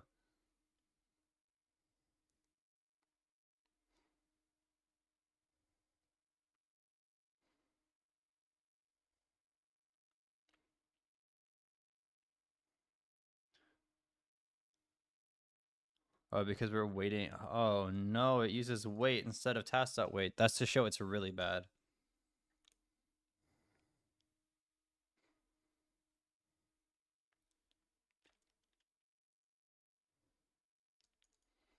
Distractors are functions that clean up values passed to them. Computed objects use them to clean up old values when they're no longer needed. Memory management and Lua, most values clean themselves up automatically because they're managed by the garbage collector.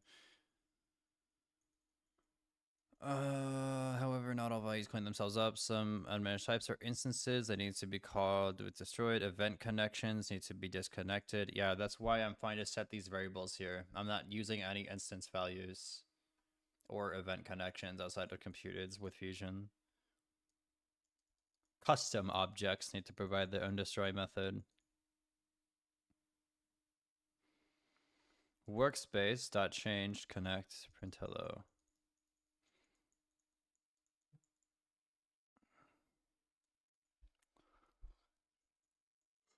Doing plugin dev really actually helps you get a sense of like why cleanup is important in runtime games.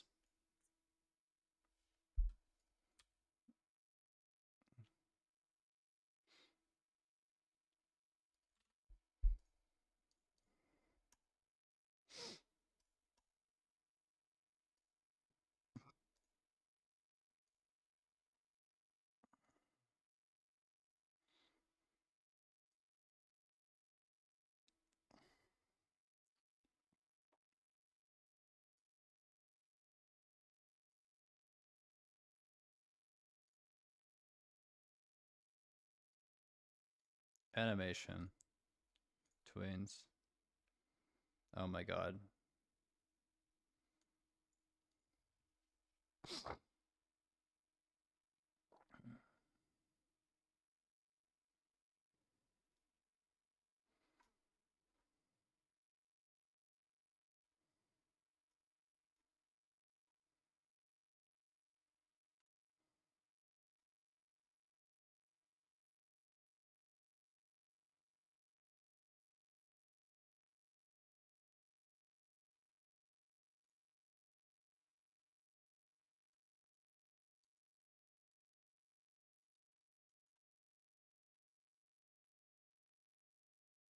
Fusion Obby.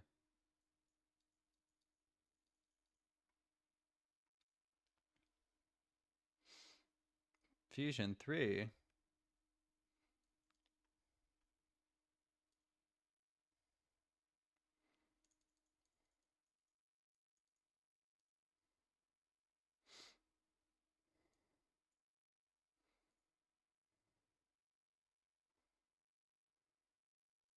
This code is so nice.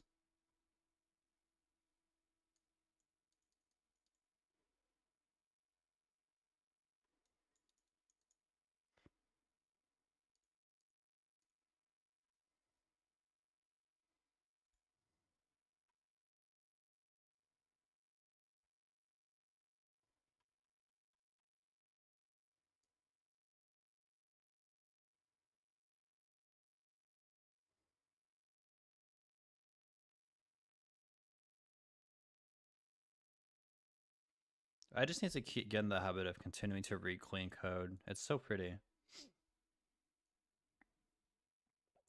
Full drag and drop implementation for mouse input only. It's like extending this system to generically work with other input types such as touch gestures and gamepads is left to an exercise to the reader. However, it should robustly support dragging many types of UI around flexibly. That's fantastic. Well, this seemed like a fun little challenge.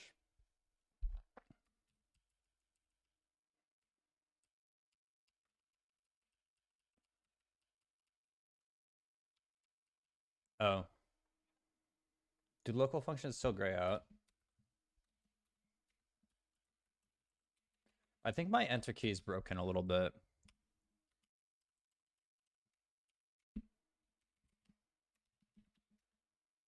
Local function. Hi. Yeah, good. Hello, Mr. Pocket. How are you, sir?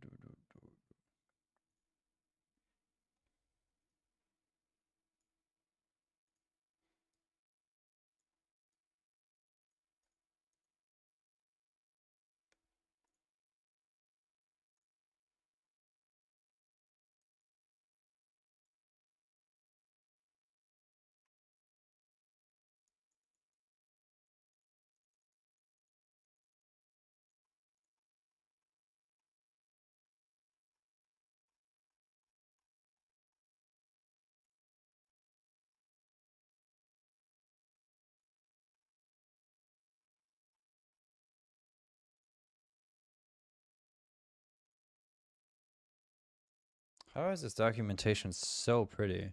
Also, my OBS better be, yeah, good. Desktop audio muted. Because now I'm listening to good old Pocket.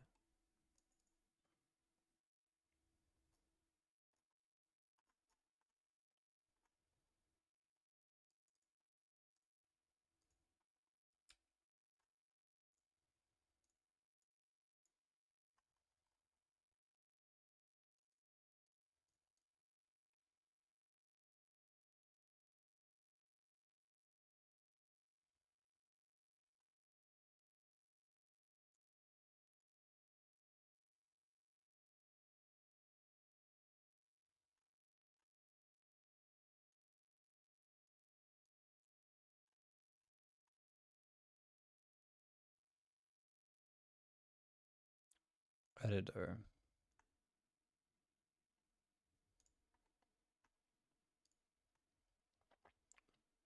Okay.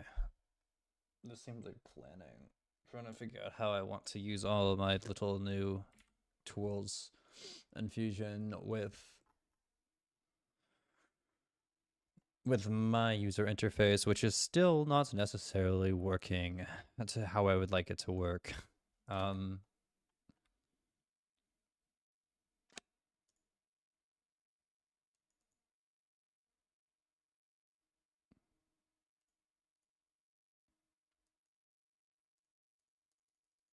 Wait, I'm confused. Why Fusion's just not gonna get committed? Oh, get ignore. Why?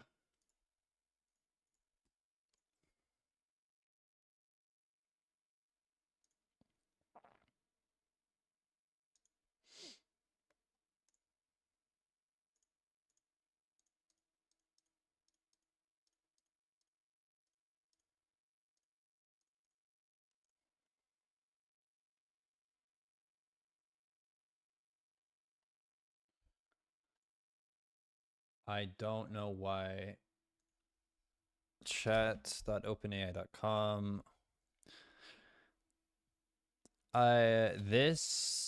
My git ignore is doing everything it should be, except Fusion is a folder that for some reason isn't getting tracked. I have the root folder called math plugin, which has the .git folder in it, and I want to ignore everything except for source, which is math plugin source. All of the files and scripts seem to be getting tracked, but Fusion is the first directory. I have put in source, and it doesn't recognize any new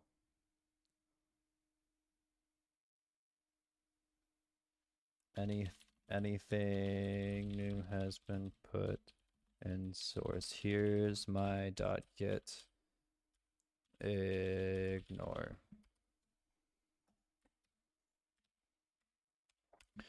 General file structure, math plugin,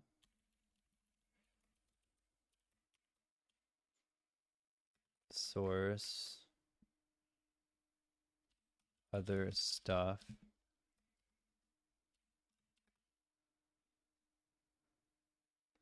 Fusion, math.server.lua, rain.lua.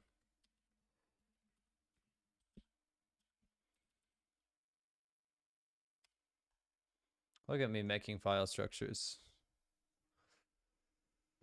It seems like you want to track only the contents of the source directory in your Git repository, including its subdirectories and files, while ignoring everything else except for the Fusion directory within source. Here, that ignore should be modified. Here's how you can modify it. Ignore everything in the root directory. Yes. Except for the source directory and its contents. Not source and anything in it.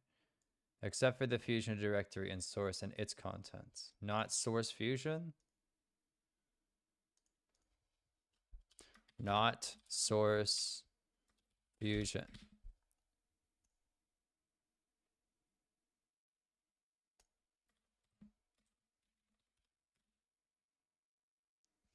That's how that works.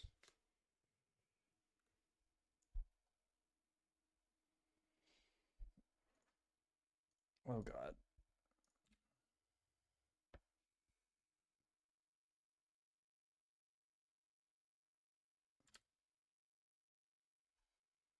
Copy. This now works for the files and directly under Fusion, but it doesn't get any of the, but it doesn't track any of the subdirectories and the files that are inside of it.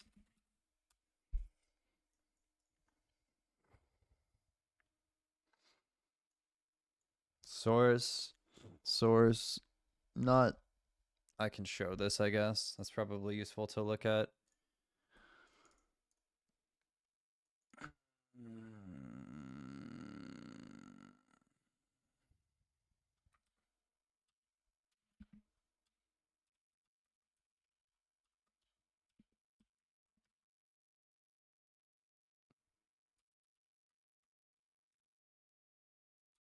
Oh, 2 stars? Recursively? Hell yeah.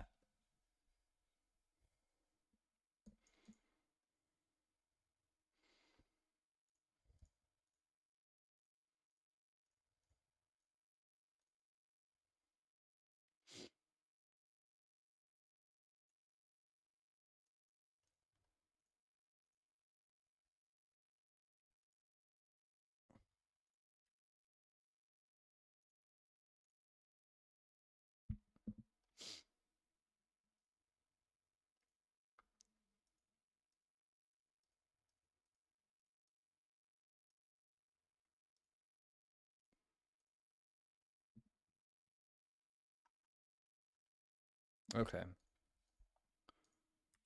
Get status.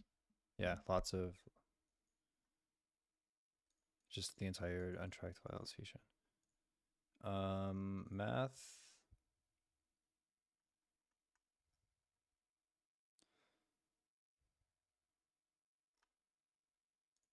And, oh, nothing is working. Right.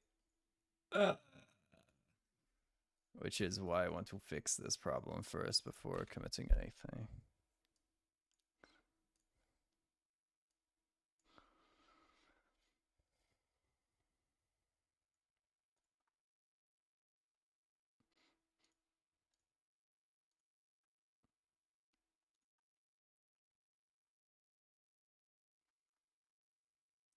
Search. Slider.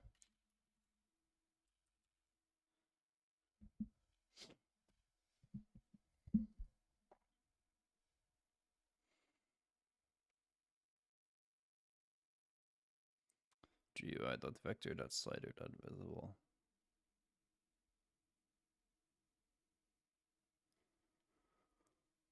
It's not really slider that's a problem. I think it might be I'm not setting the layout order of properties.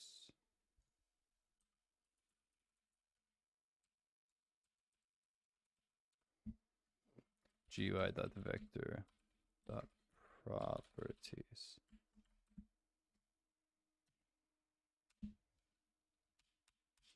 That's it? That's the 2 places? Okay, so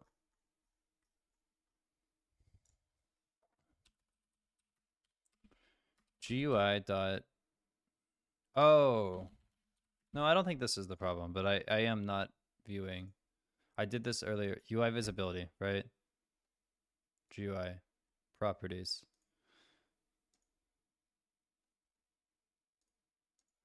Why does that just show up now? What?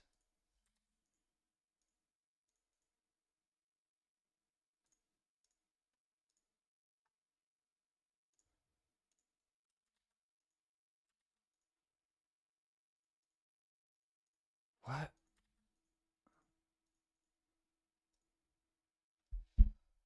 What is happening?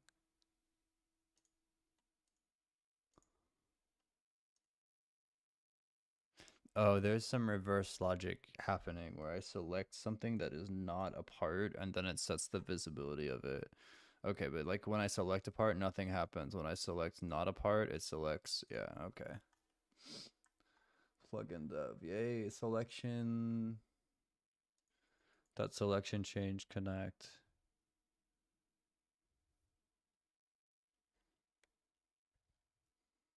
If selection is a part, then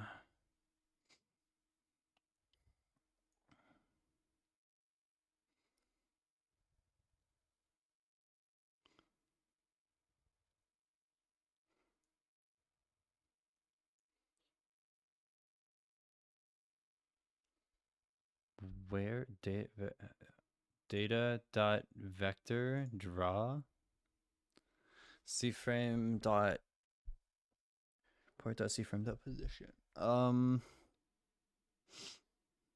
Okay, that's drawing the vector.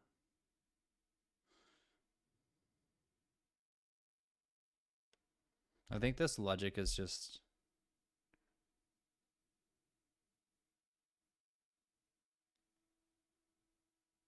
GUI.vector dot properties dot visible.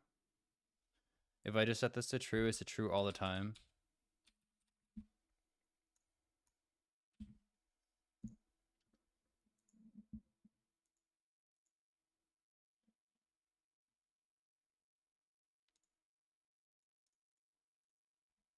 Why does it seem like the UI list layout inside of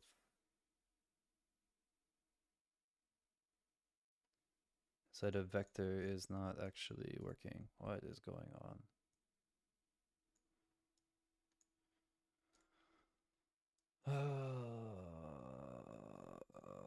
Confusion.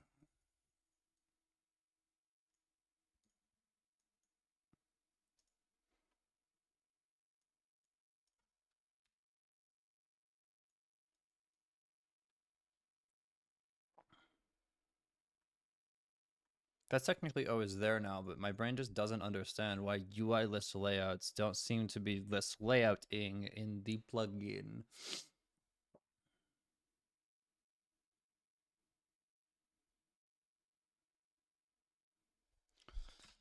GUI is root.gui.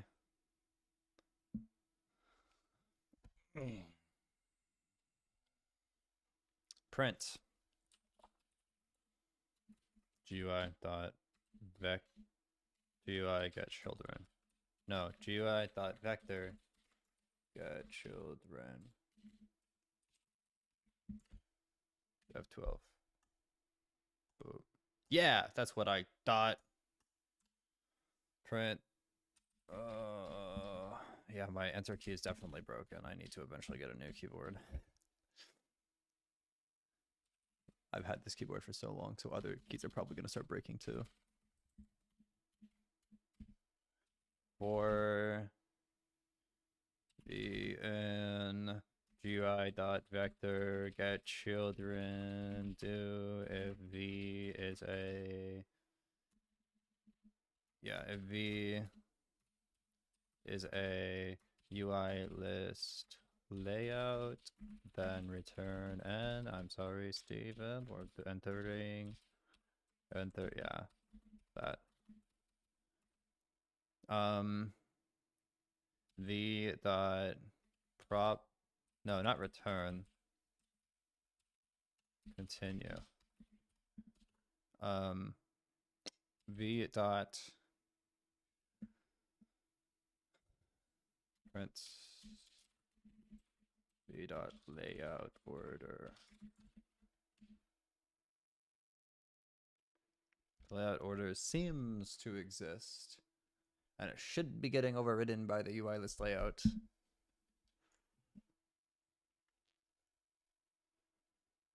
Similar to how UI list layouts work everywhere else, where this UI list layout properties and slider and title get drug into the vector frame. Oh, but it is a frame, right? So if I view this, I highly wonder if it is because this is not a frame, but I don't think that matters. Let's try it though. Let's try converting to a frame. Or not. Yeah, okay, there. Convert. Click. size.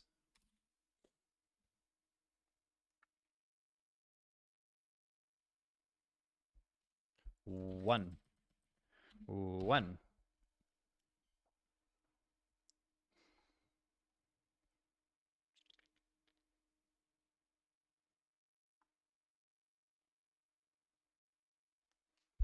Properties, sliders. Because it's just parenting this guy. It's parenting GUI, which is actually a folder, not a screen. Okay, interesting.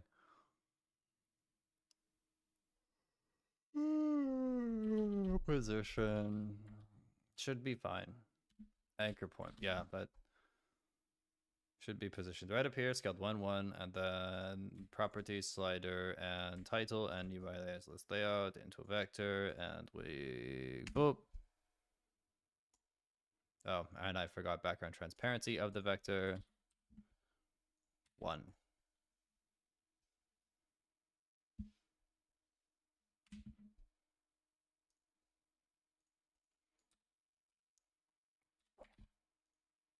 No, same exact problem, meaning I don't have to suffer through this at all. This can go back to a folder and everything can be right.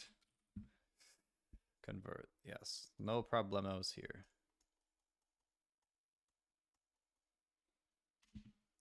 No!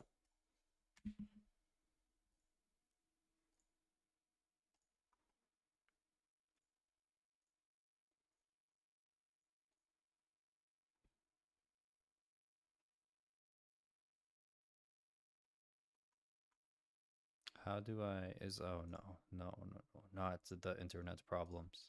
Unless it's just one thing that's buffering. Good. It seems like one thing.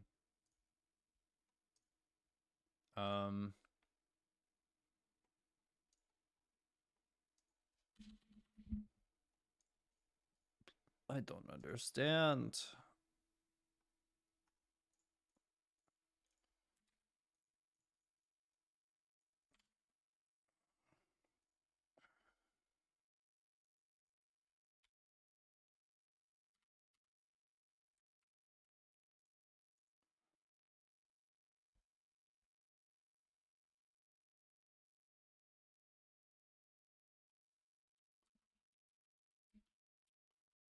Local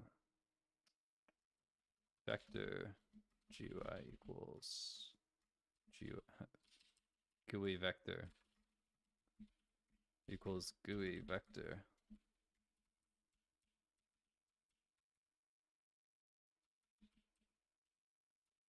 Now I can track this everywhere. GUI dot vector. Actually, search. GUI dot prop.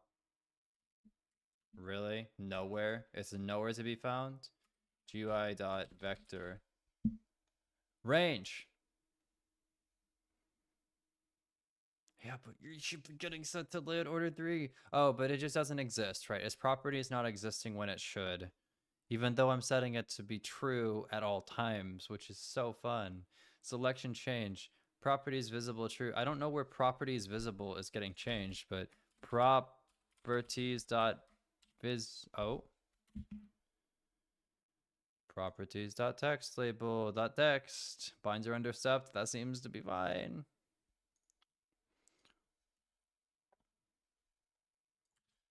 GUI dot vector dot vector dot vector.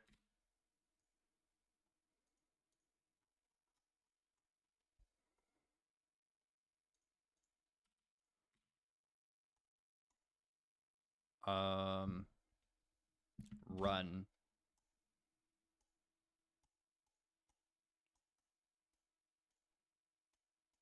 I just can't tell. Okay, so real briefly, the slider needs to go to position 60 instead of 30. So I can see when the hell this is visible and when it's not.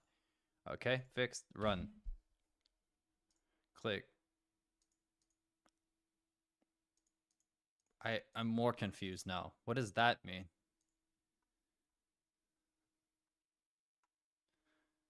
Oh, does it mean that slider is getting made with a certain position. No, it's getting cloned.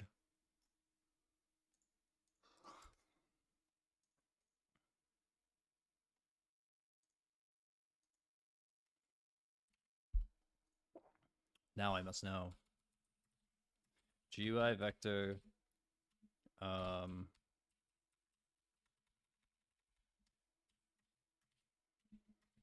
Get proper. No, hold on. This is not what I want. I want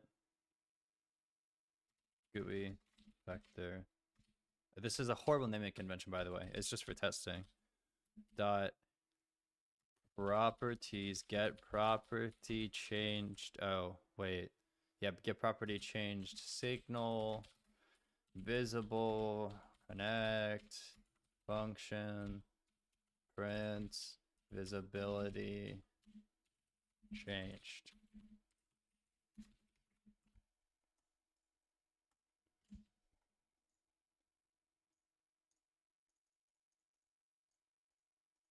I have never been more confused in my life.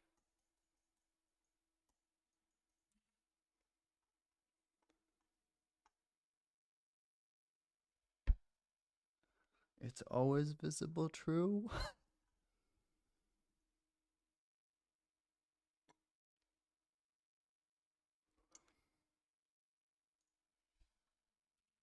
Text.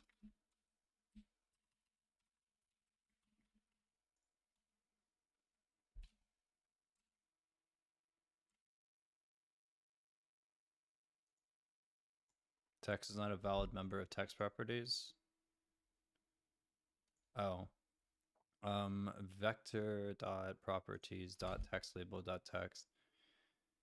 Vector dot properties dot text label. Oh, you know what? Text label visibility. No. I would be setting properties visibility.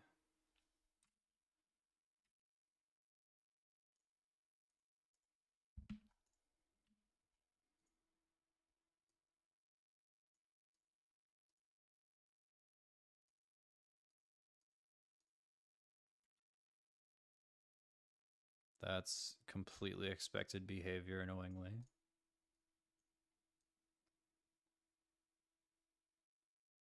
That is a lot of property change signal.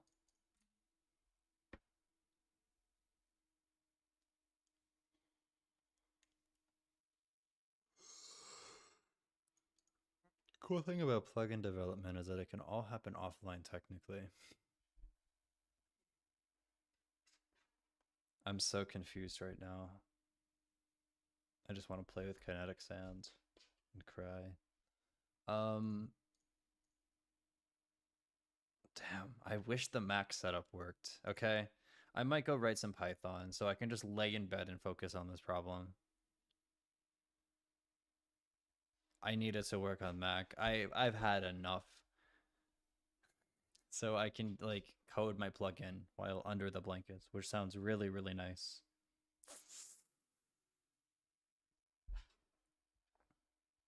I don't think it's going to be that difficult even. I just have to figure out why the path is not working, verify input from my Mac, and then go from there. Although the annoying part is making Python libraries work, but I haven't made a single commit though yet. Which, no, I have. Ugh. Can't lose that beautiful streak. GitHub.com/arrogance. I mean, worst case scenario is I could also just parsec into the laptop. GUI vector is the worst, absolute worst name. I want GUI.vector. It's beautiful, it looks pretty, etc.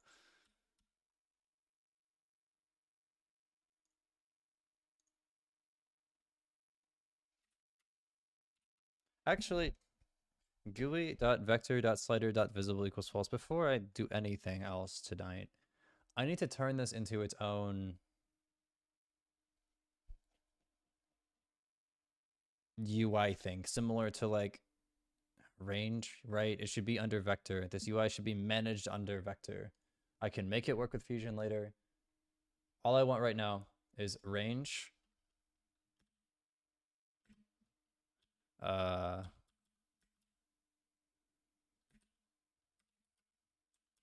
I can just copy range with vector and make this work. Function vector destroy self dot vector adornment destroy self equals nil. What's happening over here? Destroy should just destroy the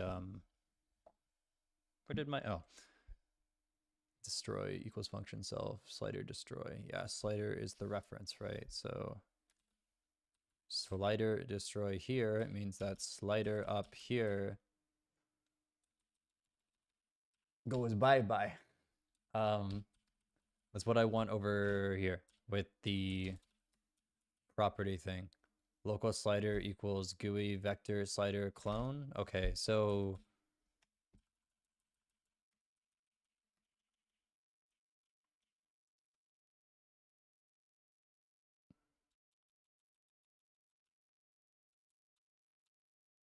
why is this so pretty? Going through my code is actually gorgeous now.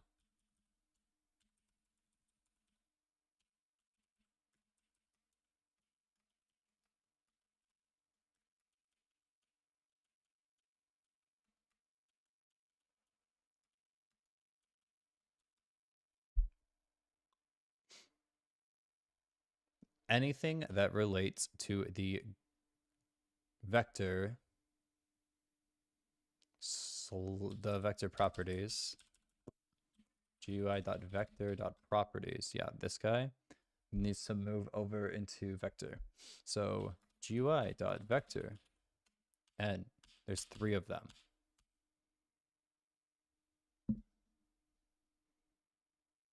Bind to render step is fine. For part data do vector draw. Oh, but it's getting called in there. Yeah, get vector string. Hold on. Get vector string, this local function can easily just move over into the vector draw world. Vector.new, draw, paste. 9 down, 9 down, down. Format vector 3. Also moving over here. Oh God.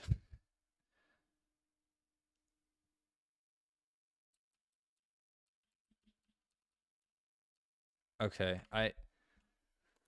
oh, this is a very temporary solution. No, it's not. Actually, I can just have all the local functions I need here. Okay, beautiful. Now this main function actually looks gorgeous. It doesn't have any unnecessary complicated code. It just gets adornments. Vector dot slider GUI dot vector dot slider dot visible equals false.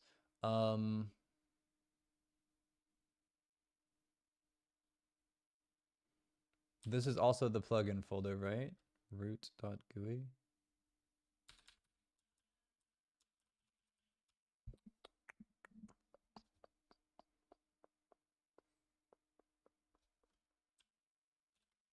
GUI.vector.properties.visible equals false.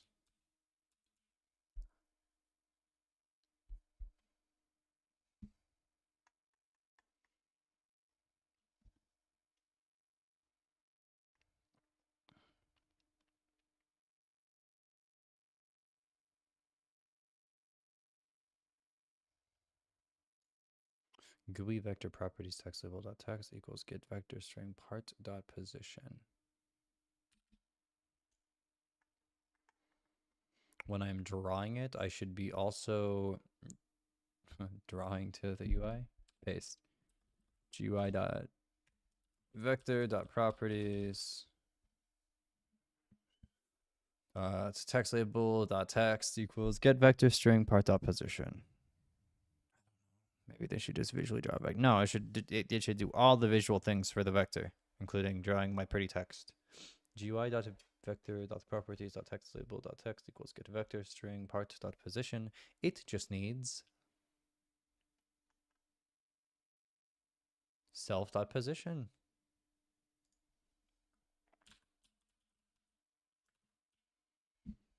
GUI dot vector dot blah blah blah.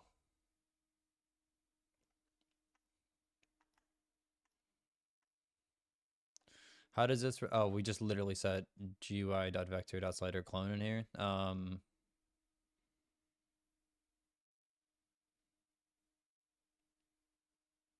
So I need to clone properties.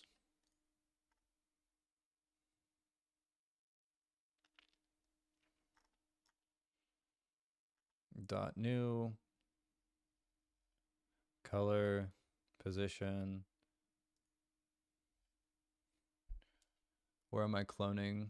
Clone set vector adornment. Okay, right here it's gonna be some good old self dot properties UI. No, what's a good name for properties? User interface. No. Self.properties.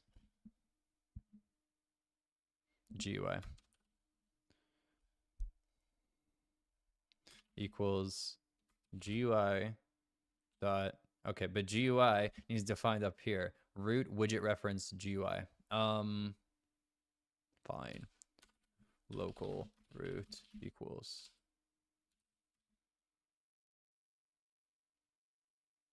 I'm literally just gonna yoink. Paste.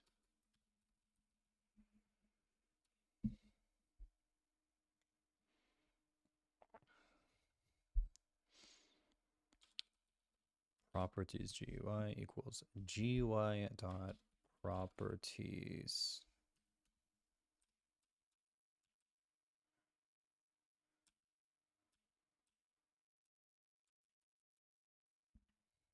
I think properties should be the last thing that's actually done. So right down here, properties. Boop. GUI.properties. Okay, it should have a reference to it now, right? Maybe the vector GUI shouldn't be created at all. And also it's, yeah, we're gonna say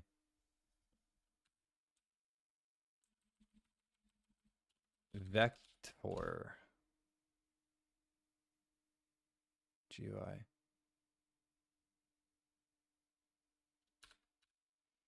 Equals GUI dot vector.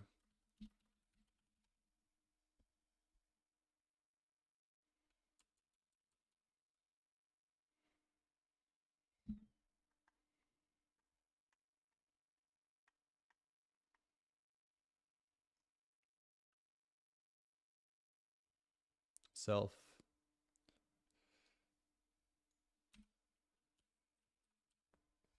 dot vector GUI. Self dot vector GUI dot properties. Text label text equals get vector string self dot position. I should just pass in a position, right? And then I need to make sure that down here and this guy we do self dot. I need to clone, but down here self dot vector GUI destroy. Up here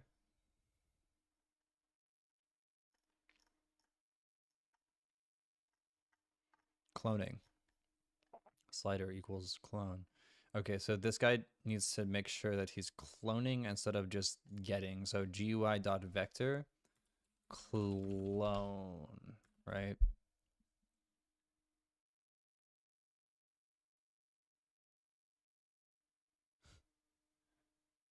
Vector properties GUI, I think, is the name of this, because properties GUI equals vector GUI.vectors dot properties dot clone.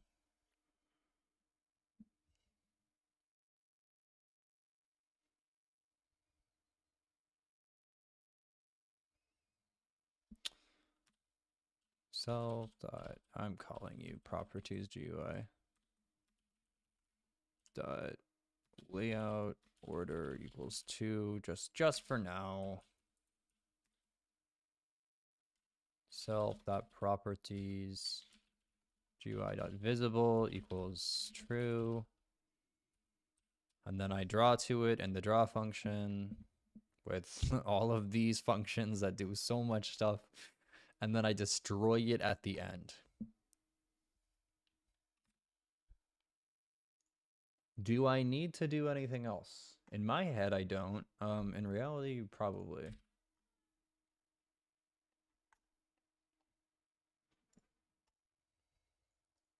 F12. What did I break? Attempt to index nil with properties. Vector properties? Oh, did I forget that in GUI.vector.properties? GUI is widget reference.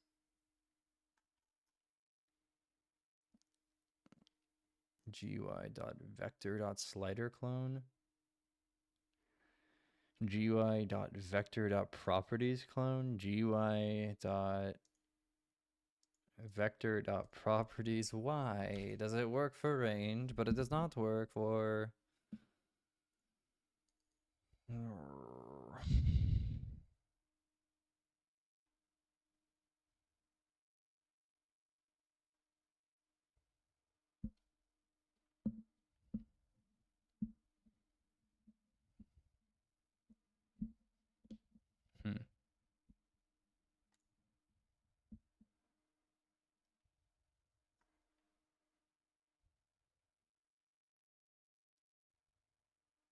I'm realizing I'm just not using this anywhere. Adornments is just not used. And I call draw and I pass in this. And for some reason, it just can't find properties, which is, this is so confusing to me. Why does properties not exist, but it does exist right here? Over in GUI, vector properties. GUI, vector properties. Print GUI dot vector dot properties.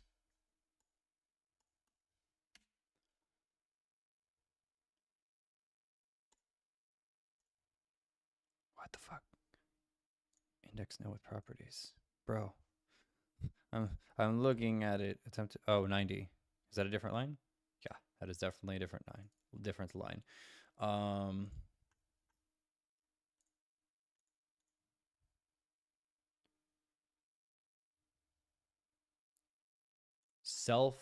Derp. Self dot in new it is properties GUI.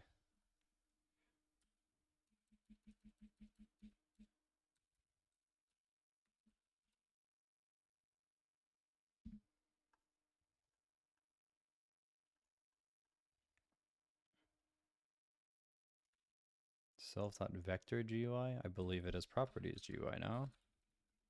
Destroy. Close. Reload the code. Click. I'm disabling range for a second so I can see what is happening. Range. Let's not make a range.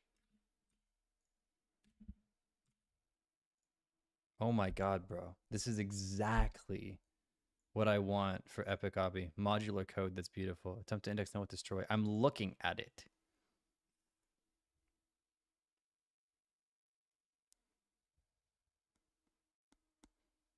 What did I do wrong? Self.properties GUI.text label. Okay, well, I know it's nil for some reason. It's like not...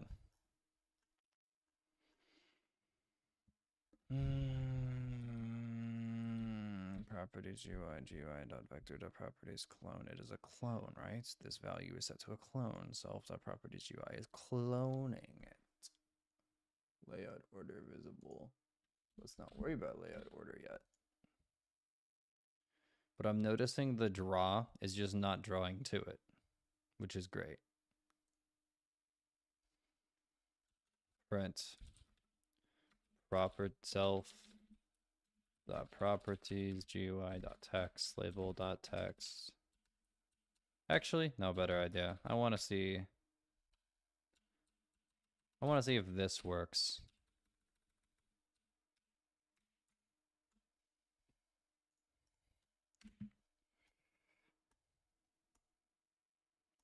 Gorgeous. Self.properties UI text. Yep, this is what I want to know now. Why is the text just dead? No position property. It has the text. It knows the text. It knows what it needs to put in the text. Self.properties. Oh, am I never making the previous one to say not visible? No, I know I did. We set it up here. GUI.vector.properties.visible equals false. This has to be the clone, right? GUI.vector.slider.visible equals false.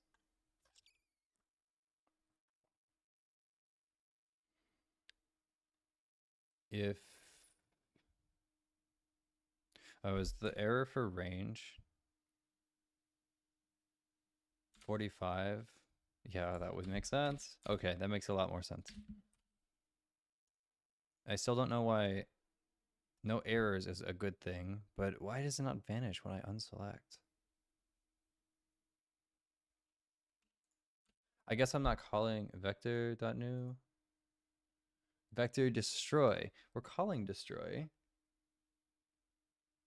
I'm so confused why I can't write the text to this thing then.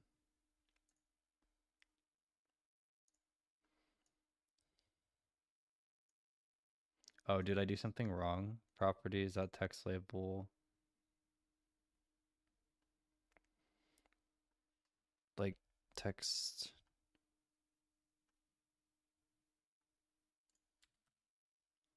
Oh. Well, that's not, I don't care about that, but like this works, right? If I put these into screen. Oh, hold on. Still, I don't think this will matter. Maybe it will. UI visibility on. Oh, these just aren't, you're not visible, right? Enabled. Yeah. Hi, welcome back. I don't even care about the, actually, yes, I do. You go into vector, right?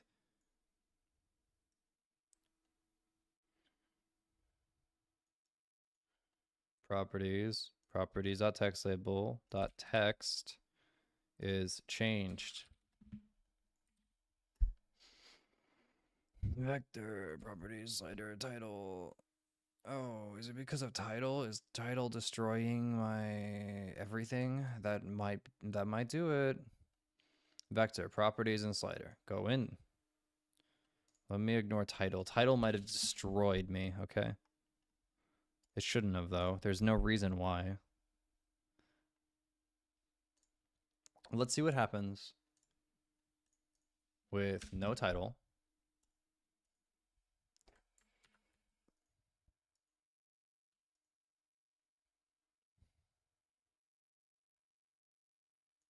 I don't know why it's not able to destroy. Okay, am I destroying the wrong thing? Self.properties GUI? Oh. Is destroying self? No, but self is getting set to that clone.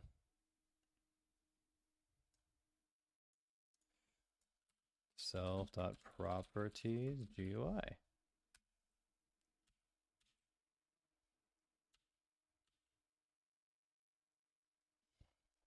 Self.properties GUI. Self.properties GUI. Setting the text, destroying it. Cloning it and setting it to visible, even though I don't even think I need to set it to visible. Wait. Is its parent never getting set? I'm realizing that might be the problem. I don't think its clone parent is ever getting set. Good work. Self.properties GUI.parent equals GUI. That could be a gigantic reason as to why it was not working. Yeah, I would probably say that's the #1 cause of that not working. Okay, then the title shouldn't be a problem. The UI list layout should not be a problem.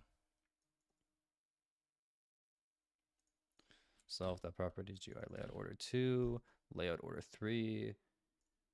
Over here, the title would be properties GUI. Self.properties. Self.title GUI equals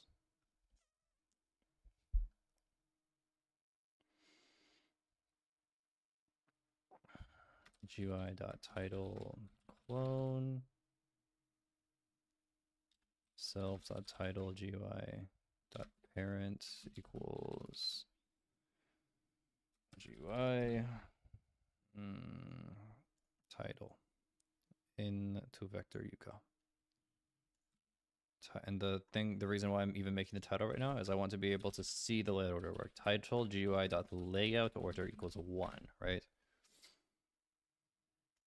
And then I can figure out the layout order later in a more complicated system when I'm managing the state of all these, but I would probably want to get to Fusion before I do that.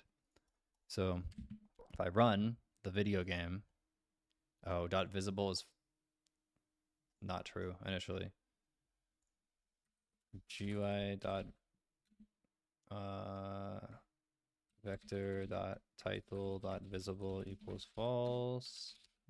Oh, I can't type there, right? Okay. And then over here, self dot title GUI dot visible equals true. False. Click. Title is not a valid member of plugin GUI. Vector title GUI dot vector dot title.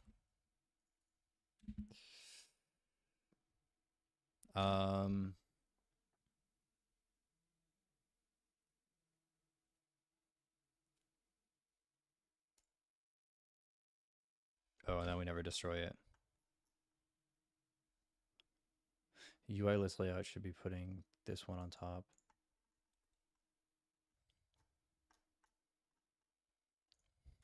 So, okay, hold on. Vector dormant destroy, yeah, visual stuff. Self dot property, no, title GUI destroy.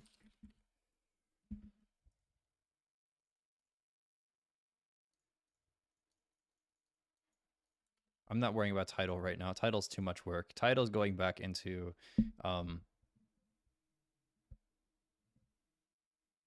vector, and then UI list layout's going into vector, and then I'm not worrying about the stupid title GUI can go, layout order can go.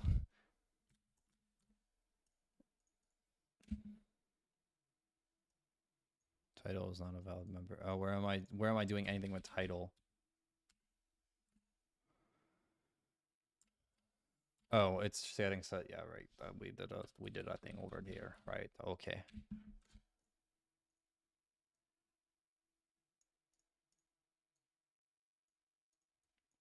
Gonna make the range.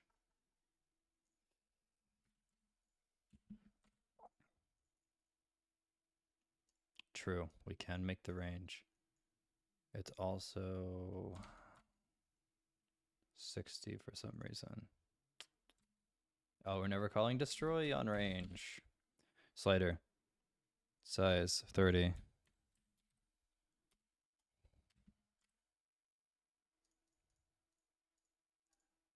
No position property. Wait, why are you showing yourself again? GUI.vector.slider.visible equals false. Oh, initially. GUI.vector.visible.slider when we've unselected. This should be beautiful now. This should work just fine.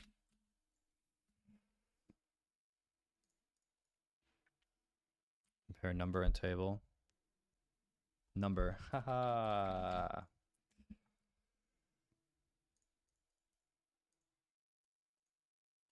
Oh my god. Gorgeous. Now that's all I've ever wanted is everything in their own little class and module. Beautiful. I couldn't have done it better myself. All right. And with that, I can finally clone.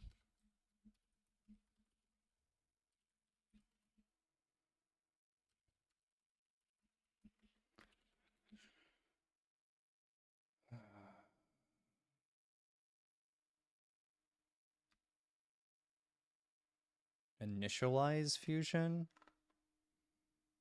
add fusion's source, and make property and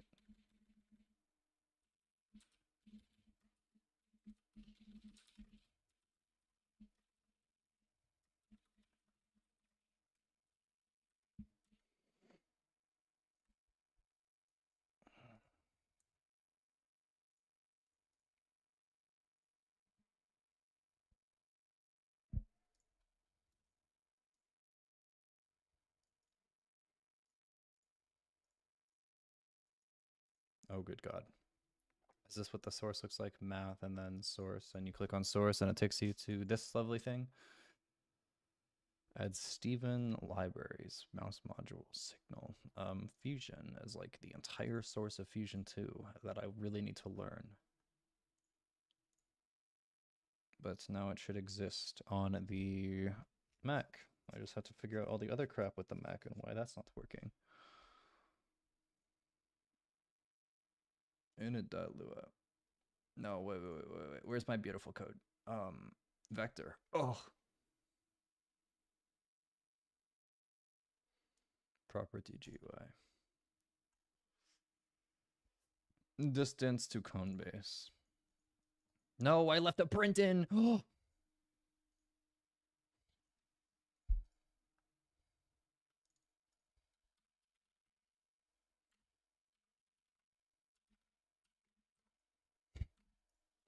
We getting 3 commits today. Remove print.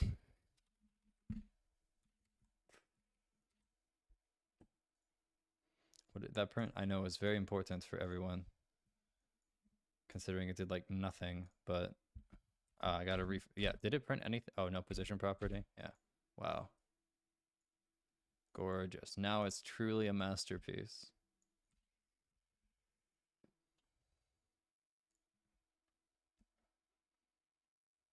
Three contributions. Some really useful ones in here.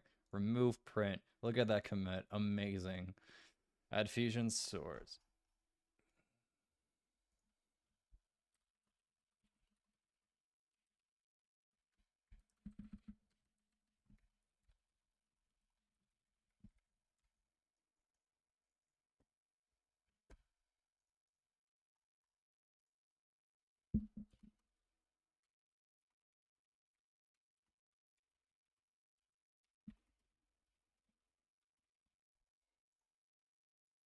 Damn, you can hear me on your speakers.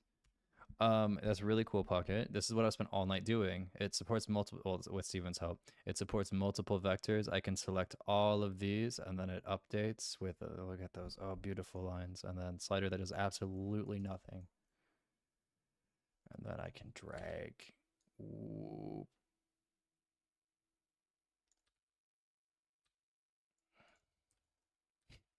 I explained. It's literally just like vector visualization stuff. Whoop.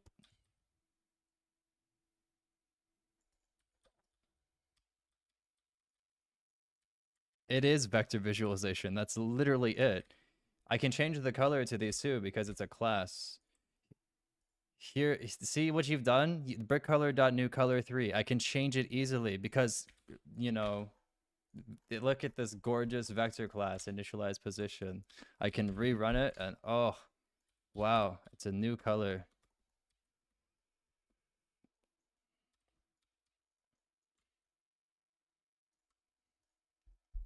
Okay, I'm undoing this.